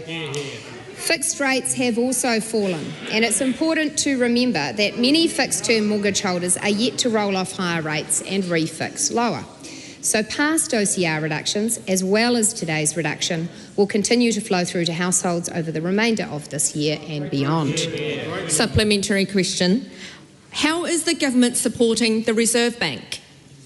Well, Mr. Speaker, as the Treasury's recent report made clear, macroeconomic stabilisation, stimulating and destimulating the economy, should almost always be left to monetary policy run by the independent Reserve Bank. However, through its spending decisions, the government of the day can help that task or it can hinder it.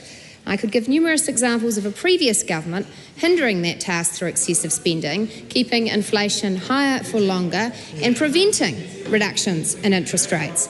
This government is helping. We have introduced discipline to government spending and we remain focused on responsible economic management that supports recovery, delivers the public services New Zealanders expect and drives reforms for growth. That's right. Question 3, Chloe Swarbrick. E te Premier, e tautoko ana ia I ngā kōrero me ngā mahi katoa a tōna kāwanatanga. The Right Honourable Prime Minister. Yes.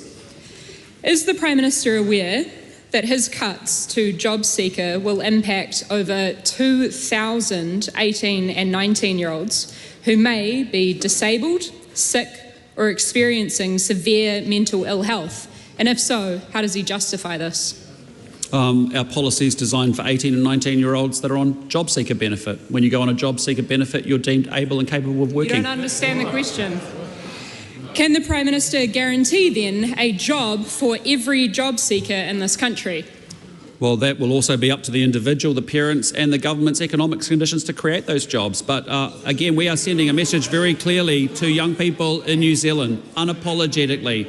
We want you connected to work, we want you connected to training, we want you connected to education.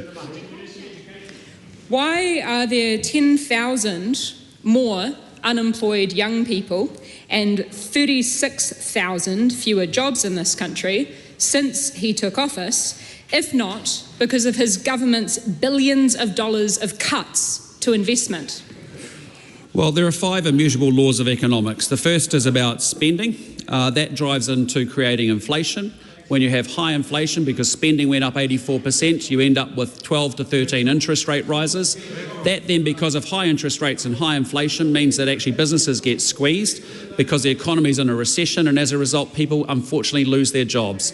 And that's why, if you care about low and middle income working New Zealanders, like this government does, you actually make sure you run the economy well and you're a fiscal conservative.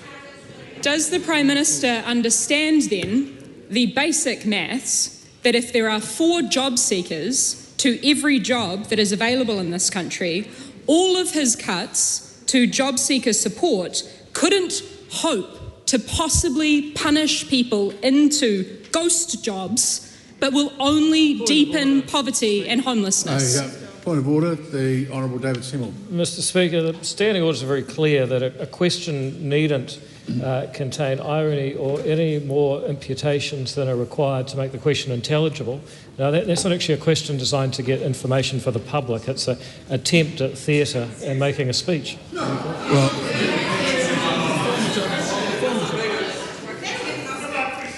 Well, let me be very clear. Attempts at theatre are a regular occurrence in this House.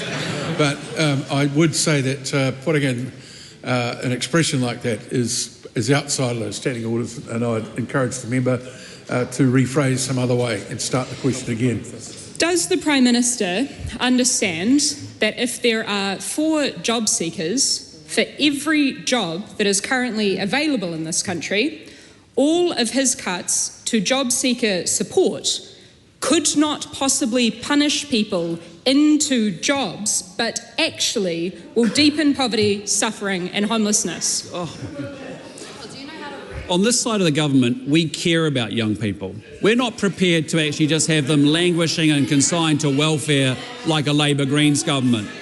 In the last administration, with 3.2 to 3.5% unemployment, the Labour Greens government drove a 50% increase and put 60,000 more people on job seeker benefit.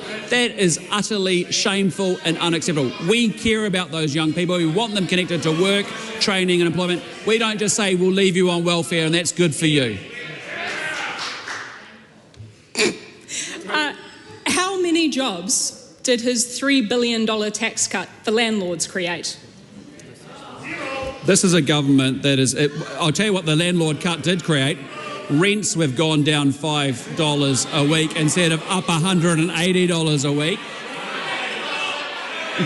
And even more good news on housing, if you want to talk about housing and landlords. We've got 6,000 people off the State House wait list.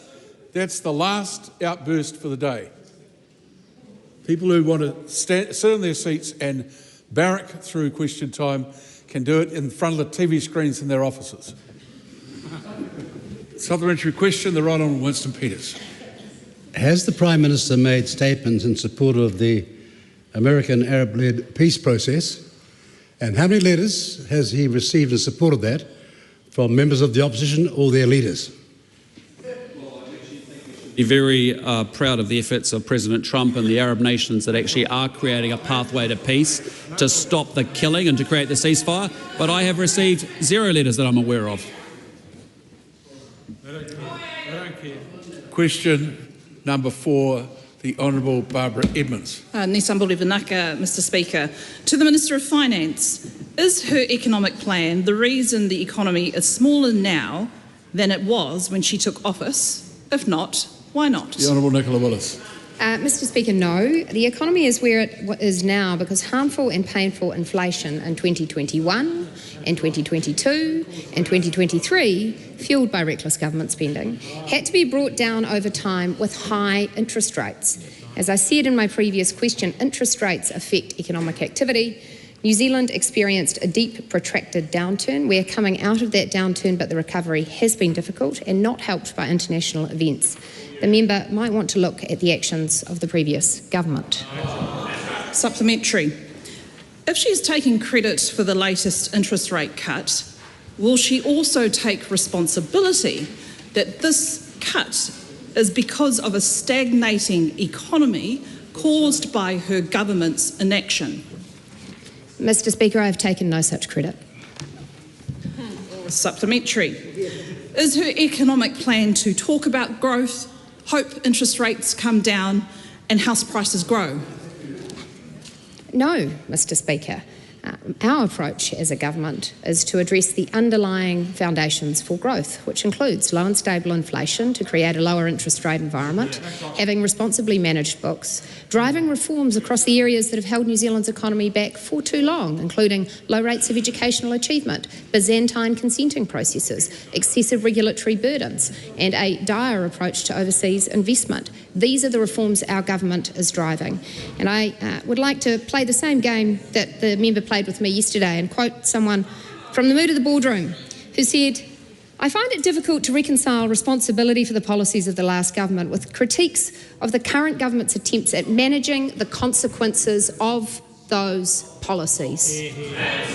Well, then does she agree with another business leader from the mood of the boardroom who said... Wait, member's own side is making noises. Please just wait for silence in the House. Does she agree with another business leader from the mood of the boardroom who said, quote, "The government is ineffective. There is no compelling leadership and strategic plan evident that will turn New Zealand around," unquote? No, I prefer the view of the leader who said, "I like Chris Hipkins, but I'm frustrated by his lack of leadership." Supplementary. Or does she agree then with another leader, business leader, from the mood of the boardroom, who said, saying, quote, "Growth, growth, growth doesn't actually help. Growth just isn't evident, and the benefits seem to be for the top end only," unquote? Well, Mr Speaker, no, I disagree with that assessment because the government is doing more, far more than simply talking about growth. It has often been a reflection I have had that if some of the reforms that we were making had been made 6 years ago, how much better off our economy would be now. If only fast-track legislation had been in place such that we didn't still have major infrastructure projects in this country being held back by red tape. If only, Mr Speaker, we had moved earlier to invite in more foreign investment. If only we had moved earlier to ensure our children were learning to read, write and do maths, to ensure that our welfare system encourages people into work. These reforms are necessary and overdue. Question number 5, Dr Hamish Campbell. To the Minister of Health, what recent announcements has he made on the government health targets? The Honourable Simeon Brown. Mr Speaker, good news. The latest quarterly results for April to June show clear improvements after years of decline. We're starting to make progress. Wait times are starting to fall and more patients are being treated faster. In our emergency departments, 73.9% of patients are admitted, treated or discharged within 6 hours during that quarter, up from 71.2% during the same period last year, despite increased attendances. For faster cancer treatment, 86.3% of patients started their treatment within 31 days following diagnosis, up from 83.5% at the same time last year. Our focus is on performance and on putting patients first. Whilst there is still a long way to go, we are absolutely committed to ensuring all New Zealanders can access timely, quality healthcare when they need it. Supplementary. What do the results show about improvements in childhood immunisation rates? Well, Mr. Speaker, 82% of children are now fully immunised by age 2, up from 76.5% last year, representing the largest annual gain across all health targets. This is a significant achievement and milestone, and it is a huge thanks to our GPs and outreach providers and vaccinators up and down the country who have done a tremendous job after years of decline. But there is still more work to do. The current measles cases serve as a timely reminder to get immunised, and I encourage more families to ensure that our children receive the healthy start to life that they deserve. Supplementary. What progress has been made to improve elective wait times? Mr. Speaker, we're making progress against our electives target to ensure New Zealanders are able to have their hip, knee and cataract operations and other elective surgeries done in a timely manner. The elective target saw the biggest quarterly improvement across all health targets, with the proportion of patients waiting less than 4 months increasing by 6.6% compared to last quarter, with every single district across the country seeing improvements. After years of ballooning waitlists, the trend is starting to shift. Since January, the total waitlist has been reducing, with the total number of people waiting over 4 months also falling by around 24%. This is thanks to our government's elective boost, which has delivered more than 16,000 additional procedures, including hips, knees and cataracts, between February and June by partnering with the private hospital sector. Supplementary. What progress has been made in reducing wait times for first specialist assessments? Mr. Speaker, good progress is being made. The proportion of patients being seen within 4 months has lifted 3.8% in just 1 quarter, with Health New Zealand delivering 104% of planned first special assessments in the June quarter. Well, the opposition member wants to talk about the wait list. I would just remind her that the number of people waiting more than 4 months for a first special assessment under her watch increased by over 6,000% while they were in government. We are turning around a big wait list and we have a huge amount of work to do. But thanks to the hard-working doctors and surgeons and specialists at Health New Zealand, they delivered 104% of planned FSAs in the June quarter, meaning more patients were seen than planned. Some regions have seen, well, actually, they're completely wrong. It is improving. That's what the target says. That's why we released them. And you can't manage what you don't measure, which is why we've got targets. Some regions have seen significant increases, with Whanganui up 18 percentage points, Bay of Plenty up 10.1%, South Canterbury up 4.6%. It is good to see wait lists for these critical assessments starting to reduce, but we acknowledge there is still a long way to go. Question 6, Taku Te Whiris. Tēnā koe te pika. Taku pātai ki te minita whiriwhiri take tiriti o Waitangi. Does he agree with the former minister who introduced the Marine and Coastal Area Act that his proposed amendments, quote, do not restore the original intention of Parliament, they undermine them? If not, why not?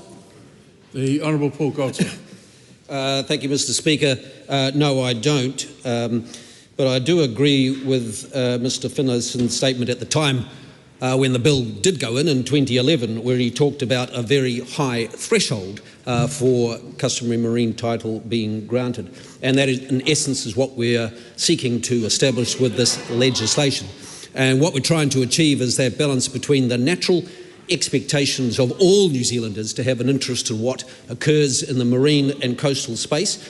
We're balancing the opportunity for Māori to claim customary marine title, and there was always a very high threshold involved in that, and that is what we're seeking to restore. Pātai anō. How many customary marine titles have been granted under this Act that will now be subject to challenge on the passing of his amendment bill? Well, there are several cases that have been heard that will have to be reheard in the light of this legislation if it passes, and that's not something we've undertaken lightly. It's a significant thing to overturn a Court of Appeal and Supreme Court decisions, but we've done it because we believe it's important to restore that balance, recognising the interests of all New Zealanders and what happens in the coastal marine title, in the coastal area, and recognising that customary marine title grants valuable rights, including the rights to have a say over resource consents in that space, and that's why we had a high threshold. Pātai if his goal is to guarantee the rights of all New Zealanders, when will his government be introducing legislation to address the 13,000 privately owned parcels of land that actually prevent people from accessing the foreshore and seabed? No. Anybody in a boat can access the foreshore and seabed from any particular angle. Pātai anō. Does he consider that his decision to arbitrarily limit Māori rights to only 5% of the coastline is an example of a fair and durable framework, as was intended in this Act when it was first passed?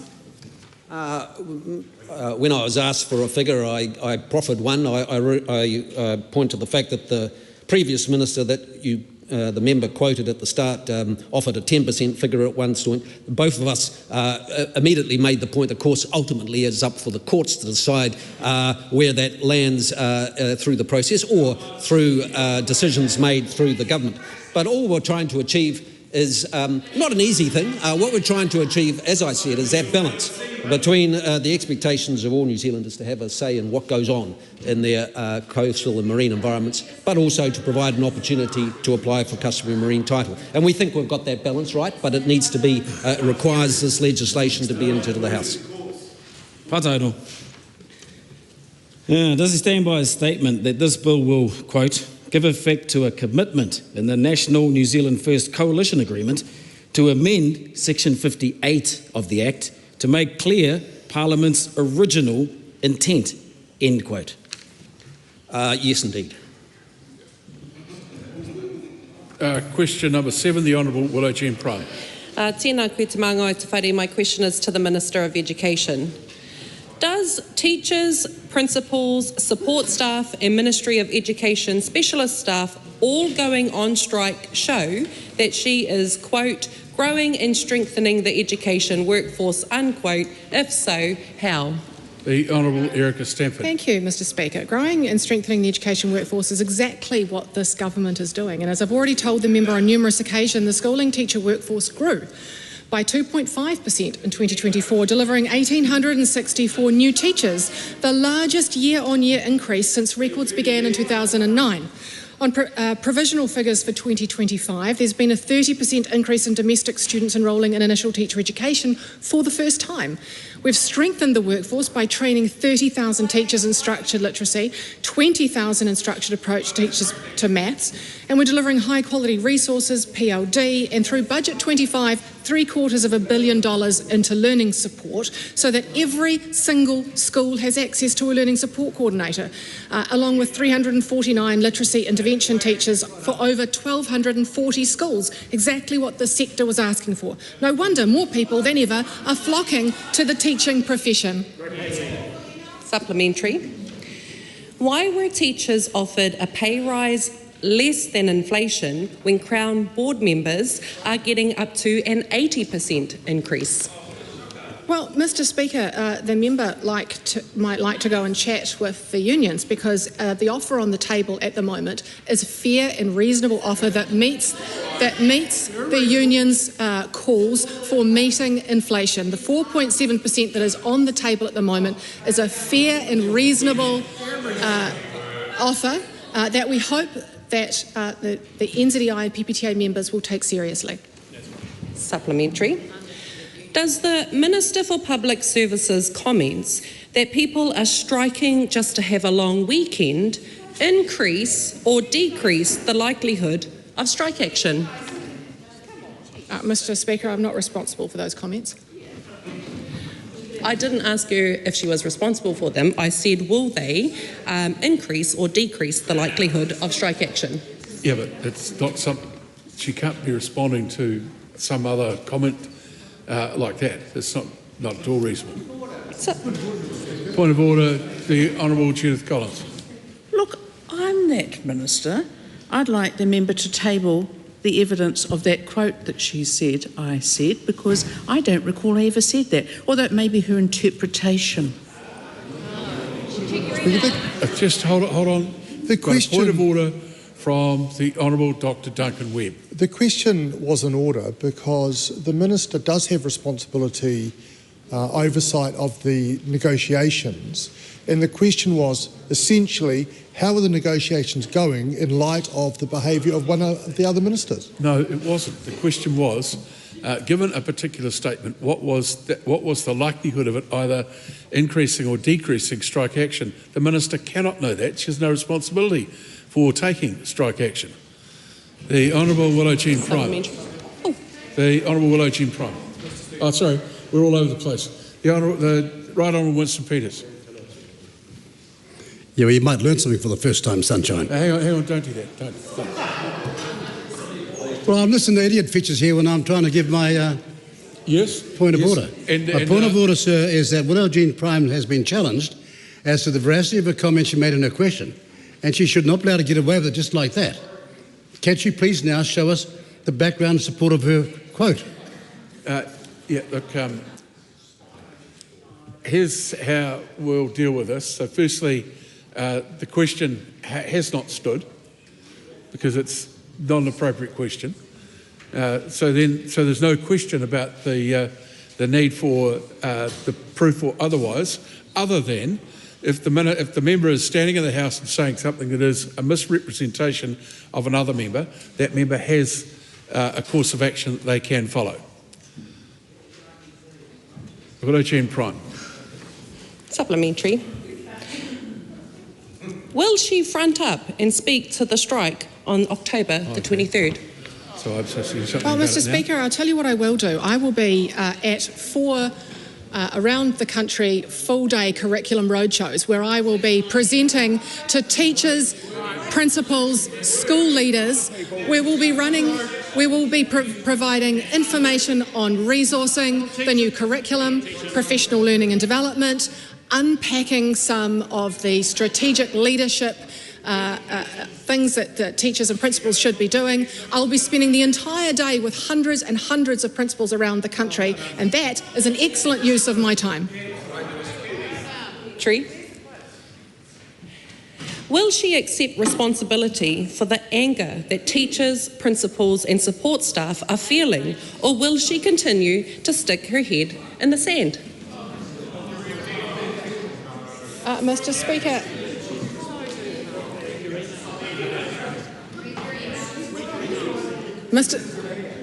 Mr. Speaker, this government has been backing teachers since the day that we took office. More professional learning and development, more resourcing, more moving of back-end resources to deliver to the front line. $750 million into learning support, more intervention teachers in mathematics and literacy. The amount of resources that we've been providing to the teaching profession to make their jobs easier is unparalleled, and I'm extraordinarily proud of that. Question number 8, Greg Fleming. Just wait for a moment. The House will quietly settle itself. To the Minister of Education. Hang on a minute. I'm clearly going to have to get some additional microphones put down to the back end of the House because I'm missing far too much of a conversation across the aisles that shouldn't be going on. Greg Fleming, question 8. To the Minister of Education, what recent announcement has she made regarding school infrastructure? Well, Mr. Speaker, we're continuing to supercharge the delivery of school infrastructure. We're surging $413 million into improving classrooms and schools across the country, and the investment package includes $58 million for maintenance work for all schools, which is a 50% uplift in their school maintenance grant. $255 million for improvements for small, rural and isolated schools, $100 million over 5 years to fund urgent and essential infrastructure work. Mr Speaker, our government has turned around the delivery of school property. We've halved the cost of building a new classroom, and children deserve to live in safe, warm, dry classrooms, and we're delivering just that. He pātai tāpiri, how many schools will benefit from this announcement? Well, Mr Speaker, every school in New Zealand will benefit from the supercharged to school investment funding. In particular, 935 rural, small, isolated schools that have been crying out for increased funding and support, and we're delivering that to them. Mr Speaker, that is for internal and external refits and increasing the number of small schools that are eligible for that. This funding allows for schools to do significant maintenance over the school holidays so students arrive in 2026 to improved classrooms so that they can focus on their learning and teaching the basics brilliantly. Pātai anō, what are the wider benefits of this announcement? Well, Mr Speaker, more projects in the infrastructure pipeline mean more jobs for our hard-working tradies up and down the country. Schools will be able to do maintenance over the summer holidays, providing more work for our construction sector in every part of New Zealand. Tradies are going to be in schools up and down the country over the Christmas period. We are powering up the trade and construction sectors to create a steady flow of jobs for builders, plumbers, roofers and more. This announcement is great for tradies, and what is great for tradies is great for our economy. And what feedback has she received on this announcement? Well, Mr Speaker, I've received a range of feedback from school leaders to the boost in infrastructure investment. One particular piece said, "Thank you, great property announcement today, very much appreciated, great news. Loving the minimum top-up allocation component, well done." That was Andrew King, co-president of the Rural Schools Leadership Association. Thank you, this will really be helpful and make a huge difference for us. Wow, what a great opportunity not to be missed. And we're spending the money on gutter cleaning, downpipes, replacements for our 2 to 3 storey blocks. We are most grateful for the funding. Mr Speaker, our focus remains on driving efficiencies across the school property portfolio, so speakers, parents, teachers and communities have clarity and certainty about their school's future. Question 9, the Honourable Jenny Anderson. Thank you, Mr Speaker. My question is to the Minister for Social Development and Employment. What is the estimated reduction, if any, in the number of people receiving job seeker support because of the proposed parental income test for 18 and 19-year-olds? The Honourable Louise Hudson. Mr Speaker, this policy is about fairness and personal responsibility, and our expectation that all 18 and 19-year-olds will be in employment, education or training. I'm advised that around 4,300 fewer 18 and 19-year-olds will be eligible for the job seeker support as a result of the parental assistance test, which has 2 parts, the parental income test and the parental support gap test. Where parents have the means to support their 18 and 19-year-old, taxpayers shouldn't be asked to do so instead. The parental income test was not included in Budget 25, which means more 18 and 19-year-olds are eligible than would have been. Mr Speaker, we are determined to reverse the trend we inherited, which saw people under the age of 25 on JobSeeker spend an average of 18 more years on benefit.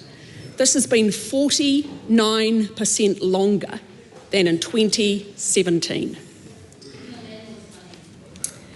Why has she incentivised parents on the threshold of the income requirement to reduce their hours just so 18 and 19-year-olds can access JobSeeker? Mr Speaker, we haven't.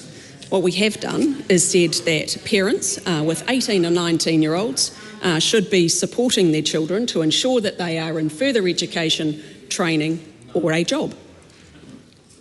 Why should parents who are receiving Working for Families for a younger child have to choose between receiving the help they need or giving it up so their dependent 18 or 19-year-old can access JobSeeker? Well, Mr Speaker, on this side of the House, we believe that all parents want the best for their children and to ensure that their 18 and 19-year-olds are set up for a great life, which means they're in employment, education or training. Why has she made it so that 2 parents who are both working 27 hours each on the minimum wage can now work 11 hours less a week and yet be financially better off? Because, Mr Speaker, what we don't want to see is the welfare dependency that we saw blowout in the 6 years of the previous government. As I said, a 47% increase in the length of time a young person under 25 would go on to spend on welfare. It's not good enough, which is why we are making sensible policy changes to interrupt a life for young people who should not be stuck on welfare. How can she claim that this change will incentivise young people when her government has increased university fees, increased youth unemployment, cut the apprenticeship boost and made life even harder for working Kiwi families struggling with the cost of living crisis? Well, I reject the comments that member makes, and the Prime Minister today, for I don't know the 100th time, the 1000th time, outlined a lesson in economics, which is why we are where we are. And my concern is the welfare dependency that we inherited, where we don't accept it is good enough for a young person to spend 18 future years of their life stuck on welfare. Supplementary question, the Right Honourable Winston Peters. Could the Minister explain what a giant leap in comprehension it takes for people to realise that the first responsibility for a family member lies with the family and not the taxpayer? Indeed, and that's why our side of the House wants to see young people prepared for a life of opportunity, so more of them are in education, training or in a job. Question, when the House is ready, question number 10, Laura McClure. Thank you, Mr Speaker. To the Associate Minister of Education, what recent reports has he seen on school attendance and why does he think going to school matters to students' futures? The Honourable Mr. David Speaker. Seymour. Mr Speaker, I've seen a recent report from the Education Review Office back to class how are attitudes to attendance changing. The Education Review Office, and in particular Ruth Shinoda, have done a superb job surveying 15,000 students, teachers and parents about how they view the importance to school attendance and what ensures that children are more likely to attend. This survey follows an identical survey in 2022, and most critically it shows that in nearly every single measure for nearly every type of person, attitudes to attendance are improving. That is important to New Zealand, Mr Speaker, because when people want to attend and believe it's important, they're more likely to do it. And I believe the most important number in New Zealand today is the number of children who go to school, because the amount of education that we pass from one generation to another more powerfully defines our future than anything else we can do on this day. Thank you. Supplementary. Does the report show that poverty is a barrier to school attendance? Mr Speaker, indeed the report does show that in some cases poverty and the lack of things such as school uniforms, transport or stationery are a barrier to attendance. That's one reason why the government has put aside 3% of attendance service funding as money to be put to precisely those sorts of barriers for particular students. However, encouragingly, the survey also found... Point of order, the Honourable Dr. Answer to parliamentary questions are supposed to be short and to the point, and this answer has multiple layers. The question was answered, in fact, in the first sentence. This answer was only something like 24 seconds into its delivery. It may be. 4 minutes. Well, no question today has gone. The longest question today was 1 minute and 16 seconds. It was the Minister of Health, but that was as a response to a whole lot of interjections that he was responding to across the House. So thank you very much for your timekeeping efforts. I deeply appreciate it, but they're not all that accurate. Mr Speaker, thank you, Mr Speaker. Critically, 82% of students from poorer families said that going to school is important for their future. That compares with 84% for students from wealthier families. In other words, they're almost exactly the same. 3 years ago, there was a 10-point gap. Now they are almost exactly the same. And that gives me real hope, Mr Speaker, for the future of New Zealand. And while education may not have done well for Duncan Webb, this government thinks it's important. Supplementary. Laura McClure. What role do parents play and how have their views changed? Mr. Speaker, it's true that parents are a critical link in the attendance story, and what is so important in this survey is that the number of students who say that they are comfortable keeping their kids off school for a week or more remains far too high at 3 out of 10 parents. It has fallen in the last 3 years. 3 years ago, it was 4 out of 10 parents thought it was okay for their children to miss a week of school. The government's message is that that's taking away from their future, and it's not okay. Supplement. Thank you very much. Laura McClure. Thank you. What can teachers and principals do, and how is this changing? Mr. Speaker, one of the key findings is that the expectations set by principals and teachers are critical, and yet there has been an enormous improvement in that too. 93% of teachers and school leaders report that they set clear expectations with students, and 60% of students say that they have increased their efforts to set clear expectations for school attendance in their school community. I want to thank ERO and all of those school leaders, parents and students for joining us on a journey to where going to school regularly becomes the norm, because it's vital to the future of our country. Question number 11, Steve Abel. Thank you, Mr. Speaker. To the Minister of Agriculture, does he agree, the Associate Minister I should say, pardon me, Mr. McLeay, does he agree with the SPCA that the use of farrowing crates causes significant animal welfare problems for both sow and piglets? And if so, why has the government introduced legislation to extend the use of farrowing crates by at least another decade? The Honourable Andrew Hogarth. Thank you, Mr. Speaker. The changes that the government are proposing are significant strengthening of the animal welfare standards for pig farming. Advice I have received shows that confining sows just after farrowing is an effective tool at reducing the number of piglet crush fatalities. An analysis of 22 scientific articles that are relevant shows that piglet mortality risk is 14% higher in systems that do not confine sows after farrowing. The 10-year transition time I've proposed is significant, but this is a very big shift in farming systems for most of the pig industry. With the other changes I'm proposing, an independent economic analysis estimated the cost of transition at more than $675,000 for the average indoor pig farm. It's only reasonable that those farming families have an opportunity to make this change.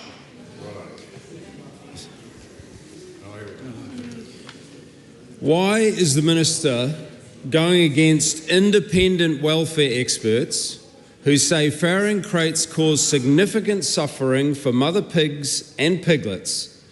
They increase the risk of stillbirth, restrict normal nesting behaviour of mother pigs, and cause boredom, sores, pain and distress due to prolonged confinement. Mr. Speaker. Sorry, just a minute. Someone was speaking during that question.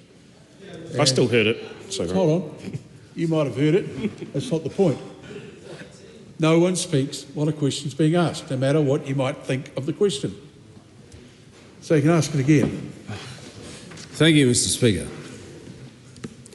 Why is the Minister going against independent welfare experts who say farrowing crates cause significant suffering for mother pigs and piglets, increase the risk of stillbirth, restrict normal nesting behaviour of mother pigs, and cause boredom, sores, pain and distress due to prolonged confinement? As I explained in the primary question, this farrowing crates reduce piglet mortality by 14%. This is important, and in terms of, this is based on advice that comes from scientific experts in this field. It is a result of looking at a range of a number of studies So I am completely comfortable with the advice that the changes we are making, and we are reducing the time from 33 days down to 7. The most of the rest of the world is at 33 days. We are reducing down to 7. Is he aware that it is a profound behavioural need of mother pigs to build a nest 24 hours before giving birth? And if they are caged, it is deeply distressing for them. They will literally paw the ground, often bloodying their snouts, trying to build a nest. That, Mr. Speaker, is why we are introducing the requirement that the nesting materials must be provided prior to farrowing. So we are covering this, and I have visited pig farms where I have been there after piglets have been farrowed, and I saw absolutely no sign of any of that. Mr. Speaker, how does he justify extending the use of cruel farrowing crates indefinitely when every animal welfare organisation in New Zealand, including the National Animal Welfare Advisory Council, and 73% of New Zealanders oppose the use of farrowing crates because of worse welfare outcomes for mother pigs and piglets? Now, whilst NAWAC's initial advice was that temporary crating was not acceptable, a reconsideration recognised that limited use of crating after farrowing was acceptable, although they remained concerned around the pre-farrowing crating would inhibit nest building. But as I said, we have strengthened those requirements for the material to be available for the nest building. Mr. Speaker, why was targeted consultation only undertaken with the pork industry across 2024 and 2025, while animal welfare organisations were blindsided on Friday with his plans to cancel the phase-out of farrowing crates? And does he regard protecting animal welfare as his primary responsibility, or enacting the wishes of the pork industry?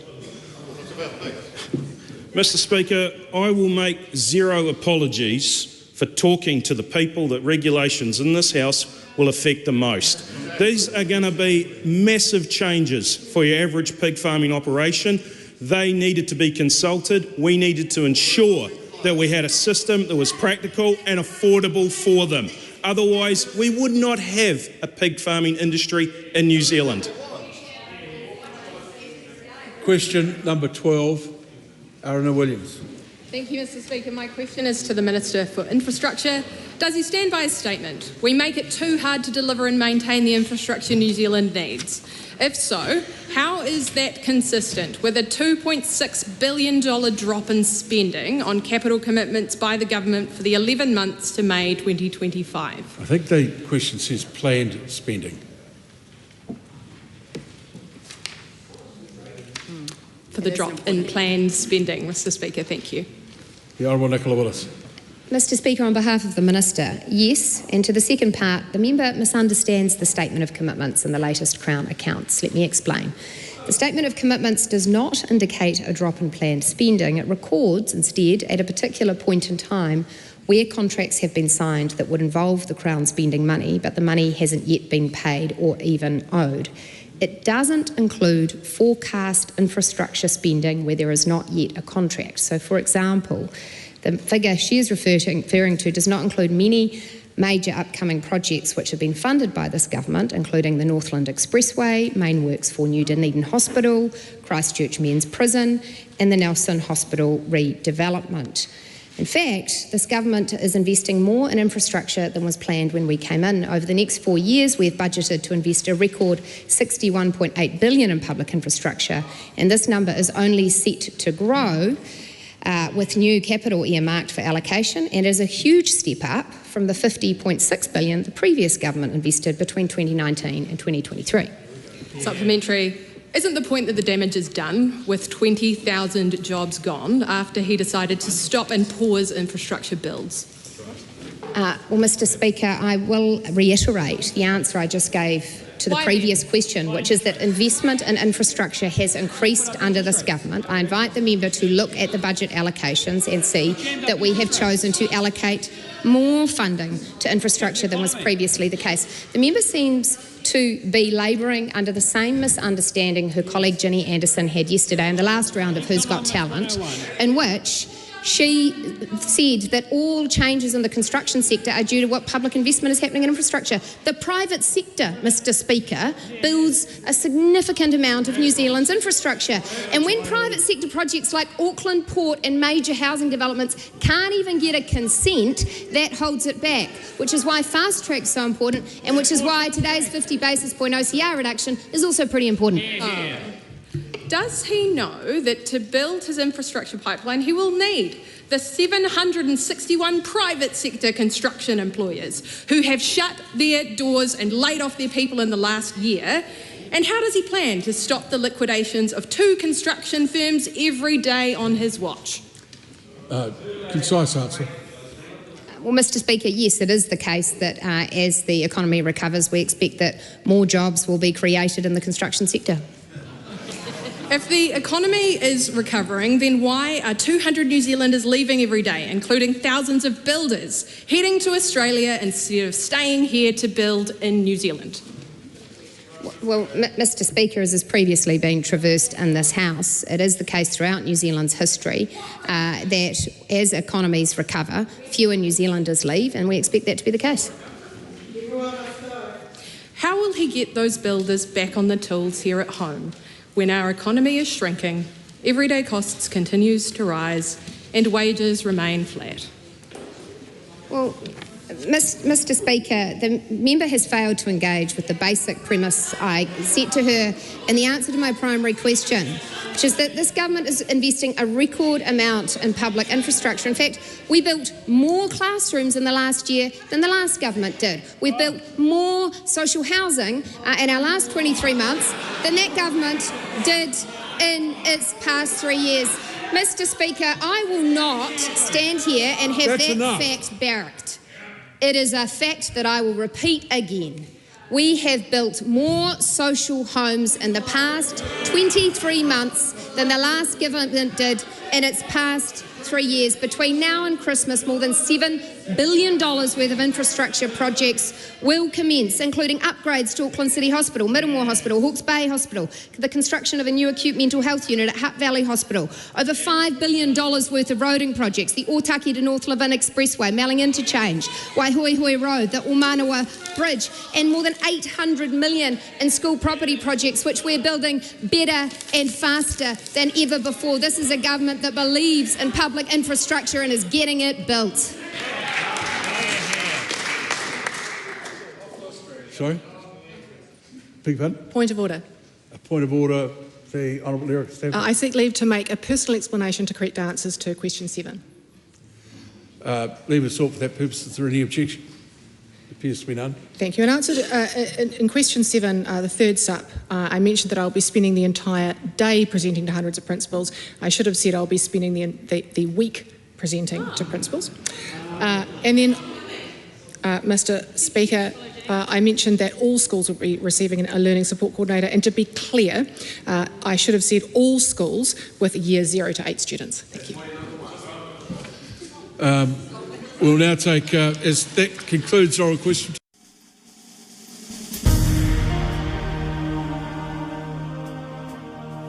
Live coverage from the House of Representatives will resume at 7:30 p.m.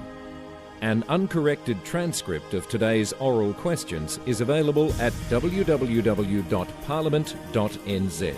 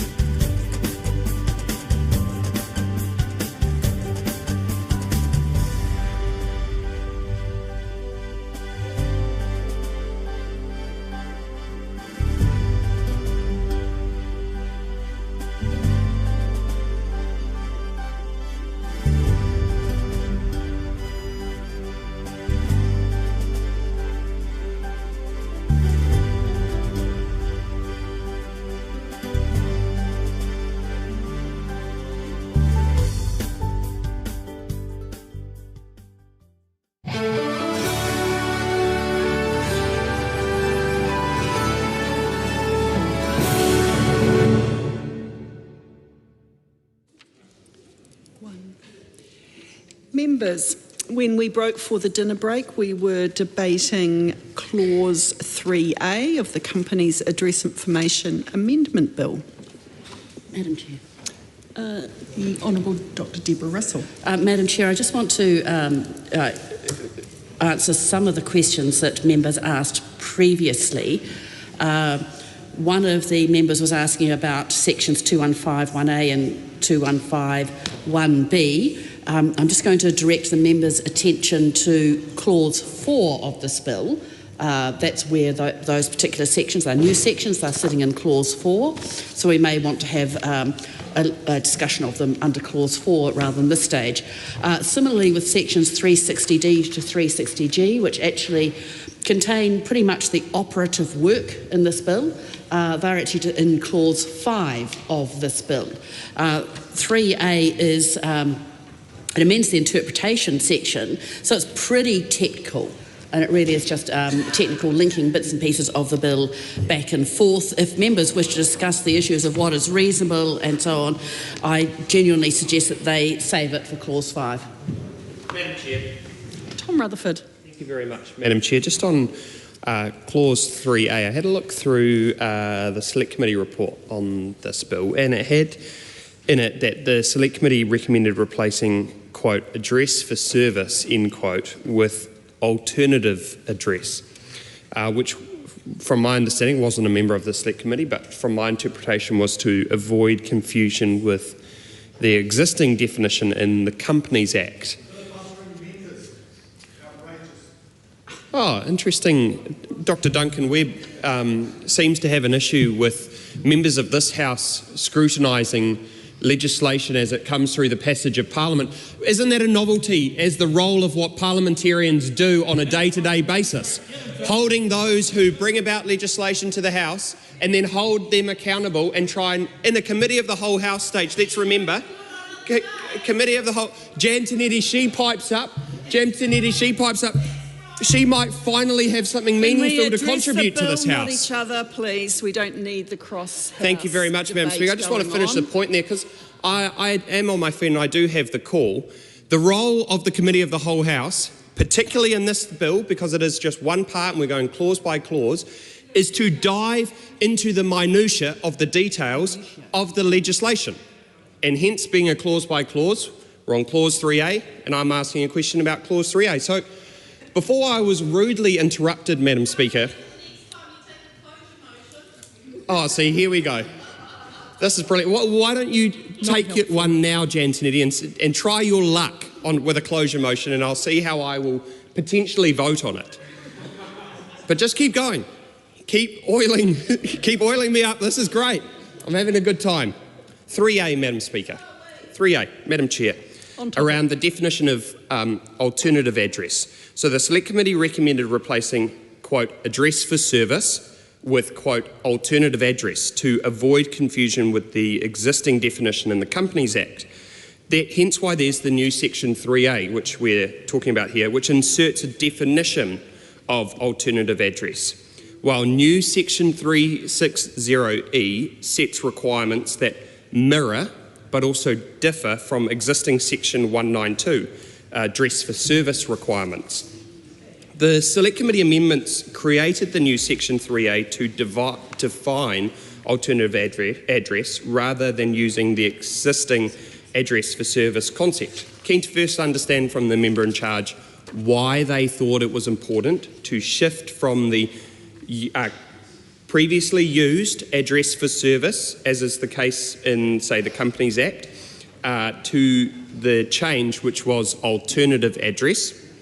And then can the member also explain why new section 360E was necessary when section 192 already provides address for service requirements? So why was it necessary in the new section 360E when already in section 192 already provides address for service requirements? How do the requirements in section 36E differ from section 192? And why couldn't the existing framework have been already used? This seems, in my view, to create, I think, unnecessary complexity in the Act and a bit of duplication, Vanessa Wienick says, and I would agree with her around address for service, but now we're creating an entirely new term and calling it alternative address for some reason to avoid confusion. So if the member could clarify that for me, I would appreciate it. Madam Chair. Honourable Dr Deborah Russell. Madam Chair, I note that a large part of the member's discourse was related to Clause 5 and the new sections which are introduced under that. He did ask one question which is quite interesting and is worth speaking about in relation to this clause, the interpretation section. As he pointed out, during the Select Committee process, it was realised that address for service is used in the Companies Act and actually used elsewhere for a whole variety of technical purposes like serving papers, it's a place to contact directors and so on. The point of having a director's home address in the company's office records is at least in part to ensure that people can identify who a director is and where they're located. So it's not to do with having a place where papers can be served. Papers can always be served at the company's office and so on. It's to do with locating the individual director. However, this bill, so it's a different purpose, this bill. It's to do with, the purpose of this bill is to ensure that in some cases a director doesn't have to put their own personal address in the company's office records. They can use an alternative address. Calling it an address for service would confuse it with the legal reasons for having a place where papers can be served. It is to do with enabling the director to have an alternative address so that she or he is not subject to stalking, is not subject to people standing out in the street and protesting at their home address and so on. Has particularly been requested by women who have been stalked and stalked by people who've obtained their home address through the company's office records. So that is the purpose of this bill. It's quite a separate separate purpose from the legal service of documents, hence the different term that is introduced in this bill, the alternative address. The other thing is that using the term alternative address does quite clearly mark out a particular set of circumstances which is relevant in this case, rather than confusing it with all the other reasons why one might need an address for companies. The question is that Clause 3A stand part. All those in favour, please say aye. To the contrary, no. The ayes have it. Members, we come now to Clause 3B. Section 159 amended, notice of change of directors. This is the debate on Section 159. The question is that Clause 3B stand part. The Honourable James Meagher. Madam Chair. Thank you, Madam Chair. I was inspired by my burst of activity prior to the break to have a real good, long, hard look at Clause 3B, which is, of course, the section which is to do with notice of change of directors. And I would say, probably about 5 real key topics or areas I'd like to examine this clause with the member on, and within each of those topics, a number of probing questions around this particular Clause 3B. The first topic I'd like to speak to is around what I would describe as the clarity and purpose of this particular amendment. And I'd like the Minister to explain a few things, or at least try to attempt to explain a few things. The first one... There's no attempt about it. Oh no, there will be no attempt about it. Well, I mean, I've outlined quite a lot of content coming down the barrel, and I want to give the member time to rigorously examine the questions and provide the thorough responses. But the first one in this first topic, clarity and purpose of the amendment, just want to see if the member can explain the purpose of inserting that phrase or the alternative address into Section 159. What is the problem that the amendment seeks to address here? Is the member looking at this from primarily a privacy perspective? Is it a safety issue, or is it just administrative convenience? That's the first question within this topic. The second one is an interesting one, actually. There are a number of sections within the Primary Act which could have been amended, and I point to 360C or 360D. And I guess the question is, why amend 159 rather than some of the other address-related provisions in order to make this particular clause amendment? And the final question in this introductory topic of examination is around the inclusion of alternative address anyway. Is that a mandatory requirement, or is it optional for directors when they're notifying a change of details? Are they required to give an alternative address, or can they use one of the other options listed there? So that's the first set of questions in that first topic.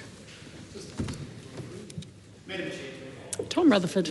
Thank you very much. I'll ignore that, Mr. Webb. What was that, Mr. Webb? Dr. Webb, Professor Dr. Webb. I haven't even got to my feet and I'm being heckled already. Oh. That's when I know. When I know I live rent-free in his head. That's when I know. That's when I know. It's very good. It's very.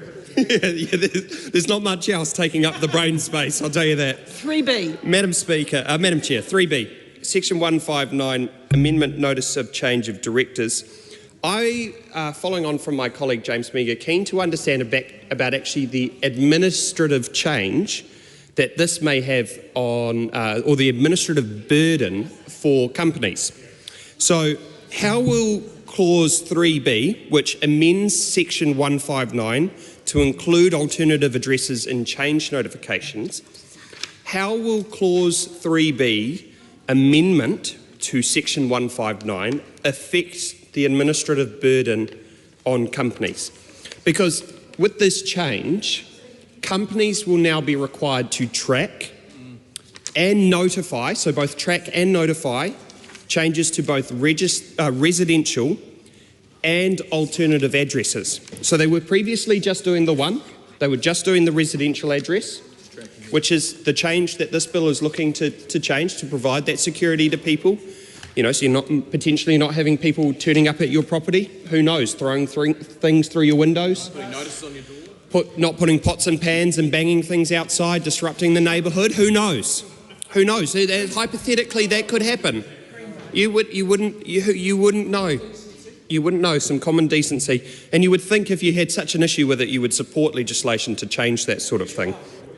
But companies will now need to track and notify changes to both residential and alternative addresses.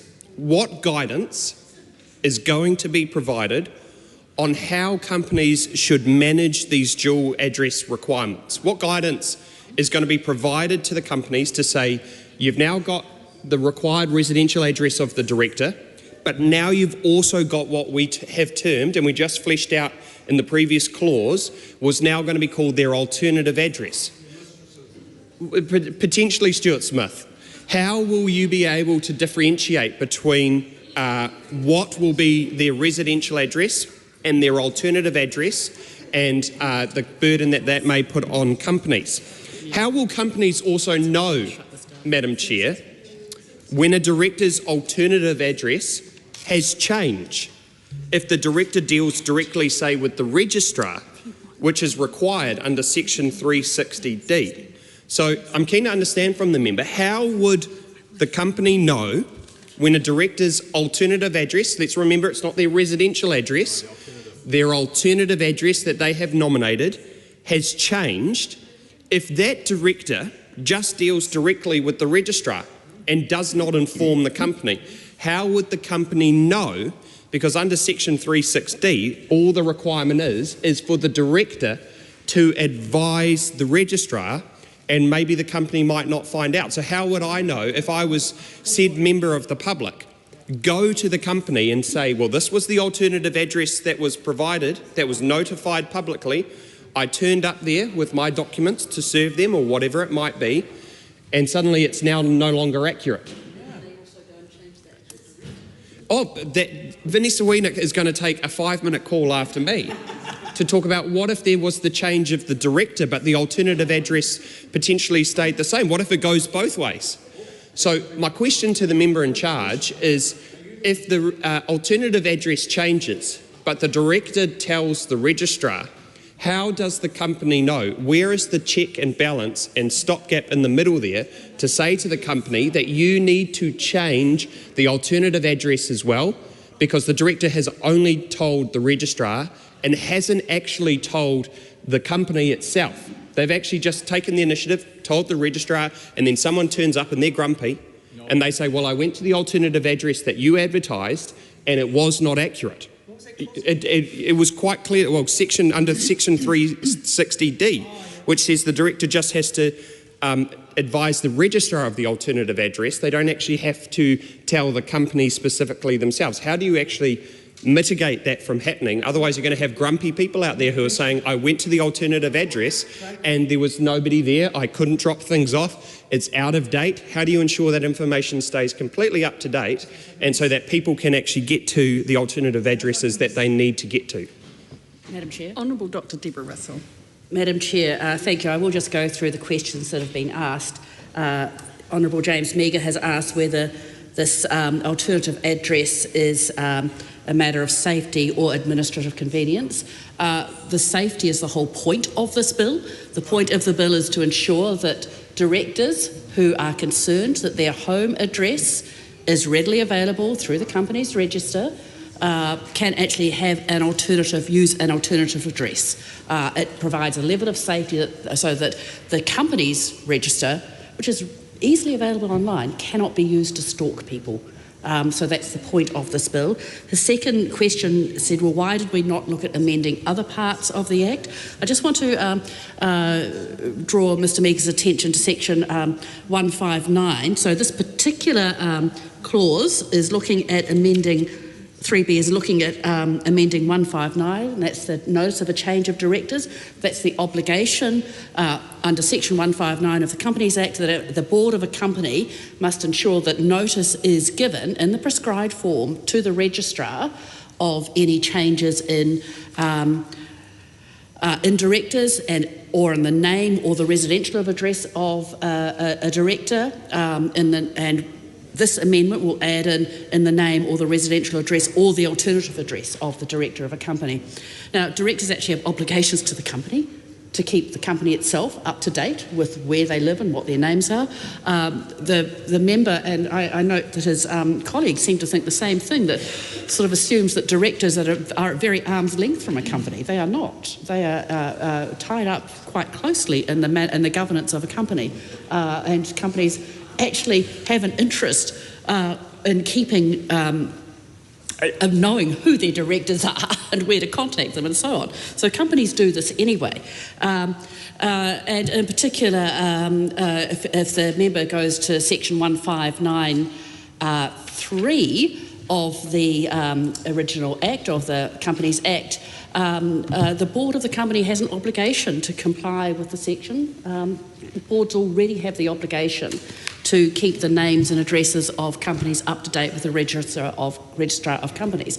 So that goes to the third question that the Honourable James Meagher asked, which is, it was one of the other things it was something that Mr Rutherford asked. I'll go back to the third one that Mr Meagher asked was, is it mandatory to have an alternative address? No, this is not mandatory. This is an option that someone may adopt, and when we get on to discussing Clause 5, you'll see the steps that a person needs to go through in order to adopt that option. So then Mr Rutherford talked about the administrative burden for companies. There is no extra administrative burden for companies. They already have to keep track of the addresses of directors. A director who wishes to use an alternative address has to go through a procedure for that. Then she or he will need to keep that up with the company. The company reports either the address or the alternative address of a director to the registrar of company. So there is no extra administrative burden there. It's not a dual address requirement. It's an alternative address. So the company needs to keep only one or other of those addresses up, and the alternative address only if the director has opted for it. And the other thing is, there was a question about, well, what if there is a change of director? Again, this is just standard in the Companies Act. It has to be notified to the registrar of companies. There's already a set of procedures in place. There is no extra burden there. It is just the ongoing compliance cost of running a company anyway. Before I take the next call, can I just remind members that Clause 3, A, B and C are quite consequential to the substantive changes which are found in Clause 5. So if members wish to canvass issues that will be in Clause 5, they could already be deemed to be repetitive by the time we get there. So just a caution there. Honourable James Meager. Thank you, Madam Chair, and thank you for the very satisfactory responses from the member to those questions. And I was wondering when she said the young Mr Meager, who she was referring to, but obviously she got me confused with Mr Rutherford, and that's where the young part came in from, so I acknowledge that. Look, I'm going to move on to the second topic of this clause, and it sort of follows on from Mr Rutherford's contribution. It is around the definition and the administration of alternative address. And I think it's important to address this here because it doesn't appear in Clause 5. And it's a question around how is it defined? Is it defined identically as the address for service, or is it a different meaning under the Act? And I really want to touch on, you know, how do you tell whether an alternative address is suitably qualified? Now, I think it's quite straightforward when you have a residential address. Those tend to be, you know, first and foremost, legitimate addresses. They tend to actually exist in an actual property, a place, a physical location which someone can actually seek information from. How will either the member or the Companies Office ensure that an alternative address, A, is a real place, so that when you turn up to undertake the activities that you might want to for those addresses, such as providing service, that it is a physical location that you can drop something to? Who will be determining what qualifies and constitutes an alternative address? I can imagine a situation where it could be quite simple, where there's a basic, you know, search on the Google machine, but what kind of proof or evidence you have to provide that this is an actual physical location, and I'm not just going to turn up to sort of 242 Beach Road and some rock or a set of sticks or stone circle that someone has put into the system. And just following that, does the registrar themselves have the power to reject an address that appears to be false or inadequate in that case? And if that is the case, what is the process to go through in order to make sure that the address is actually a legitimate alternative address? And I only raise this because it is quite straightforward for residential. They are in the system. When we're now talking about alternative addresses that might not be physical locations, I think they are legitimate questions to ask. Madam Chair. Honourable Dr Deborah Russell. Madam Chair, as you suspected, the member was discussing material that is in Clause 5. However, I will address it now so I don't have to address it later. I will draw the member's attention to new section 360E, where it talks about the requirements for an alternative address. And it says what it must not be. It's not the company's registered office. It can't be a post centre or a document exchange. It can be, say, at the offices of any firm of accountants, barristers or solicitors. But you've got to state that the address is at the office of that firm and the particulars of the location in any building of those offices. In other words, and even if that doesn't apply, but if the alternative address is located in a building containing a number of premises, the alternative address must state the particulars of its location in the building. So a physical address is assumed, and it must be reasonably well specified. The member asked as well who verifies the address. Well, that problem arises with existing company addresses or addresses for service anyway, so it's no different a problem than already exists for the registrar of companies. And can the registrar reject addresses? Well, I'm sure the registrar can. That would be in the powers of the registrar, as is already contained in the Companies Act. It's not part of this bill, but the alternative address functions in exactly the same way as the regular address, so all the same powers apply. So we've now discussed 360E. Honourable James Meager. I understand the interpretation that the member's taking on dragging this up to Clause 5, so I won't dig into some of the consequences of amending Section 159, which may well be covered under Clause 5 and new Section 360E in the subsections. But I will talk about the broader policy and the precedent being set here. Now, we're going to be changing the Companies Address, we're going to be changing the Companies Act to provide for an alternative address for company directors. Now, I was involved in a number of club constitutions when the new Corporated Societies Act came through, and I just want to raise a question around consistency with other acts and other address requirements for potentially slightly more vulnerable people. You've got officers of incorporated societies, charities, who now have to provide their information and they have to provide actually a physical address.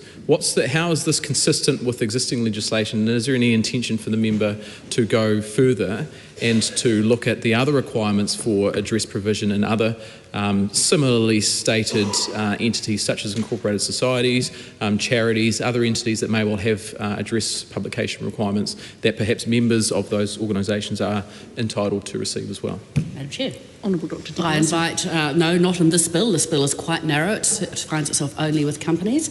However, I invite the member in his capacity as a minister to perhaps to look at introducing a bill that would deal with that, or indeed any of his colleagues to put forward their own member's bill dealing with those particular issues. Madam Chair. Dr. Hamish. Excellent. Thank you, Madam Chair. And I appreciate your words of wisdom about the narrowness of this clause. So we are, of course, talking about 3B, section 159, amending, in brackets, notice of change of directors. And my colleague has already brought up the burden for directors and businesses. I just wonder whether there's actually been any look into kind of the burden on the registrar for this extra bit that we're amending, we're adding into the notice of change of directors. Of course, in 3B we have 1 and 2. 1, of course, in section 59 1B, replace name or the residential address with name, the residential address or the alternative address. I just wondered, and I wasn't part of the Economic Development, Science and Innovation Select Committee at the time that this bill went through it, so I wasn't. I might have, if it was, might have brought that up then. But luckily, I have been transferred on to that select committee now. But yeah, very, very lucky. So the thing is, I just was actually questioning about the wording, whether it actually is kind of clear, whether instead of having name or residential address and changing it with the name, the residential address, or the name and the alternative address, just to make it kind of clear, because otherwise it might not necessarily, people might think that they could have a name or the alternative address. And so that was in section 1, and in part 2, once again we have in section 159 2D2, once again we have replaced name or residential address with name, the residential address or the alternative address. And the wording here just seems a little bit clunky, and it kind of has probably kind of different meanings. So I was just wondering what was discussed in the select committee about that, and whether actually we're adding more burden on to the companies register with that. Madam Chair. Honourable Dr. We've actually already, I've covered this already. One needs to go to the actual original Act, and this is an amendment to the original Act, so one needs to read the original Act. 159 amends 159.1b.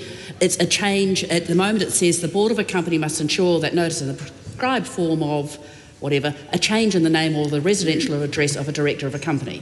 We're inserting the words or name or residential, the name, the residential address or the alternative address. So, yeah, in fact, and I just invite the member to perhaps look at the original Act, because often it provides its own explanation. Madam Chair. I was just going to remind the House that unless you are a garden gnome living on a mushroom at the bottom of the garden, I think we've canvassed this clause 3B, and so I'm going to suggest that the question is that clause 3B stand part. All those in favour, please say aye. Aye. To the contrary, no. The ayes have it. Members, we now come to clause 3C. Madam Chair. Tom Rutherford. Thank you very much, Madam Chair. 3C is about section 189 being amended, the company records. And my question's relating to the record-keeping complexity that may potentially arise from this change. The amendment requires companies to maintain records, as I outlined in my previous contribution, of both now the alternative addresses along with the residential addresses. Now, the member answered the question by saying there will be no administrative burden, there will be no additional record-keeping complexity. Whereas I say that in clause 3C, which amends section 189 to include alternative addresses in company record requirements, how will clause 3C's amendment to section 189 work in practice for company record keeping? Companies now will need to maintain both the residential and the alternative addresses, and how will this interact with the privacy protections the bill is trying to create? If a director's alternative address is meant to protect their privacy, should companies be required to maintain records of both addresses? I think that's a really important point we haven't canvassed, because what we're trying to do here with the alternative address is provide those directors the privacy so they don't necessarily have people turning up to their home residential addresses. But how will this change interact with the privacy protections in the bill that it's trying to create? If a director's alternative address is meant to protect their privacy, should companies be required to maintain records of both addresses? Honourable Dr Deborah Russell. Madam Chair, I'm going to make 2 points here. One is I invite the member to look up section 189 of the Companies Act. I'm assuming the member uses a smartphone, and that in fact he could call up the Companies Act himself and have a look at it. And section 189 has the company records which a company must keep, the following documents at its registered offices. It must keep, this is 1891, the constitution of the company, the minutes of all meetings, resolutions of shareholders within the last 7 years, an interest register, the minutes of all meetings and resolutions of directors and directors' committees within the last 7 years, certificates given by directors under this Act within the last 7 years, the full names and addresses of the current directors, copies of all written communications to all shareholders or all holders of the same class of shares during the last 7 years, including annual reports, copies of all financial statements and group financial statements required to be completed by this Act or any other enactment for this last 7 years, the accounting records required by section 194 for the current accounting period and the last 7 completed accounting periods of the company, the share register. So, frankly, having to have the alternative address as well is neither here nor there, particularly if we're a small group of people who are the directors of the company. The member then said, well, hang on a second, if the company's if a director's alternative address is going to be available on the company's records, which can be available for inspection and people can find it. I'm going to take the members now, having moved on to clause 4 and discussing that, because in actual fact, if we look at it, clause 4 addresses exactly that privacy concern that the member was worried about, so that if the section applies, a company can replace a director's residential address with an alternative address on the company's records that are available for inspection. So that particular issue has already been addressed, and we've now addressed clause 4 as well. For clarity for the House too, the question is that clause 3C stand part. The question is that clause 3C stand part. All those in favour, please say aye. Aye. To the contrary, no. The ayes have it. Members, we come now to clause 4. This is the debate on the amendment to section 215, public inspection of company records. The question is that clause 4 stand part. Honourable James Mega. Thank you, Madam Chair. Now, clause 4 amends section 215, and it relates to some of the content in clause 5 insofar as it refers to new section 360D and 360F. And it says that this new clause, well, section 215 applies if those other sections apply. Now, I'm not going to talk about the content of those other sections, but I want to talk about the content of this particular clause 4 itself. And the first part that I want to question the member about is the use of the word may in both of those clauses, subsection, new subsection 1A and new subsection 1B. The use of the word may, a company may replace a director's residential address with their alternative address, and also in 1B, a company may replace a shareholder's address. Why is that may indicates an optionality there.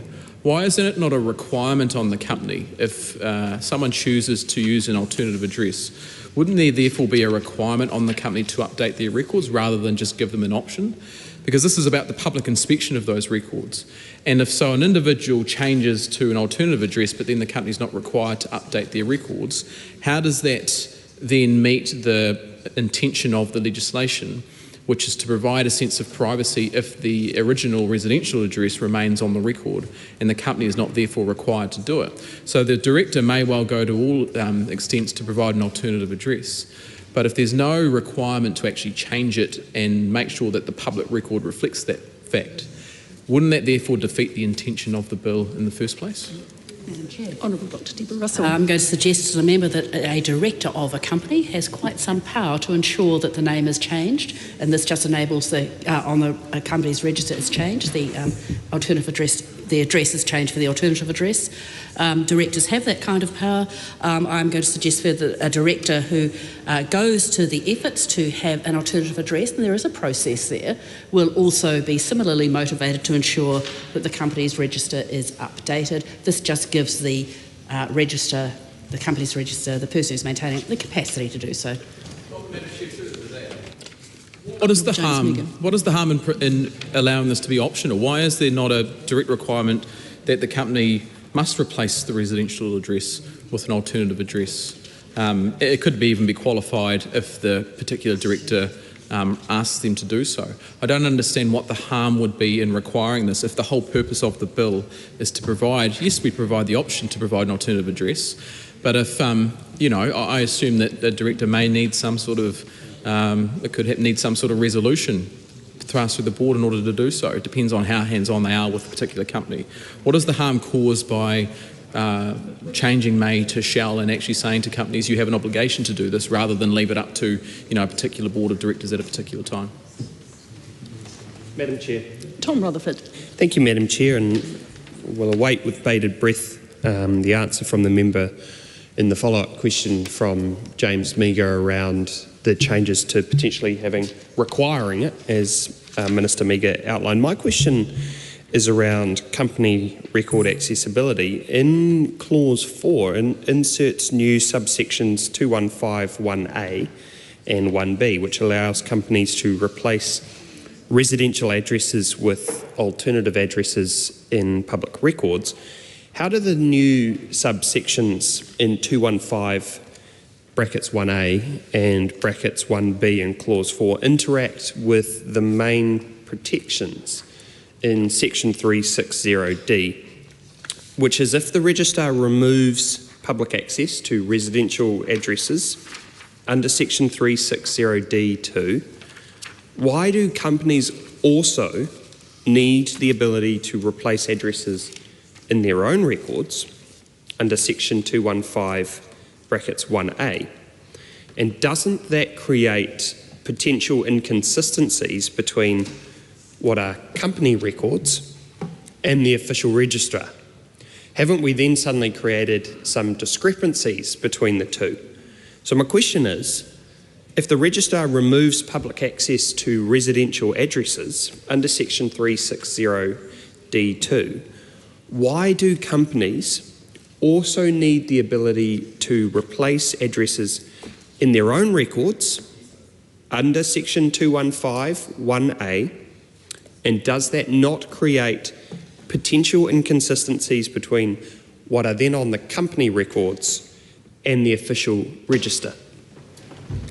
Madam Chair. Honourable Dr Deborah I Russell. will repeat the answer I gave to the question that the Honourable James Meagher repeated, and that's to why it's using may rather than shall or must. A director has an incentive to get that address changed to an alternative address. I don't think we need to legislate that the director needs to do that, and it gives the company the capacity to act. That's why the word may is used.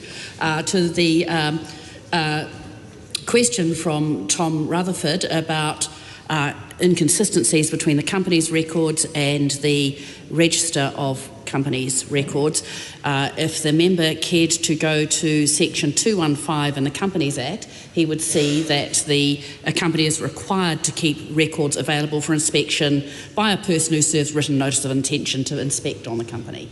And that enables the company to ensure that an alternative address is used rather than the residential address. So it just does away with the concerns there that there might be an inconsistency.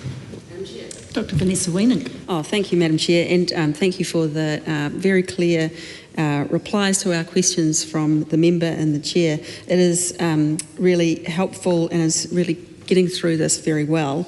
And this is one of the very important aspects that I remember during the Select Committee process. We did spend quite a bit of time debating around what the implications on the company records are, because if you look at the company records through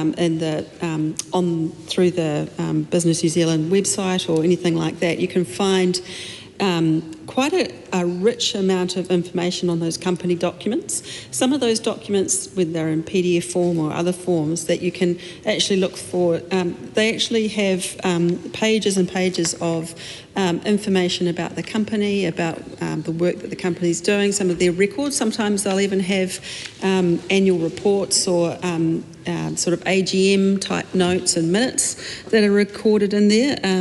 So depending on how the company chooses to share their information or record their information, it can be quite verbose. There can be quite a lot of words used in there that if you were to trawl through a lot of the documents, you may find that there are addresses or references to people scattered throughout. And one of the things that we discussed during the Select Committee process was, well, actually, just when you look at the company's register, you see as a highlight their addresses come up, but in the actual documents on the company's records themselves and those that are available for inspection, they can actually have the addresses throughout. So although it's beholden on the company to check all of that, it is quite a manual, potentially quite a manual process to go through some of the old records. So if you look at the company's website, the access to the information and how far it goes back is quite rich in history now. So you have records that go back many years, and if one wanted to expunge any record of an address from all of the documents that are available publicly, it would be quite an intensely manual process. And I think my question really is to the member is, do you think that that would be quite a technical process and quite a long, drawn-out manual process to do? And is the expectation and the safety that we're relying on here for people really buried in the fact that it would be an intensely detailed process to go through to get that information, and we hope that people that are the criminals or the slightly fixated individuals might not actually have the energy or the tenacity or the understanding to really go to those extremes of really combing through past histories of old company AGM and annual reports and the kind of rich detail that is available on the company's website to find that information, because it would be impossible for somebody to completely expunge all records. And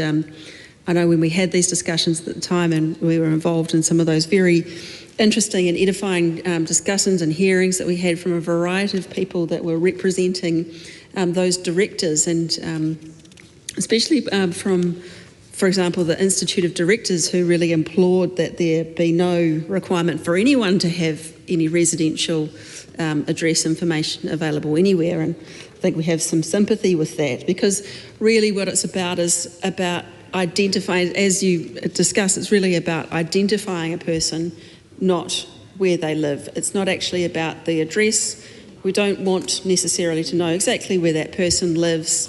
It's about making sure that of the 30-odd John Smiths that you have on the companies and directors register, that it's actually, yeah, well, there's 40-something on the page in there. There's a lot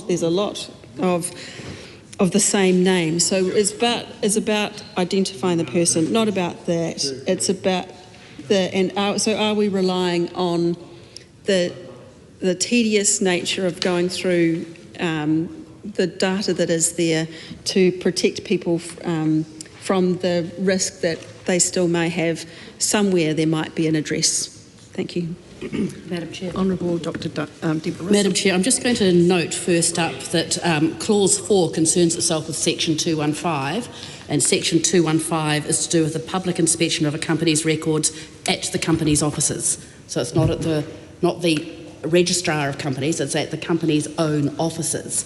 And that's where, so it's a much smaller operation there, and presumably a director will have some direct access to those records and can ensure that her or his alternate address is used rather than their residential address. So the member then really went on to discuss the matters that are sitting in Clause 5, new Section 360D, 2, which is that the registrar must take reasonable steps to prevent public access from the New Zealand Register. And we did discuss this at length in Select Committee, discussing where a director's address might be available, and indeed it might be available on old PDFs, need to be redacted from it and so on. So this is why we have in there the reasonable steps. So we expect that in the first instance the registrar of companies will, or whoever's there, will actually do what they can to erase that residential address and replace it with the alternate address. Then my expectation is, having done a good job of that, if the director themselves comes across other places where the old address is still visible, then it may be possible, they can bring it to the attention of the registrar of companies. There's a whole variety of mechanisms there. So it's reasonable steps, not every single possible step. We would expect a reasonable standard of care. Of course, that's a term used quite frequently in the law, is to take reasonable steps that can be tested. So I think that's a perfectly good way to do it. Finally, the member did talk about, and this does float through the entire bill, so I will address it now, the issue that the Institute of Directors said, well, why are we using these private addresses at all? Why are we using them for shareholders? Why are we using them for company directors? In fact, there's a whole variety of instances where it seems odd that people's home addresses are so readily available. And indeed, those of us who are in public office often take steps to get our addresses removed from the electoral roll, because for good reason. We don't want people turning up and protesting outside our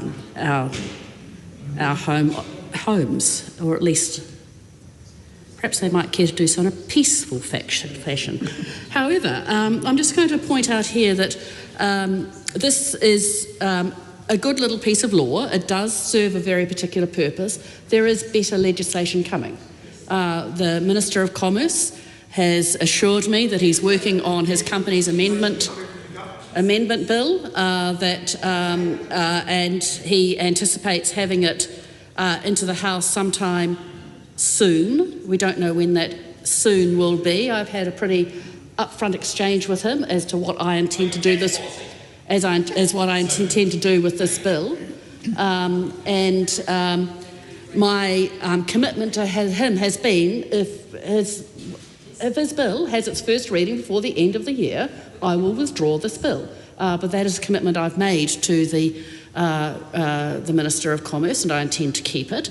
It's now on him to get his bill into the House. Having said all that, I take the point. There are many cases where we would prefer that we don't have home addresses readily available, as they are at the moment, with just a few clicks on a keyboard. The Minister's bill will provide a better solution. In the meantime, I want this Band-Aid. Ricardo Menendez-March. I move that the debate on this question now close. Look,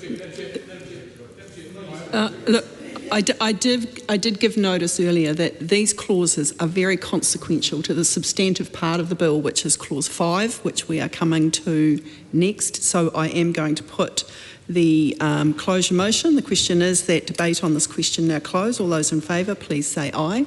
Aye. To the contrary, no. The ayes have it. The question is that Clause 4 stand part. All those in favour, please say aye. To the contrary, no. The ayes have it. Members, we come now to Clause 4A. Now, this is the debate on the amendment to Section 328 Registrar may restore company to New Zealand register. The question is that clause 4A stand part. The question is that clause 4A stand part. All those in favour, please say aye. To the contrary, no. The ayes have it. Members, we come now to clause 5. This is the debate on new sections 360D to 360G. The question is that clause 5 stand part. Tom Rutherford. Madam Chair, I'm sorry to my colleagues, Minister Meagher and Vanessa Wienick. This, Madam Chair, is the substantive part of the bill. This is the nitty-gritty.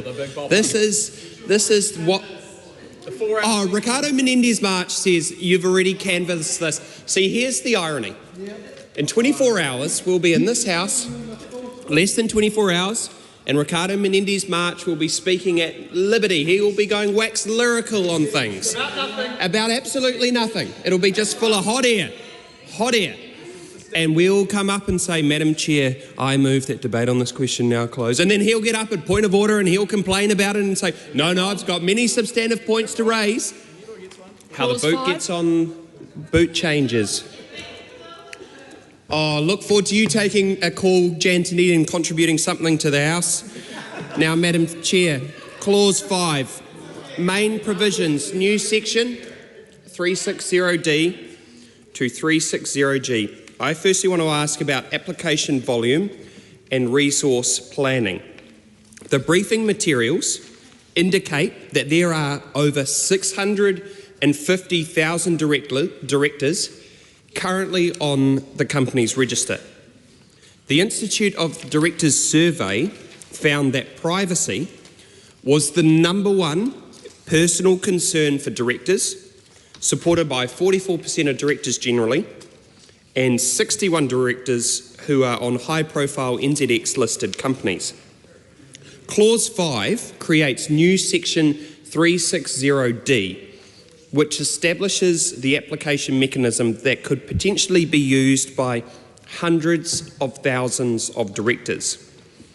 Can the member firstly confirm how many directors currently have their residential address publicly available on the company's register, and what volume of applications the company's office is expecting under new section 360D? Has the Ministry of Business, Innovation and Employment provided the member any modelling on expected application volumes with this change? And what additional resourcing does she believe will be required to process applications without creating, for instance, significant delays under the section 36D framework? So keen to understand from the member what volume of applications the company's office is expecting under new section 360D, and has any modelling been provided through, say, the select committee process or to the member directly on how many expected application volumes?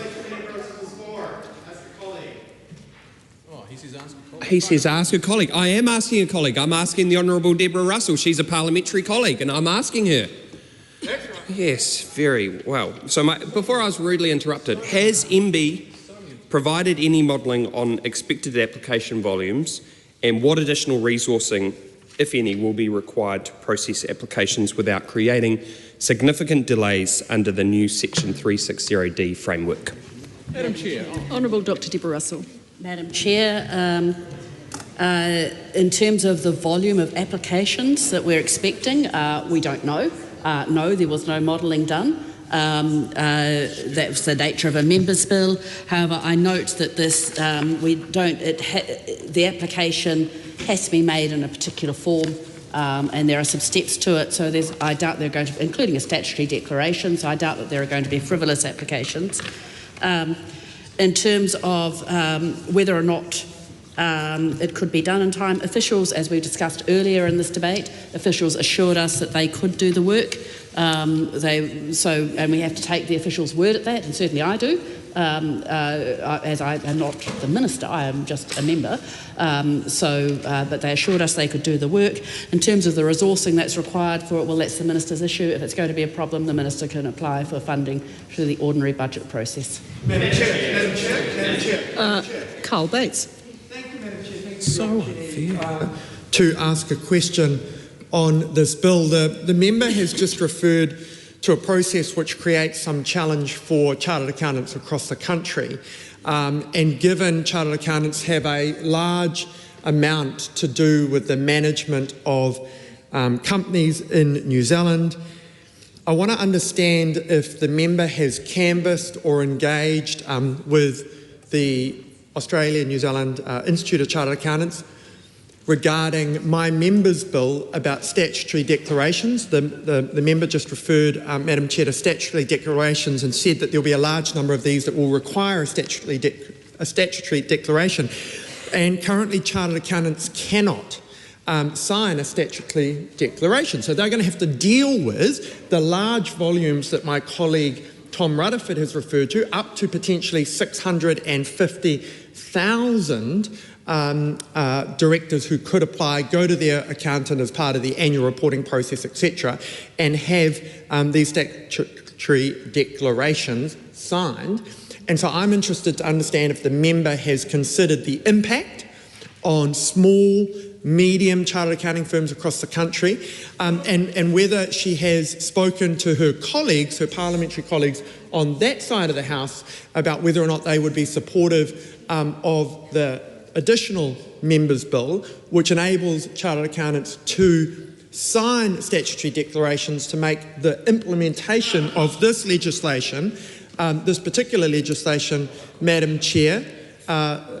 Yeah, I would call that out, actually. Like Duncan Webb's going, I can't cross-reference. Of course I can. It is. You can't trust an accountant. Madam Chair, I think that is disgraceful. Not only is that an insult to myself as a chartered accountant, an insult to every chartered accountant in New Zealand. It just so happens, Madam Chair, and I'm interested if Deborah Russell, the Honourable Deborah Russell, as the member in charge, was able to consult any chartered accountants was she able to consult any chartered accountants in her caucus about the impact of this? Because I understand, Madam Chair, that there aren't any chartered accountants in the caucus on that side. So I'm interested who she has engaged on the importance of signing statutory declarations, the impact for small and medium firms across New Zealand, which Duncan Webb has just said can't be trusted. It's an insult to business in this country. It's outrageous, should be withdrawn and apologised for, Madam Chair. But to get back to my question regarding this clause and the comment that the member made, that there will be a large number of statutory declarations that will be required to be signed as a result of the implementation of this legislation, has she considered, Madam Chair, the impact on those firms, and would she, to reduce the impact, go to her caucus and encourage them to support a practical change that will support the implementation of her bill, as well as informing her caucus that chartered accountants can indeed be trusted and should be trusted. And I'm sure we'll understand a lot more about the implementation of any tax policy that side comes up with, because clearly without any chartered accountants on that side, they don't know it. But Honourable Dr Deborah Russell. I was, of course, admitted to the New Zealand Society of Chartered Accountants myself in 1992. So there are plenty of us in the Labour caucus who have owned businesses, have business experience, and know our way around the Income Tax Act, amongst other things. In terms of the burden on chartered accountants, if the member thinks it's going to be a burden on chartered accountants to take statutory declarations, I suggest he withdraws his bill. However, I would invite the member to take notice of what needs to go into this statutory declaration, and that is in new section 360D3B and it includes made by the director, a statutory director, declaration made by the director verifying that public availability of the director's residential address is likely to result in physical or mental harm to the director or a person with whom the director resides. These are not mere frivolous applications for the sake of it. A person has to be able to say that they think they are at risk of physical or mental harm. So it's not, I sincerely doubt that all 650,000 directors on the Registrar of Directors is going to turn up tomorrow the minute the bill is through asking for one of these, and I think it's not reasonable to engage in that kind of scaremongering. In terms of getting a statutory declaration sorted out, it's interesting, it's actually comparatively easy these days. Most justices of the peace run public desks in libraries or in malls and so on. Newland Mall on a Thursday night, the JPs are there, pretty easy to get a statutory declaration sorted out there. Mariamino Kapakingi. Thank you. Many Māori organisations, Dr. Russell, trustees are listed as shareholders in their personal names, and not because they own the shares themselves, but because they're often holding them on behalf of iwi, hapu and whānau. These trustees often aren't directors, and yet they can face the serious risks and pressure and even the harassment from within their own communities, especially when decisions are contested. So, and I'm coming to 360D in a second. So, the Hungaroi o Māori o Aotearoa recommended that all shareholders should be able to apply to keep their residential address private, not just those connected to a director. So, taku pātai kia koe, could any shareholder, particularly those in sensitive roles like Māori trustees, apply for address protection in their own right? First question. And second, and I apologise if you may have already covered this, but I just wanted to, and I roto I te whakaaro Māori in those contexts particularly. And would, Dr. Russell, would you consider extending the protections under Section 360D to all shareholders, not just those linked to directors? Thank you. Madam Honourable Chair, Dr. Deborah Russell. The member raises a really important issue, and it was raised during the select committee process. Why doesn't this apply to shareholders as well? She's quite right. It ought to, but it's beyond the scope of this bill. If the Minister's new legislation comes into this House, it ought to address that issue as well, so that shareholders are not necessarily identified by their home address, by their personal address. So it ought to have some mechanism for dealing with that. Can I invite the member to write to the Minister now and raise that particular issue to make sure that it gets considered in the legislation that he's considering bringing to the House? Having said that, once this bill is, I hope, through the House, or is, who knows how things will go, that is an issue I had thought I might pick up as the next issue I might try to address is that one about shareholders, because it is an issue, and it's a shame we didn't address it in this bill, but perhaps in the next one we try for. Honourable James Meagher. I appreciate the time to gather my thoughts after the shocking revelations from Dr. Webb. Yeah, shocking. Rich coming from a lawyer, of course, which is one of the least trusted professions alongside politicians. Yeah. So perhaps Dr. Webb could start a podcast and get media and get the Holy Trinity. But Madam Chair, thank you for the opportunity to take a call on Clause 5, which, as we were reminded earlier on, contains the operative provisions, Section 360D and 360F. And of course, it contains the provision around public access that the member was referring to before, and alluded to some of my questions around public access to company records, being those physically held by the company and inspection rather than the website. And I think it's entirely relevant to raise that point here again, because of course one of the intentions of this bill is to provide that protection, that privacy right, and to require the registrar to take those reasonable steps, including to redact information. Now that relates directly to the questions I had around the optionality for companies to may replace residential address or may replace shareholders' address. Now, if we're talking about getting into litigation about what defines reasonable steps of the registrar, surely one of the ways we could reduce the risk of litigation as to whether or not the registrar has indeed taken reasonable steps to ensure that privacy by removing or redacting a residential address and ensure it's replaced with an alternative address would be to just require those companies to replace the address with the alternative address where requested. That is the crux of that question around may or shall, because if you change that term to shall, you then remove one of the uncertain criteria as to whether or not it is a reasonable step for the registrar to take upon being notified that a residential address remains on company records and has not been removed by the company, despite the fact a company director has chosen to put in place an alternative address.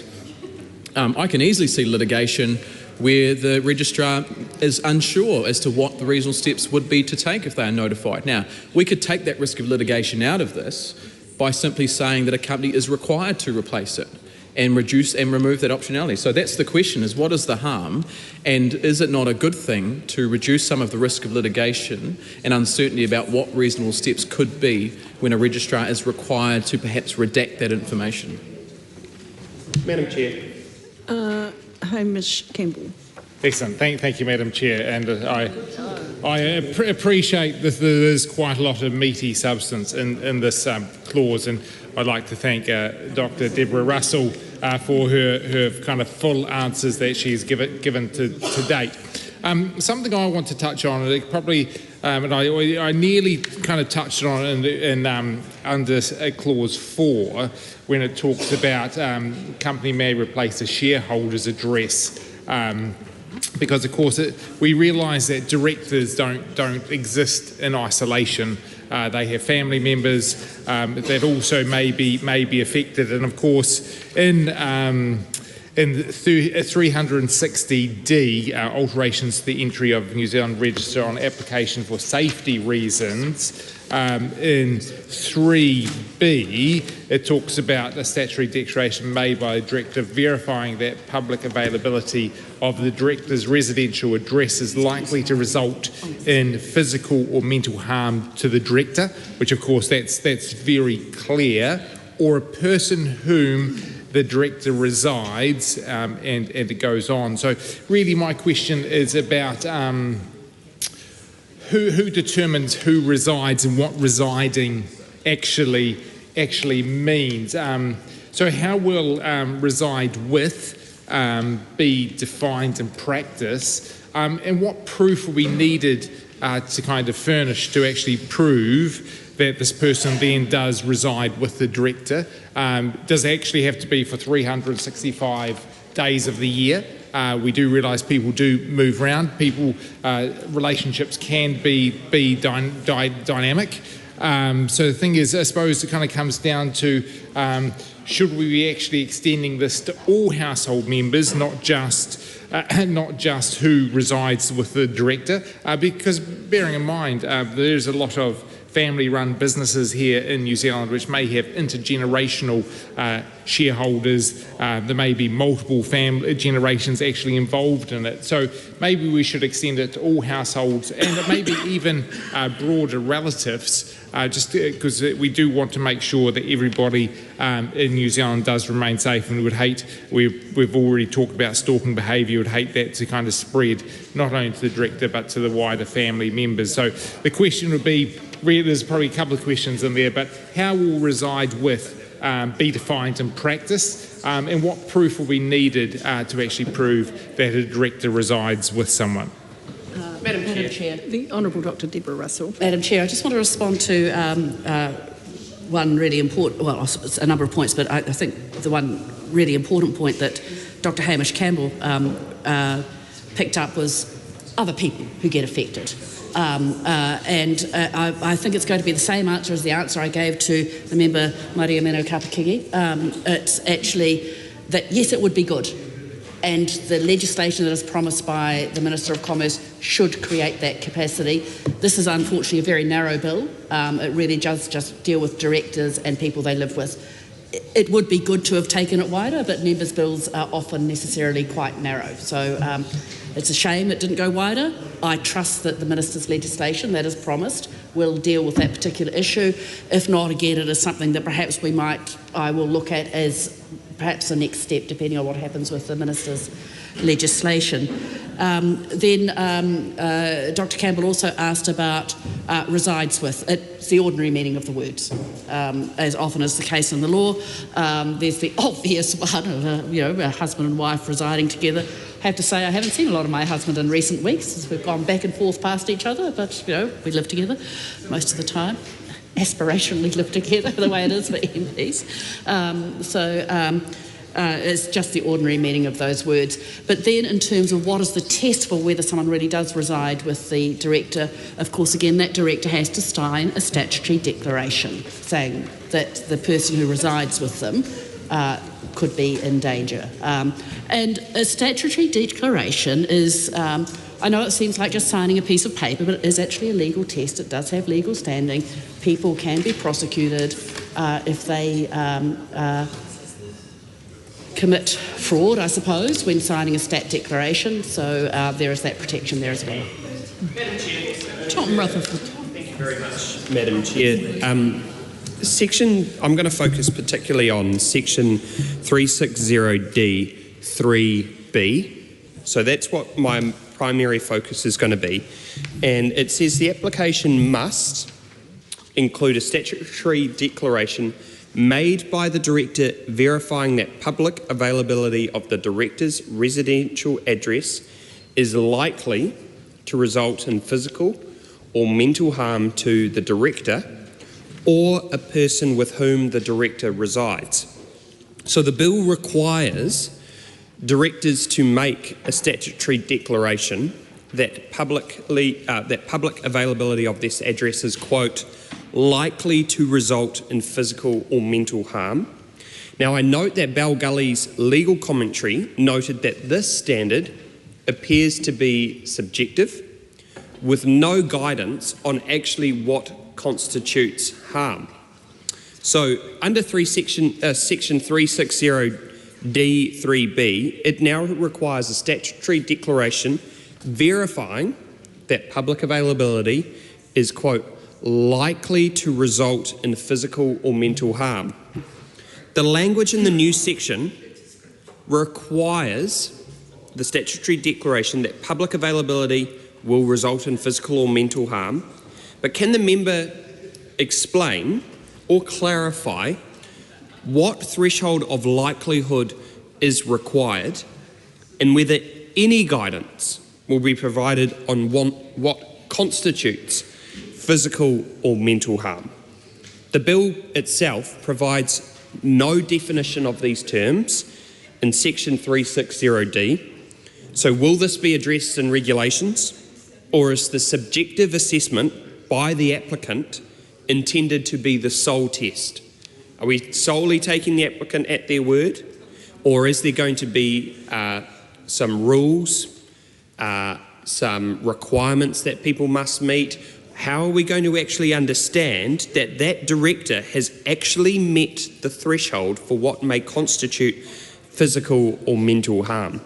Now, my next question, Madam Chair, on that same section is in Chapman Tripp's submission to the bill and to the Select Committee, they recommended that the service address option should be available as a matter of preference without any need to establish safety risk. So they were saying no need to have that requirement to say a person is likely to result in physical or mental harm if they disclose their physical address. And so Chapman Tripp was saying get rid of that. Don't have that provision whatsoever. Don't have...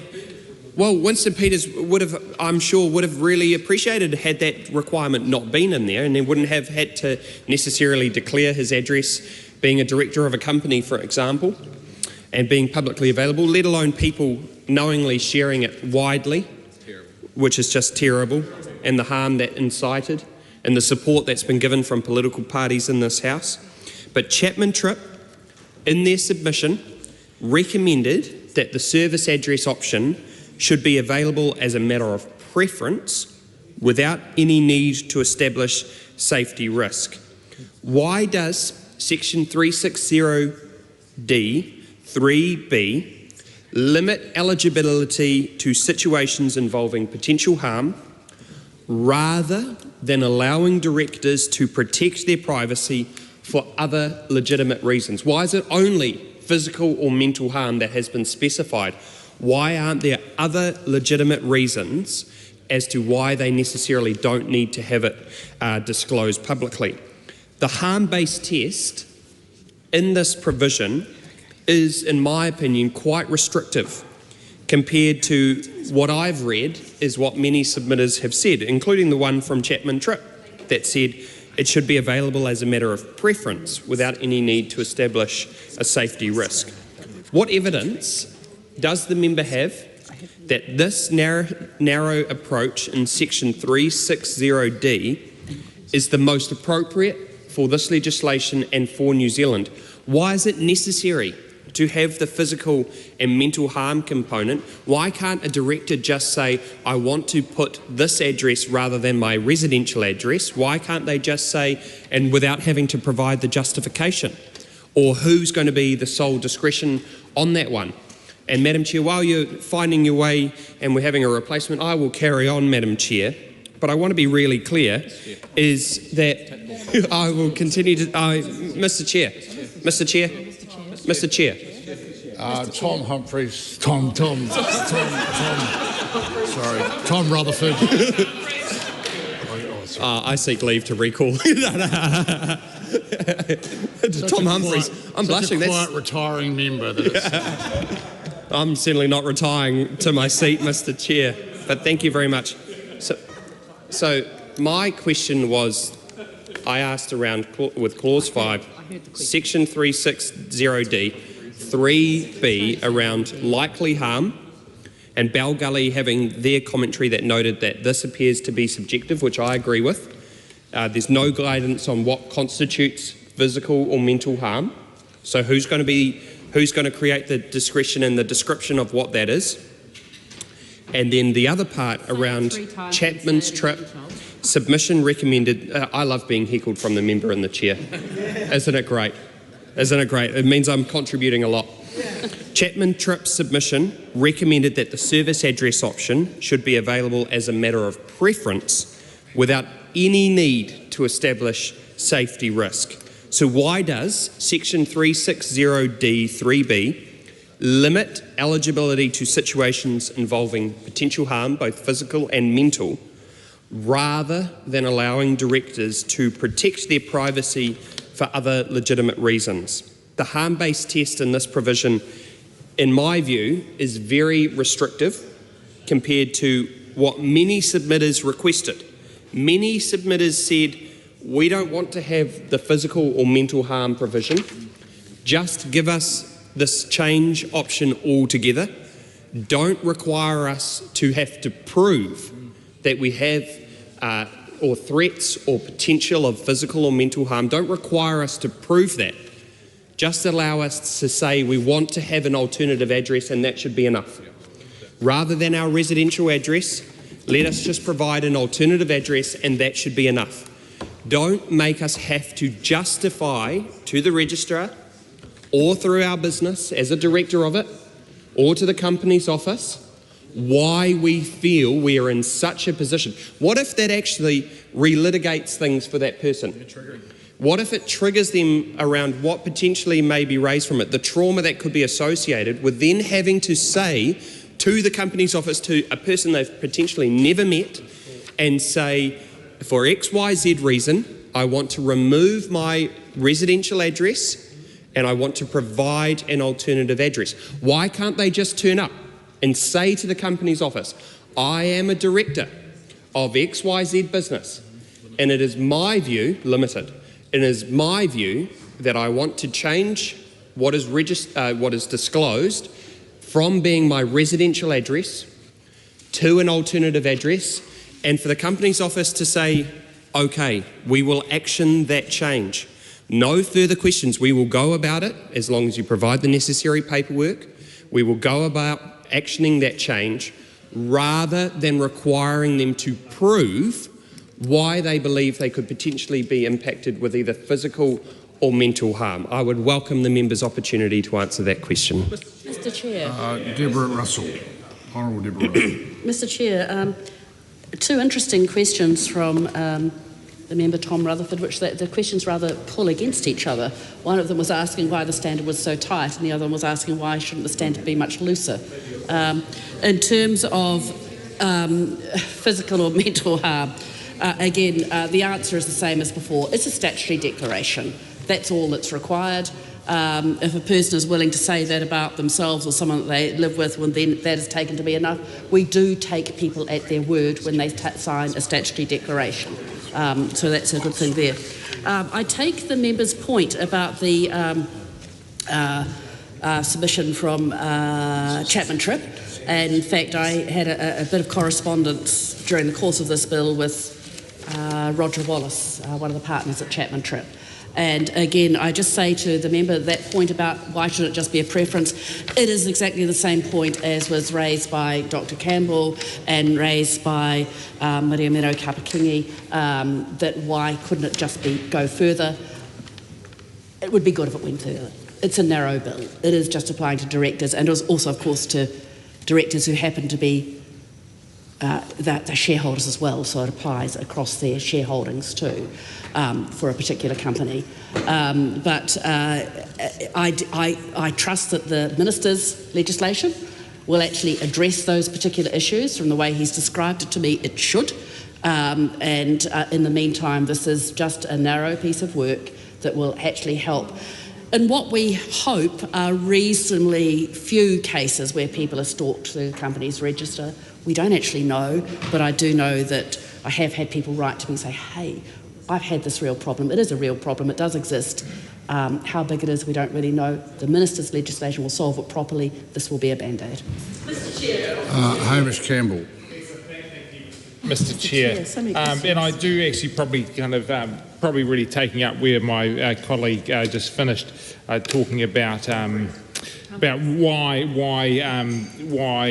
this criteria, why limit it. Appreciate your answer that it is a statutory declaration, but should that statutory declaration come to light to be untrue, what role then does the company's register have in actually kind of challenging it, kind of rectifying the situation? What mechanisms are there then to kind of, or would the company's register leave the alternative address in there, even though they know that actually the statutory declaration is not correct, and there may not be that likely to result in physical harm or mental harm for the director, or as of course the clause lays out, a person with whom the director resides.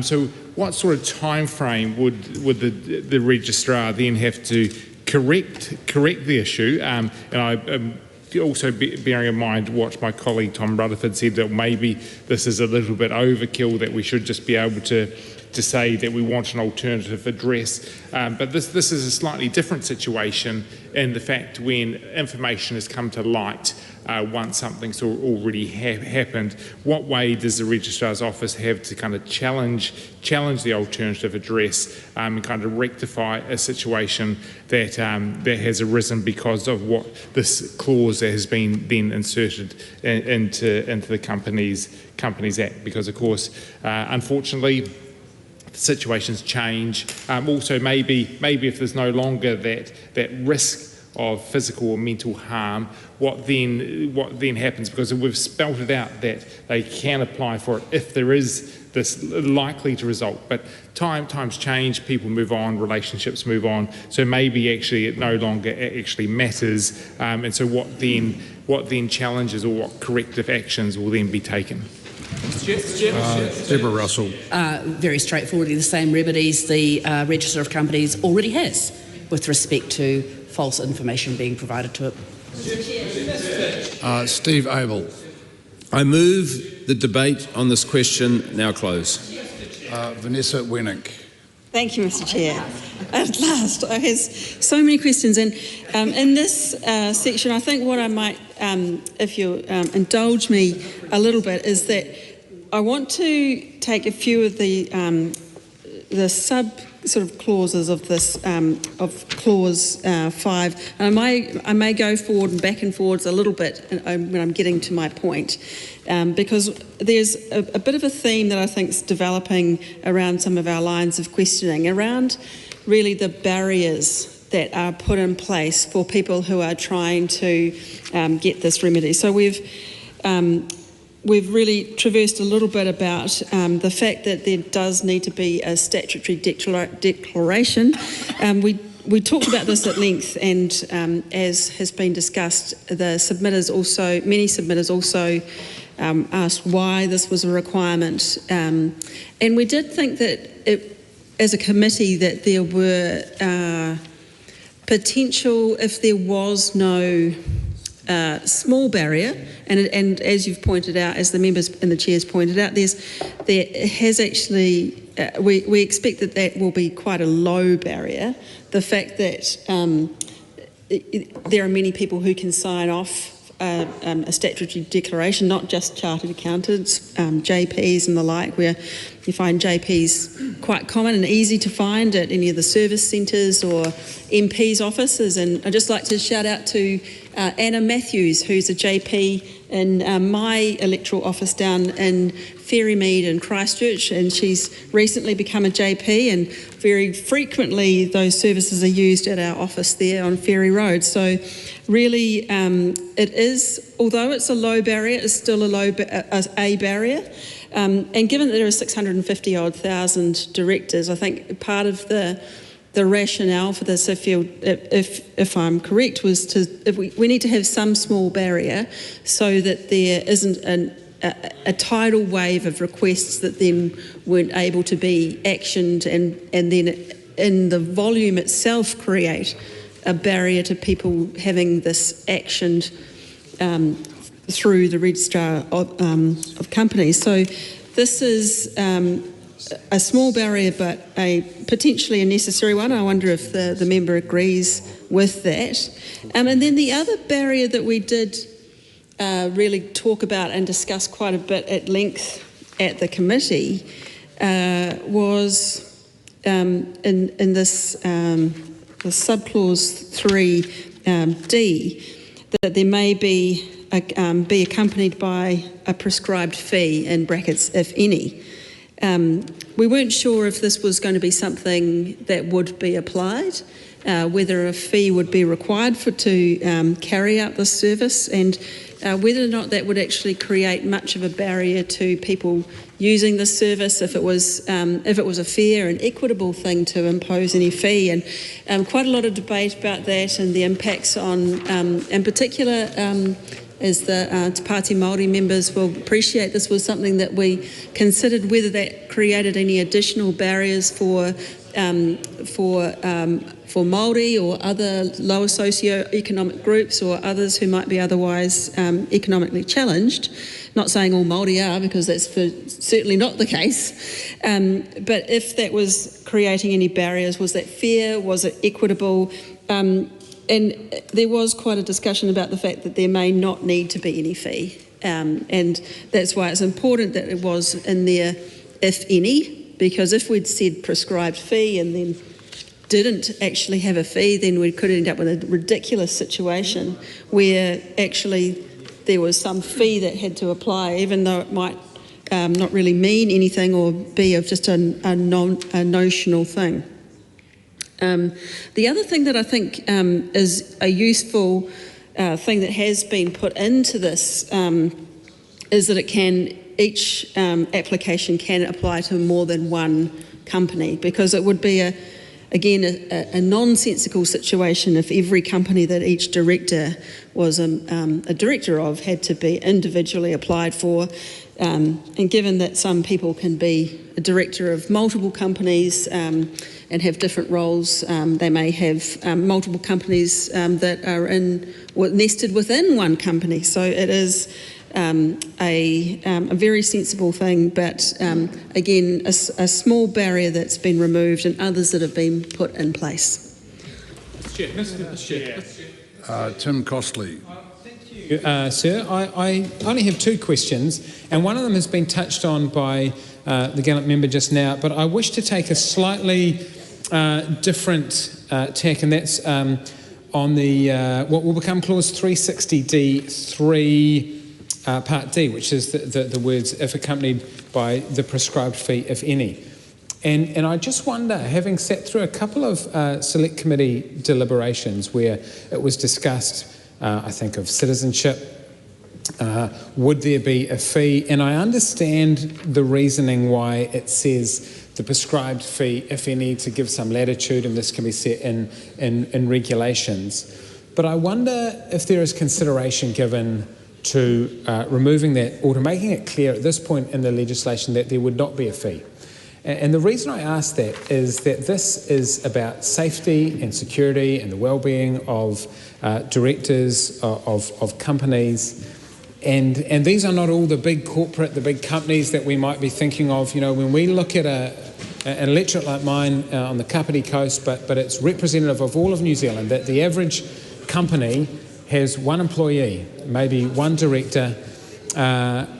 They are working hard to get this country ahead, and not everyone necessarily has the means to pay for a fee, but should that be inherently a barrier or an obstacle to receiving the protection that this bill brings? And I commend the intent of this, because it's about providing that safety and that protection to Kiwis who are getting about their business but feel there is a genuine risk to them. But should money ever be an obstacle to receiving that protection? And it would be easy for some to look at this and say, well, look, it probably won't be much, it might not be that much, we don't know what it will be. But actually there is just an inherent access to justice and to the private enjoyment of their own home that is worthy, I think, of consideration here. So I would be interested to hear from the member, is there consideration to just to make it clear now in regulation that there will not be a fee, that actually we don't sell security in New Zealand, we provide it, and that's ultimately what brings most of us to this house. The second question I wanted to ask, thank you, the second question I wanted to ask is about paragraph 360E2. And I just wonder, maybe it's the way I'm reading it, because not everyone reading this is going to be a trained lawyer, but I wonder if there is just a little bit of wording that needs clarification. And if there is, I'm happy to bring an amendment, but the member may have a response. This is talking about the requirements for an alternative address. And subpart 1 talks about the things it must not be. It must not be just a post centre or a registered office for service. There needs to be a physical location, and we covered some of this in the earlier clauses also. But in part 2 it says, if the alternative address is at the offices of any firm of accountants, barristers and solicitors, or any other person, the alternative address must state, that the address is at those offices of that firm or person, and the particulars of the location in the building of those offices. Now, it is the words of a person, of any other person. So if I'm reading this correctly, and it is correct that I could nominate some other person's, maybe it's not their place of business, it's their address, it's not an office, it is in the category of any other person. Does it have to be at an office? Can it only be at an office? The way I read 2B is that it must be because it's an and, not an or, between A and B. It must state the particulars of the location in any building of those offices. But what if they're not offices? Are we in, and I'm not trying to be pedantic here, but I think it's important that we just understand it is of those offices, of that location. Could it be anything at all? Can I don't know, can someone use their mum's house? Can they use a different address that's maybe not an office, but it's an outlet, it's some other kind of place? What if it's the director of something that's held by a church, and can it be the church? Can it be something else? Are we narrowing ourselves inadvertently by saying it must be of, quote, those offices? Or could it be actually those offices, that location, that community hall, that church, whatever it might be? So I'd just be interested to hear on those 2 points. One is about the fee for service, and the second is about, is it restricted only to a physical office? Thank you. Mr Chair. Deborah Russell. Mr Chair, it'd be good if the members on this side of the House made up their mind about the fee. Some of them think it's not sufficient of a barrier, other than think it's too much of a barrier. It's fortunate that the words "if any" are in there. We are trusting the judgment of officials on that, and we do trust the officials to get that right.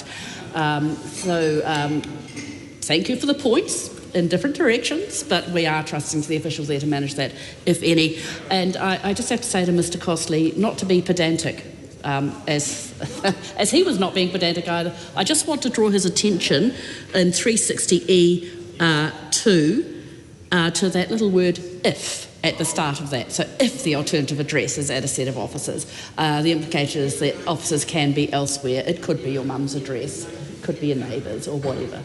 There are possibilities for alternative addresses. So it's just saying if it's at those sort of offices. So that does cover the sorts of concerns Mr Costley had.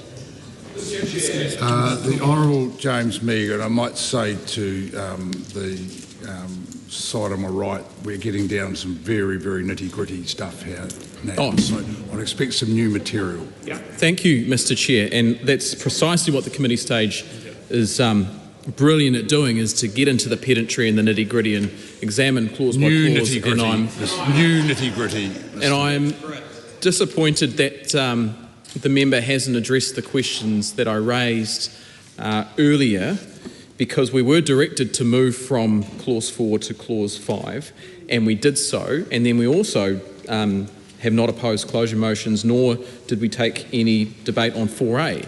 And so with that good faith of moving through to clause 5, and then the chair will look at his worksheet and see that there are a number of questions without any ticks beside it that haven't been addressed by the member, I would like the member to address those questions, in particular around the issue of preventing public access and the requirements of the registrar, because I understand, and the way I read it, there is a drafting error in 362, because the provision purports to require the registrar to take reasonable steps to do X, Y, Z. And so the question for the member, and even the member and the chair currently, 2A, registrar must take reasonable steps to prevent public access, and B, ensure the alternative access address is publicly available from the New Zealand Register. Now, if the intention is for the registrar to take reasonable steps for both A and B, there is a drafting error, because the way it is drafted is that the reasonable steps is contained within A and not B. And so the natural consequence of that drafting is therefore that the registrar must take absolute steps or all steps to ensure B, the alternative address is publicly available from the New Zealand Register. Because if the intention was for B to also be subject to the reasonableness standard, then the drafting should have been the registrar must take reasonable steps to subsection A ... subsection B, so that the reasonableness is a precursor for both subsections. My fear is that the way that it is drafted now, reasonableness applies to A and not to B. And therefore, when the registrar is looking at what they have to do to ensure the alternative address is publicly available from the New Zealand Register, they therefore have to take all steps. Because a plain interpretation of that section is that if the Parliament had intended those steps to be reasonable, it would have said so. But by deliberately excluding it from B and including it in A, the only interpretation available to a court of law in interpreting the section is that that is an absolute provision, and I don't think that is the intention of the member. So if the member can record maybe that question for the Honourable Dr. Deborah Russell for when she returns, and she clarifies whether her intention is for the registrar to have reasonable steps for both 2 sub A and sub B, I suspect that an amendment may well need to be put forward. Because if an amendment is not put forward, then the reasonableness test only applies to A and not to B. And I am of the understanding that that is a drafting error. Well pointed out. Mr Chair. Tom Rutherford. Thank you very much, Mr Chair. My first question is going to be about multiple company applications. As we know, many directors across New Zealand serve on multiple company boards, and the bill makes some attempts, in my view, to address this. But there's still some outlying questions. If we look at section 360D4, an application under this section may relate to more than one company. How will this new section, 360D4's provision for applications relating to multiple companies actually work in practice? If a director serves on boards of companies with different risk profiles, how does the single application process address varying levels of safety concern? Does this provision work effectively with the one alternative address limitation in section 360E4? So that's my first question to the member. My next question is around preserving other legal requirements. The bill must not interfere with other legal obligations. If we look at just below that point that I was talking about, 360D5, it says this section does not limit any requirement to provide residential address information about a director to the register in accordance with this Act or regulations made under it, or the Official Information Act 1982. While new section 360D5 preserves the Official Information Act, how will section 360D2, which says itself the registrar must take reasonable steps to prevent public access from the New Zealand Register to the residential address, including by redacting information from a document that is publicly available from the New Zealand Register, and ensure the alternative address is publicly available from the New Zealand Register. So how will section 360D2, removal of public access, affect law enforcement efficiency? Will agencies need to make formal OIA requests for information that is currently publicly available? Or do sections 360D5 adequately address all interactions with other transparency legislation beyond the Official Information Act? Mr. Chair, I'm going to carry on to my next point, which is around prospective directors and proposed companies. If we look at the next point down, which is 360D6, it extends definitions to include proposed companies and prospective directors/shareholders. And so it says in this section, in sections 360E to 360G, company includes a proposed company, director includes a prospective director, shareholder includes a prospective shareholder. How will section 360D6, inclusion of proposed company, prospective director and prospective shareholder, work in practice when the company does not yet exist? The definitions in 360D6 seem to create some complex scenarios. Who will maintain alternative address records during company formation, for example? So I would welcome a response from the member around my question around 360D4, around allowing applications to relate to more than one company. 360D5, which preserves other requirements, and the query I had around the Official Information Act. And section 360D6, which is extending definitions to include proposed companies and prospective directors and shareholders. Mr. Chair. Steve Abel. Chair, I move that debate on this question now close.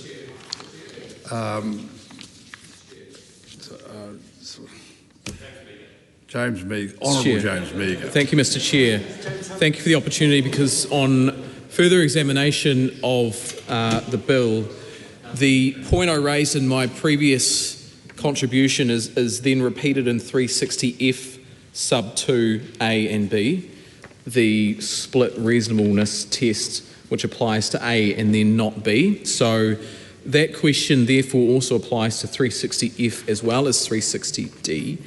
And to further confuse the drafting in the situation, if we then look at 360G, which is around removal of the alternative address from the register, and I'll take the House through this because it is a step-by-step process, we can fast forward to 36G sub 2 A, B and C. But if we look at this in its whole, 360G is about removal of alternative address from the register.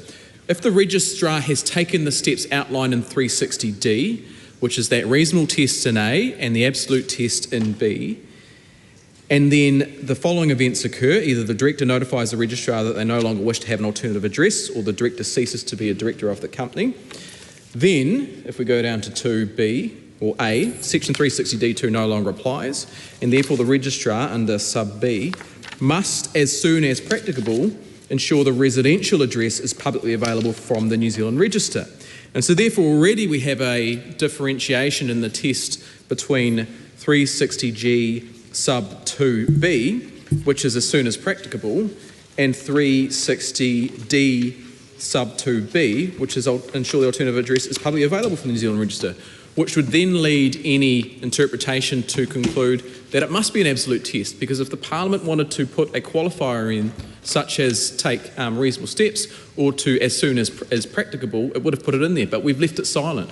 So this is the opportunity to clarify or to remedy those sections, because then if you go on to subsection C, they then may make any other relevant alterations to the New Zealand Register they think fit. So there are multiple of different tests here, and I am actually reasonably concerned, for want of a better word, that the drafting here is confused and may be incorrect and may need rectification before we potentially vote on this clause or any other clauses before the end of the evening. So I'd like the member to address that point. Mr Chair. The Honourable Deborah Russell. Mr Chair, I note that the members have been raising various concerns around companies which are to come into existence and directors that may come into existence. The idea is to provide an alternative address right from the start, instead of having to go through a process of a residential address and an alternative address.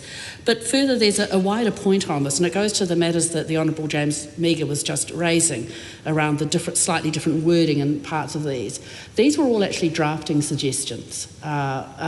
So our officials, and then particularly the drafters from the Parliamentary Council's office, said actually if we really want to capture the intent of this bill, if we want to capture the nuances, this is the way to draft it. So we very gratefully accepted their drafting recommendations to try to capture the various different situations that might occur, and it's all designed to put that in place.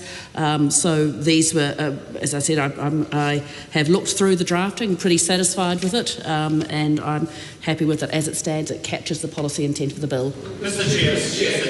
Hamish Campbell. Excellent. Thank you. Thank you very much. And we see a lot in 360E, the requirements for an alternative address, and a lot of these are actually kind of very prescriptive, very kind of describing the physicality of what an alternative address would look like, but they don't really kind of address any of the functional characteristics that an alternative address may have. For example, if a service at an alternative address fails, for example, maybe undelivered mail or undeliverable mail, will service at that alternative address then actually be legally effective? Or is there some sort of fallback mechanism which then the company's register could then actually work? Because you could imagine some of these alternative addresses, and I think kind of a prime example was here, is in a building which has lots of different occupiers, or you look at a lot of commercial addresses around New Zealand, you have kind of multiple businesses, not overly well signposted. You just need to be part of a delivery driver. I have a bit of experience in this, that actually it's very hard, even if it's labelled as a business address, to actually find some of these businesses because of poor signage, not clear where it is. So there's nothing really in 36E that actually talks about the serviceability of the alternative address. And of course, it's also important whether actually also has been any consideration that courts and other statutes uniformly recognises services at an alternative address, or is this something that is going to actually cause conflict with other laws which require a residential address? And how will a notice of legal proceedings or anything reliably reach a director via an alternative address if we don't really outline some of the more functionality of an alternative address rather than maybe some of the descriptive things that we've got in the spot? Mr Chair. Honourable Dr Deborah Russell. Mr Chair, Dr Campbell raises a good point. It was a point that was discussed extensively before the dinner break about the difference between an address for service and an alternative address. So we've already canvassed that matter considerably. Mr Chair. Steve Abel.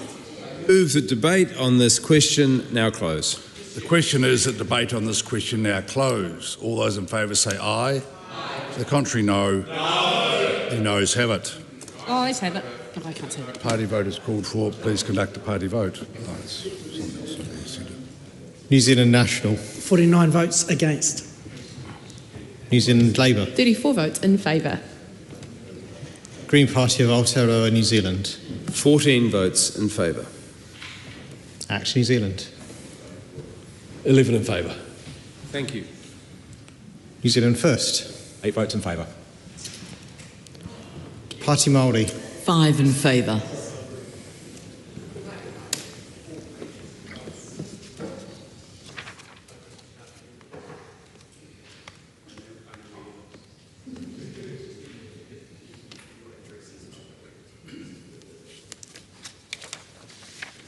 The ayes are 72, the noes are 49. The question is agreed.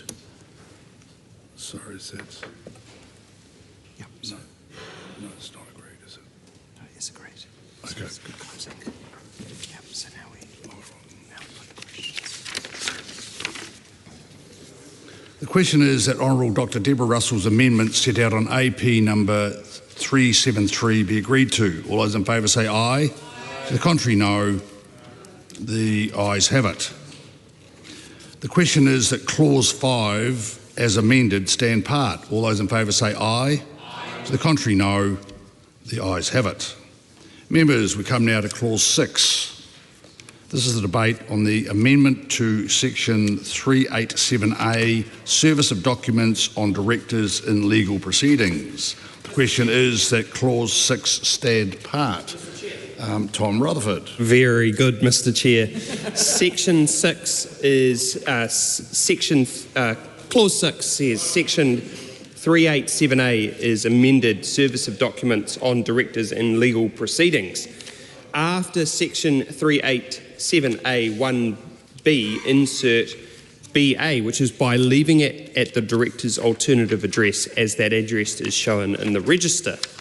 So my question is, these clauses ensure that alternative addresses can be used for serving legal documents on directors, as we've transpired and gone throughout the debate this evening, Mr Chair. How will clause 6 and its amendments to sections 387A and 388A, which is actually in clause 7, and I'll speak to when we get to it, affect legal practitioners serving documents on directors? Will there be any hierarchy of service methods, or will alternative addresses under these provisions have equal status with residential addresses? How will legal practitioners know which address to use for service? Say, if actually both have been made available, if it is both their private residential address and their alternative address, as we've transpired, how would I, as say a legal practitioner, maybe a chartered accountant that was slandered recently by the Honourable Dr Duncan Webb, how will legal practitioners know which address to use for service? If I was said chartered accountant, very upset comments made by Mr Webb, how would I know which address to use for service?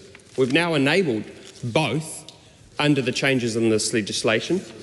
How would I know which one to go and utilise as their residential address or their alternative address, as with clause 6 is amending with Section 387A and the amended service of documents on directors and legal proceedings, will there be any hierarchy of service methods? Is it you must go to the property that is listed first in the way it shows on the paper, number 1 and then number 2? What if they're showing side by side to each other? It could be alphabetical based on the address, could be numerical if one is 1 Butterick Road and then the other one is 2 Anderson's Drive, for example. How would I know which one to serve my the papers on? What was that, Steve Abel?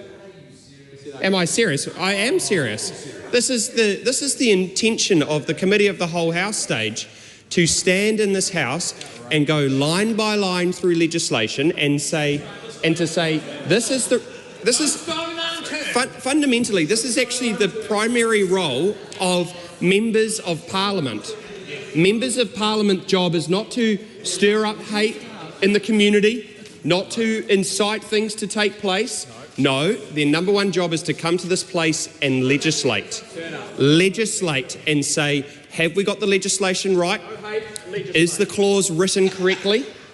Has the member's intention been reflected in the legislation?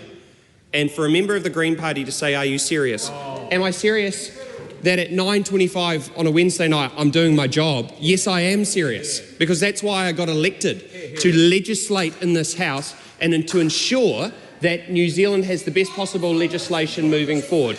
What was that, Marama Davidson? He's welcome to. It'd be a nice change, actually. It'd be very refreshing. He's the one that actually does the heavy lifting. I'm surprised he hasn't resigned Mr. yet. Rutherford, you might if you want to rewrite general orders, that's fine, but right now, back on the bill. Point of order. Back on the bill. Point of order. Point of order, my decision, or you'll be sitting down. No. You have spent a lot of time talking about what we might do and why we're here and giving a job description of a backbench MP.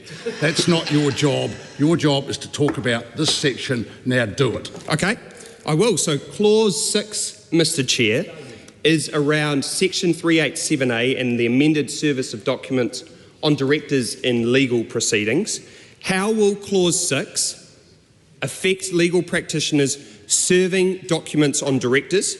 And how will legal practitioners know whether to use the residential address or the alternative address to use for service?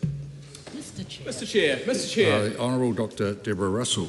Mr. Chair, as I've done a number of times before this evening, I direct the members' attention to Section 3, the particular section in the Companies Act. So 387A deals with the service of documents on directors in legal proceedings. And it says that a document, including a writ of summons, notice or order in any legal proceedings involving a director, may be served on the director as follows: by delivery to the director, or by leaving it at the director's residential address, or by leaving it at the company's registered office, or by serving it in accordance with any directions as to service, or in accordance with an agreement made with the director, or by serving it at address for service, and so on. There are already a number of methods for delivering documents for service. All this clause does is enable an alternative address to be used as one of the many methods, and lawyers are quite accomplished at delivering those documents already, despite the plethora of methods that are already available to them. Honourable James Meagher. Of course, the problem with this clause is that it contradicts the clause that we just voted on, which prevents a company's registered office as being the address for service. And of course, if you're a director of a company... No, it doesn't. Deborah Russell, it does. Clause 36, new section 36E3 requirements for alternative address. Sub 1, the alternative address for director or shareholder of a company must not be, sub A, the company's registered office or address for service. That's the clause you just voted on and just passed. And so therefore, when we're looking at this clause, clause 6, which says that service of documents on directors in legal proceedings must be done by leaving it at the director's alternative address, as that address is shown in the register. Now, that alternative address cannot be the company that they work for, which is the legal address for service. So there's a contradiction in terms here. So I'm not sure if the member was aware what we just voted on, but that is the consequence of voting on Clause 5 and now moving to Clause 6. And so I think the member needs to have a look at what we've just passed and how this clause interacts with that, because it may leave us in quite a tricky situation. And so I think my friend Mr Rutherford raises some very valid points on that, and it raises some questions to be said. And I just think that we've had a pretty good crack tonight at being quite serious and quite upfront about actually addressing the content before us, and to be heckled about that from people, I think is quite unacceptable. So if the member is able to address that point, I'm sure we'd really appreciate it. Mr Chair. The Honourable Dr Deborah Russell. I just can't believe the misreading of the law that's going on there. So I'm just going to go back to 387A. It gives a number of different places where documents may be served.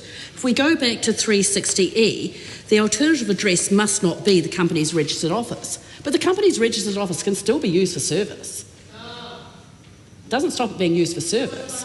You have an alternative address instead of the residential address. So it doesn't say you cannot use the company's office for serving documents.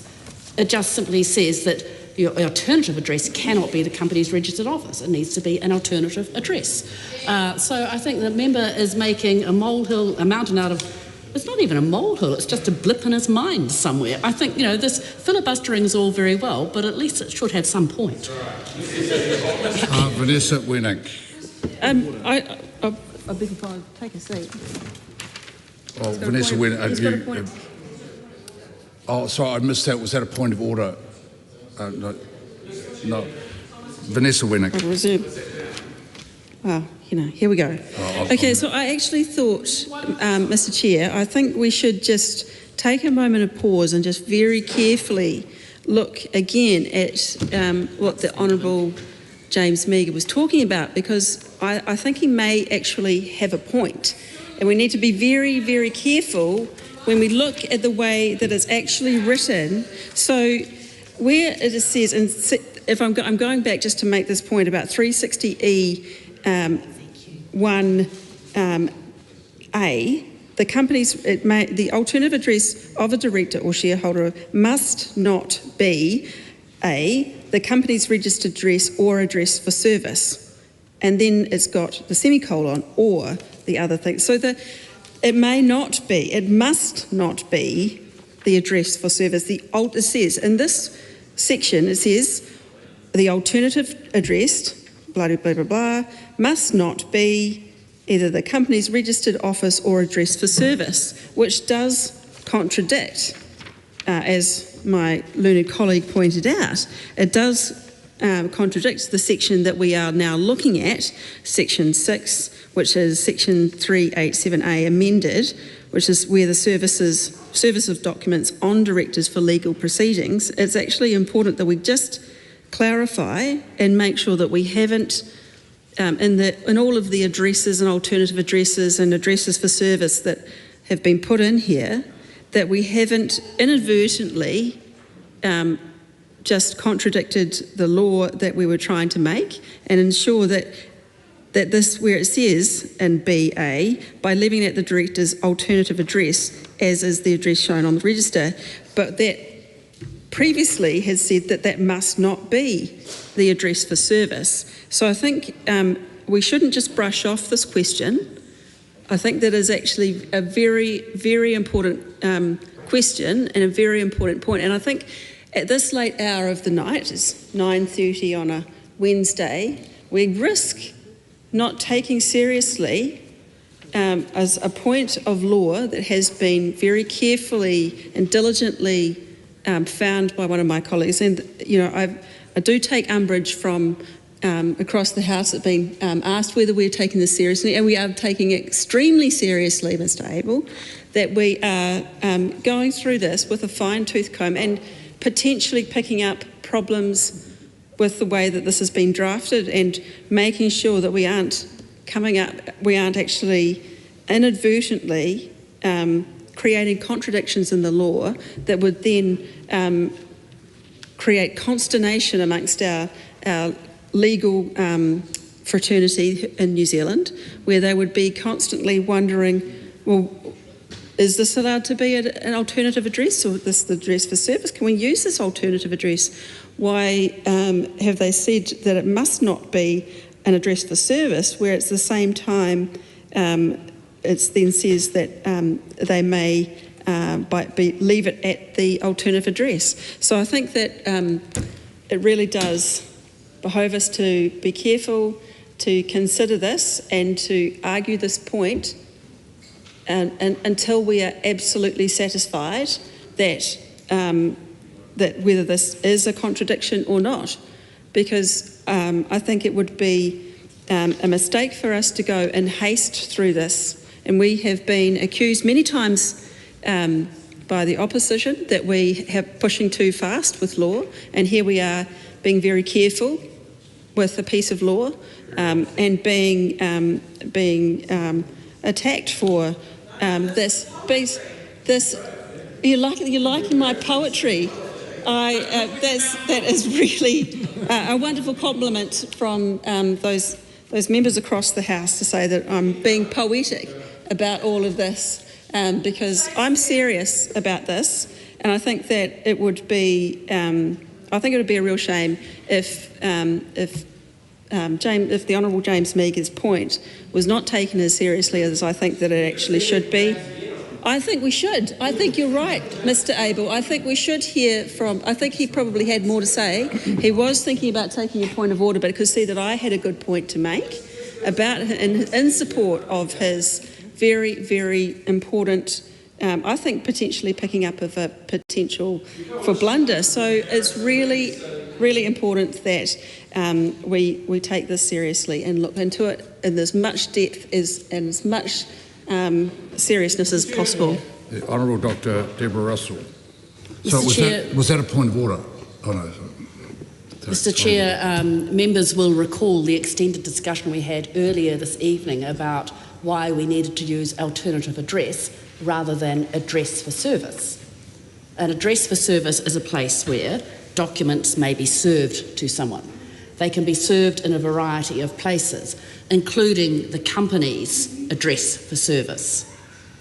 However, a director's alternative address, which is not the same as an address for service, cannot be the company's address for service. Straightforward, right? So it's really, really cannot be. But the alternative address can be used for service, as can the company's address for service. That's fine, no worries about that. It's just that the director cannot use the company's address for service as their alternative address. So there is no confusion here. There's a very careful delineation of terms. More to the point, there are a whole set of places where documents can be served on directors, listed in 387A. There's a whole lot there that can be used, and this is precisely why those two terms have been pulled apart. We have the alternative address and the address for service. So there's a whole lot set of places that can be used to serve documents, including the address for service. A director may have a residential address, or they may apply to use their alternative address. They cannot, however, use the company's address for service as their alternative address. Nevertheless, documents can still be served on them at that address for service. That's fine. It sits in the law already. All this legislation does, and all this section does, is make sure that instead of a residential address, an alternative address can be used for service. There is no confusion in the law. The point's been addressed. The Honourable James Meagher. There is confusion in the law because 387A sub 1 of the Companies Act is in regard to a director in their capacity as a director. Now, you can serve legal proceedings on someone in their capacity as a director, or you can serve legal proceedings on someone because they've defamed you and called you an untrustworthy accountant, having nothing to do with their directorship. So the issue is, in an ordinary course of action, the member is right, you can get served at your address for service, which is ordinarily your solicitor or your company's office, or you can get served at your residential address. But we have now created a two-tier system where if you are serving legal documents on an individual, you therefore have to determine whether or not that you are doing this in their capacity as a director or you're doing it in some other capacity. Because if it's in a director, you can serve it at the company that they have put as their address for service. If you're doing it as an individual, you have to serve it at their, well, not their alternative address, because you can't have that, because normally most people would use that as the company address. So that's the contradiction we've created here. You've created two addresses where you can provide legal service. And so if you are an individual who provides legal services, person who goes to addresses and provides documents, you are therefore going to have to determine whether the documents you are providing are in the capacity of that individual as a company director or in some other capacity. That's the contradiction we've created, because most people, most company directors around the country would have the address for service as being their company. That's it. That's the contradiction that and that's what I've tried to raise. And to be heckled by members of the Green Party for saying that we're sitting here filibustering, when they sit there day after day after day abusing members of Parliament in title changes of bills, is really disappointing, and only reflects more on them than it does on us.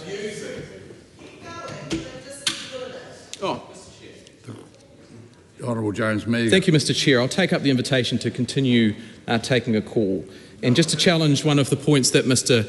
Abel made in his interjections, which we are entitled to respond to, where he said, take another 5-minute call. Well, if he'd been here for long enough, he'd realise that actually most of us are taking succinct calls to ask direct questions of the member. And seek answers. And we still haven't had answers to questions asked a long time ago. And I know we don't retread that because we've passed those clauses, but the Chair has worksheets with a number of questions that won't have ticks beside it. And so we will continue prosecuting this, because it's our right as members to sit in this House, as long as we comply with the standing orders, to challenge and to scrutinise legislation, as is our number one job as legislators in this country. The question is that Clause 6 stand apart. All those in favour say aye. To the contrary, no. The ayes have it. Members, we come now to Clause 7. This is the debate on the amendment to Section 388A, Service of Other Documents on Directors. The question is that Clause 7 stand part. Hamish. Humphreys. Tom Rutherford. Thank you, Mr. Chair. Clause 7. We're getting a bit of a black spot over there, I'm afraid. I'm sorry, but carry on. And I apologise for my tardiness in your name. No offence taken, Mr. Chair. Carry on. Section 388A, amended service of other documents on directors. 1. In Section 388AA, after B, insert BA. 2. In Section 388AB, after residential address, insert or alternative address. My question remains, how will Clause 7's amendments to Section 388A affect legal practitioners serving documents on directors? Will there be any hierarchy of service methods, or will alternative addresses under these provisions have equal status with residential addresses? How will legal practitioners know which address under Section 388A, which one to use for service? And I remind the member, if you are a director of a company and you disclose both your residential address and the alternative, if I am the legal practitioner, how will I know which of those addresses to use for service? Is it, as Mike Butterick said earlier, based on the numerical order of the residential and then the alternative? Is it based on the alphabetical order of which one comes first, which one comes next? How would I know, as the legal practitioner, which address I am going to use for service? Or is it expected of our legal practitioners to travel to the first one, see potentially that is not going to be the address to use for service, and then travel to the next one? Is that potentially an option? What are the expectations that we would then put on those people to use their discretion to decide which of the two is the one we're going to use to address for service? And my friend Cameron Luxon raises a very, very valid point. We live in a mixed terrain country with long gravel roads, windy roads, very mixed terrain. What if they, are driving a Toyota Corolla and it's supposed to be for 4-wheel drives? hypothetically. You know, what if people want to fly business class but there's only economy available? You know, what would you do if you were a member of the Green Party in that option? What would you do? What would your option be? So how would that person that was that is a legal practitioner looking at the director's information, seeing both their residential address and an alternative address, not showing any particular order or particular preference, neither one is bolded to say that that's the preferred one or use that as number one and the other one as the backup, how are they then to know which one they're going to use for service? How do they know? Or do we expect them to factor that into the allocation of their time? What if the residential address is somewhere in Auckland and then the alternative address is shown as an address on Stewart Island? What do we expect of our legal practitioner in that scenario? Are we expecting them to travel to both and hope they land on the first one on their first guess, with a 50-50 shot? How are they to know which one, unless we clearly specify and identify that the alternative address is the preference, and if you can't get them at the alternative address, but they've made their residential address available, so that is number two, but only after you've attempted to get them at the alternative address? Or what if it's the other way around? They're putting the alternative address as a backstop, as a backup, if something were to happen for the residential address, if they weren't available, if there were accessibility challenges that they couldn't quite face. It's really not that clear, both in Clause 6, which I talked about earlier, and Clause 7, around Section 388A, how will legal practitioners serving documents on directors know which address to use for service? Will there be a hierarchy of service methods, or will alternative addresses under these provisions hold an equal status with residential addresses? I would love for the member to clarify that for me. The Honourable Dr. Deborah Russell. Mr. Chair, I note that the same arguments apply for the next clause as well, and I note that they are possibly just as irrelevant. Frankly, it says, so it's 388A is the service of other documents on directors, so not a document other than a document in any legal proceedings, may be served on a director as follows: by any of the methods, and they're not hierarchical, it's any of the methods can be used, set out in 387A, by posting it to the director's residential address, or by posting it to the director's alternative address, or by posting it to the company's registered office, or address for service, or by sending it by fax machine to a telephone number used for the transmission of documents by fax, or at the director's residential address or alternative address and so on, or by emailing it to the director at an email address. So we are in modern times now. I'm surprised we can't Snapchat it to the directors or something like that, or Signal it. Isn't Signal the preferred method of communication for secret documents these days? There's a whole variety of methods someone may use, whichever one is most convenient. They are not in any hierarchy, frankly, I do rather trust our legal practitioners to be able to work it out. As to which one is easiest to use. I think we've heard that lawyers can be quite smart. I should think they are smart enough to work out where to, and chartered accountants too. I dissociate myself from my colleagues' comments. Hamish Campbell. Excellent. Thank you, Mr. Chair. I appreciate it's getting late in the evening, but I appreciate getting the name right. I think Dale Carnegie said it isn't the own name the most favourite sound or something like that. Anyway, getting back to section 388A, the service of documents on directors. Sorry.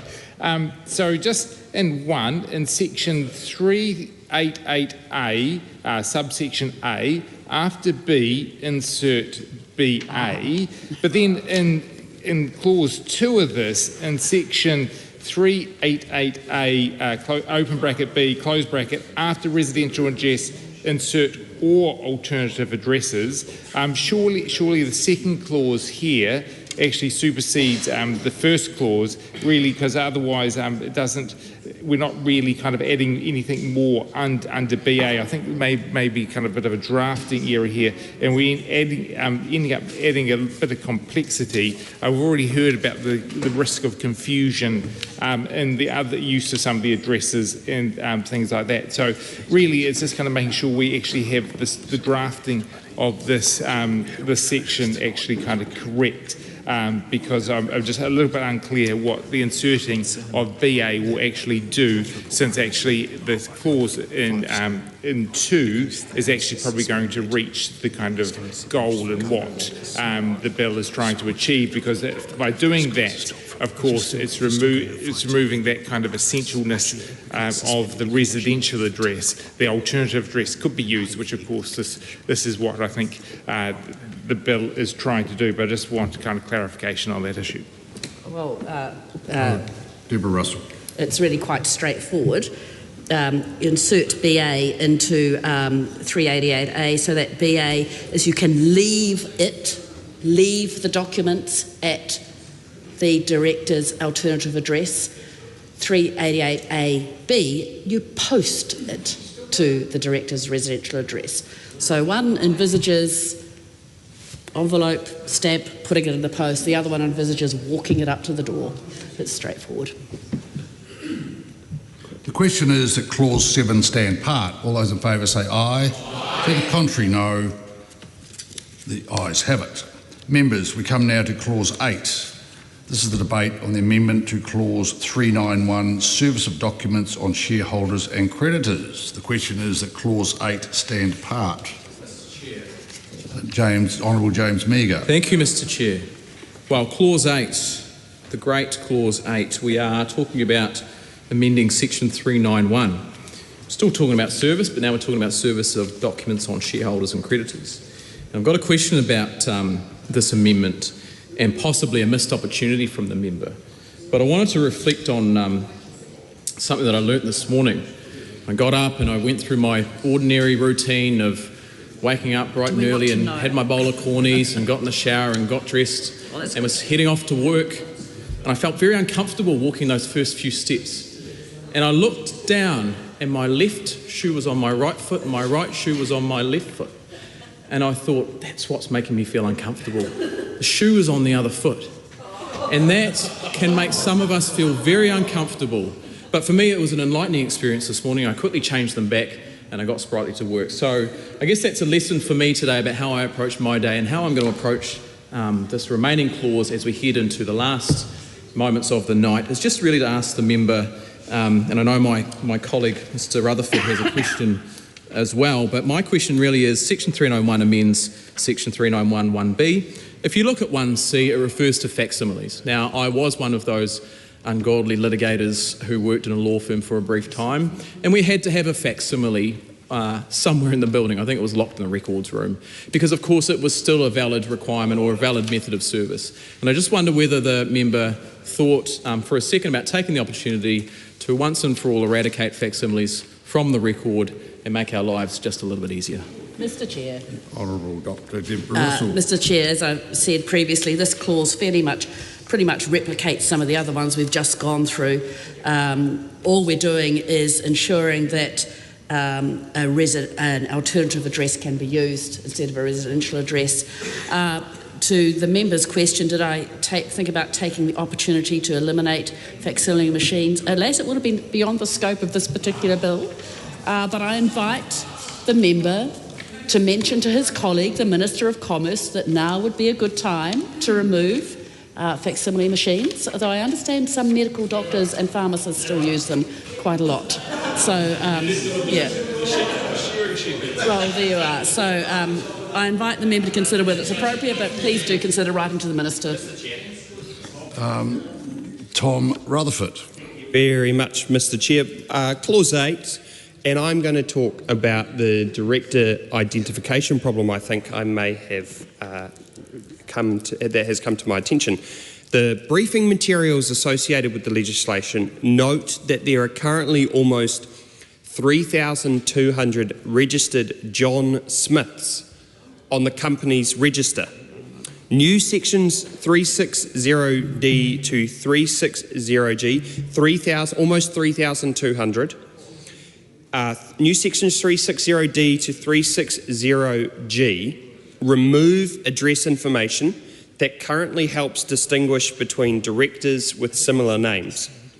How do new sections 360D to 360G address the identification problem when multiple directors, such as the nearly 3,200 John Smiths in New Zealand, share the same name?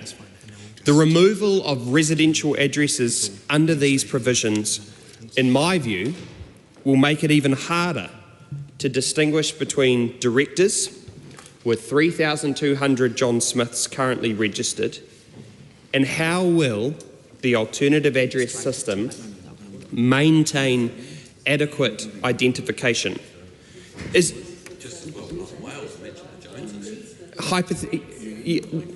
That's right. So you might even have, if you were then to say, oh, why don't you include an initial for your middle name, for example, where you got John B. Smith, and then, then the options, they are open far and wide, hypothetically, then it's unlimited. The list goes on.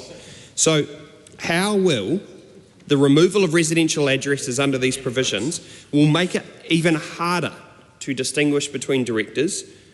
How will the alternative address system maintain adequate identification? And to the question to the member was there any consideration around whether potentially this should wait for director identification numbers, DINs, to solve the identification problem properly? And I understand that the Minister has indicated that he intends to introduce comprehensive reforms which include director identification numbers. So is there going to be a period between this legislation hypothetically passing, if this passes before that legislation is introduced, before directors then have their director identification numbers, and there'll be sort of a period in between those two, this bill being completed and that being introduced? Isn't that hypothetically something that may well happen in this case? So what is there to say to the 3,200 John Smiths and many other shared names across New Zealand, and how will the alternative address system maintain adequate identification? I do have some sympathy with the member about distinguishing between members. The Honourable Dr. Deborah Russell. Mr. Chair, there are some other people in this country called Deborah Russell, and I've always sort of thought it's a bit unfortunate, really. I guess we're all women in our 50s and 60s. That tends to be when Deborah's date from. Look, in terms of the address problem, unless all those John Smiths adopt exactly the same alternative address, the problem exists already of distinguishing between the and it will be solved with the director DNI, the director number, the DIN, which is promised in the Minister's legislation. As I said earlier this evening, this is a band-aid, it's not a solution itself. I have given the Minister the commitment that if his bill is through the first reading before the end of the year, I will withdraw my member's bill. I will hold off on the third reading. If his bill is not going to make it, then I'm going to have this third reading in December, and then it's up to the member, to the Minister, to adjust his legislation to take account of my legislation. I'm sure he can do that. The Minister and I have been very straightforward with each other about this. I trust his word and he trusts mine. I've given my word, he's given his. We'll see what happens. Numbers instead of names for members, that might work actually. The question is that Clause 8 stand part. All those in favour say aye. To the contrary, no. The ayes have it. I'll report this bill with amendment.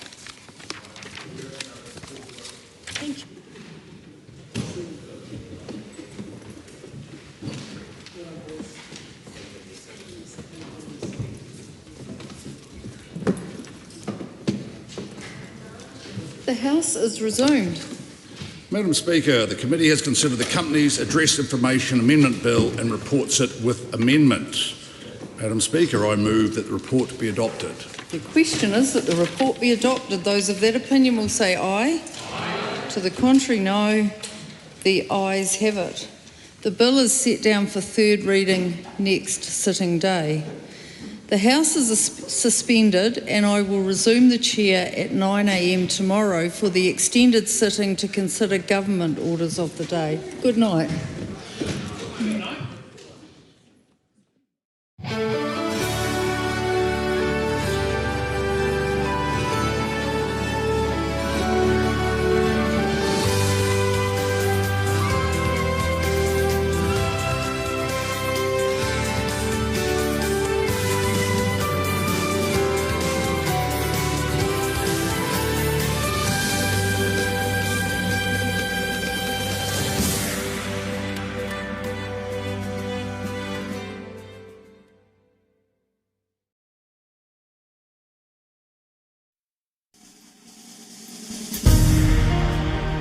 Live coverage from the House of Representatives has concluded.